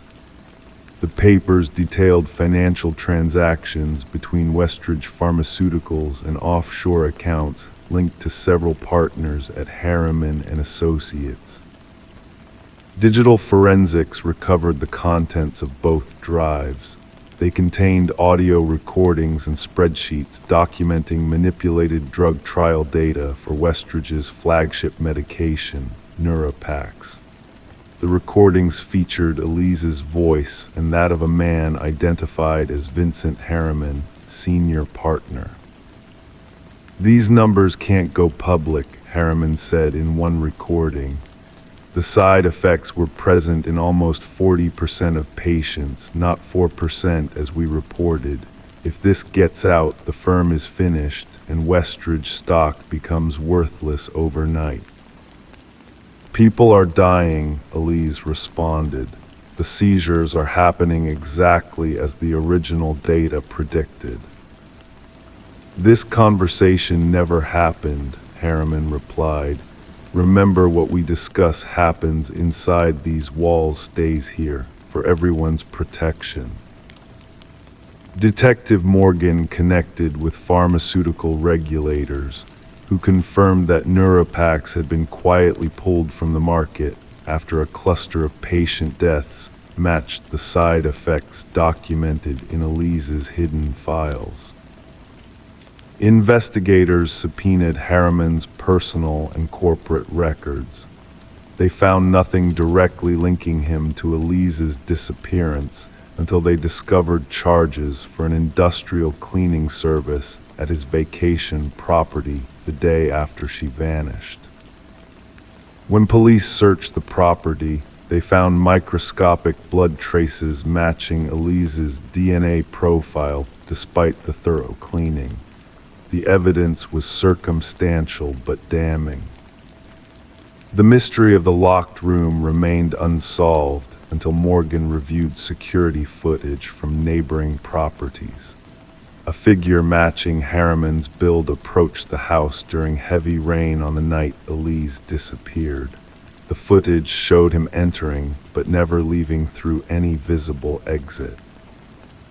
The detective returned to the bedroom with a structural engineer. Together they discovered a hidden passage in the back of the bedroom closet, connecting to maintenance tunnels that ran beneath several blocks of older homes in the neighborhood. The passage had been sealed with new drywall and painted to match the original wall. Vincent Harriman was arrested during a board meeting. When confronted with the evidence, he maintained his innocence, claiming Elise had been planning to leave the country with the documents. She was unstable, paranoid, he told investigators. She manufactured evidence to damage the firm after we passed her over for promotion. The jury disagreed. Footage recovered from Elise's own hidden camera, tucked inside a bookend on her shelf, showed Harriman entering her room that night. The recording ended abruptly with him approaching her desk where she sat writing. Prosecutors theorized that after killing Elise, Harriman locked the door from inside using a simple trick with string and a hook, escaping through the hidden passage. He had returned years later, before the new tenants arrived, to ensure nothing remained to implicate him. In doing so, he inadvertently preserved the scene exactly as investigators needed to find it. Harriman was convicted of first-degree murder despite no body ever being recovered. The pharmaceutical executives implicated in the fraud faced separate charges. The families of patients who died from Neuropack side effects filed a class action lawsuit that exposed systemic corruption. At the sentencing hearing, Elise's mother addressed the court.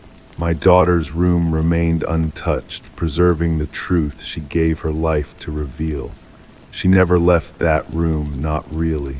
Her pursuit of justice remained locked inside, waiting for someone to find it." The new tenants never moved in. The house stands empty once more, its secrets exposed but not forgotten. Locals avoid walking past it after dark. Some claim to see a light in the upstairs window, the bedroom where a young woman made her final stand against powerful men who thought their crimes would stay hidden forever.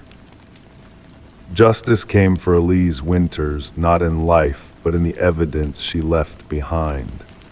The room she never truly left became both her tomb and her testimony. Story 27.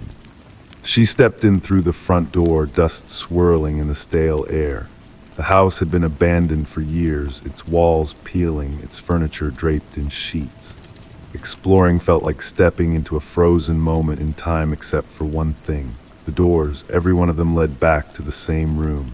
No matter where she walked, no matter which handle she turned, she always ended up back in the parlor. The only way out was the way she came in. But when she turned back, the front door was gone. The discovery of Morgan Pierce's body transformed the abandoned Victorian from local curiosity to crime scene. Detective Sarah Lynn stood at the threshold, watching forensic technicians move through the dim interior like ghosts. The house had acquired a certain notoriety among locals, the house where compasses spun wildly, where people reported feeling watched. Now it held secrets far darker than urban legends. Initial examination suggests she's been dead approximately 3 days, the medical examiner said, his voice barely above a whisper. Cause of death appears to be asphyxiation. Morgan had been found seated in an antique chair in the parlor, positioned to face the main entrance as if waiting for someone. Her expression peaceful, hands folded neatly in her lap, no signs of struggle, no defensive wounds. The scene possessed an eerie stillness that experienced investigators found unsettling. "Who reported finding the body?" Lind asked, scanning her notes. "Real estate agent showing the property to potential buyers," her partner responded. "They entered, saw her sitting there, thought she was trespassing until they got closer." The house had remained unoccupied since the death of its previous owner, Eleanor Blackwood, nearly 5 years earlier.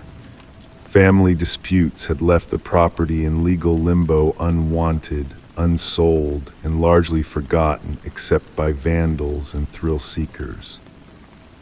Morgan Pierce was 26, a graduate student researching architectural anomalies for her thesis.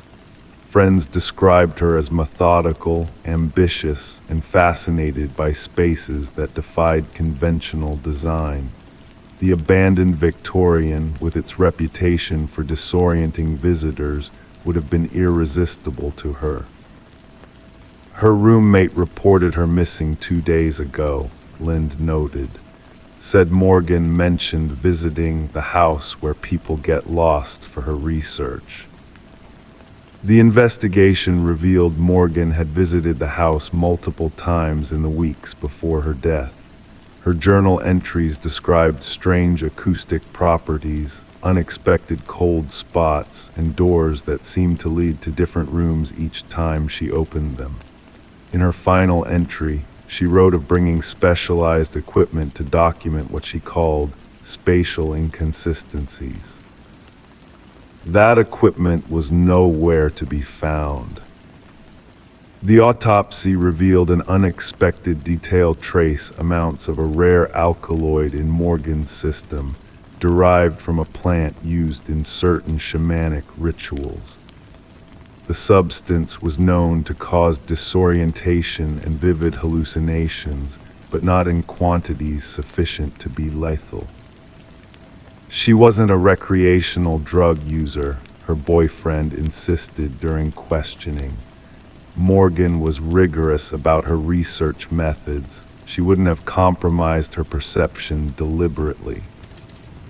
Digital forensics recovered fragments of deleted messages on Morgan's phone, conversations with someone who shared her fascination with the house, someone who claimed to understand its secrets. The messages grew increasingly intimate and cryptic. "The house remembers what happened there," one message read. "It wants someone to know." The investigation led detectives to Adam Reeves, an architectural historian who had corresponded with Morgan. His expertise in rare spatial phenomena had drawn her attention, and their professional relationship had evolved into something more personal. When questioned, Reeves appeared genuinely devastated by her death. "The house has a reputation," he explained. "The original architect incorporated optical illusions and false perspectives. He designed it to confuse and disorient. Morgan believed there was something more to it, something beyond tricks of design." But Reeves had an alibi for the estimated time of death. Security footage showed him giving a lecture at a university symposium several hours away. The breakthrough came from an unexpected source, Eleanor Blackwood's grandson, now living abroad. When contacted by investigators, he revealed a family secret kept buried for generations. "My grandmother wasn't the only Blackwood to die in that house," he said.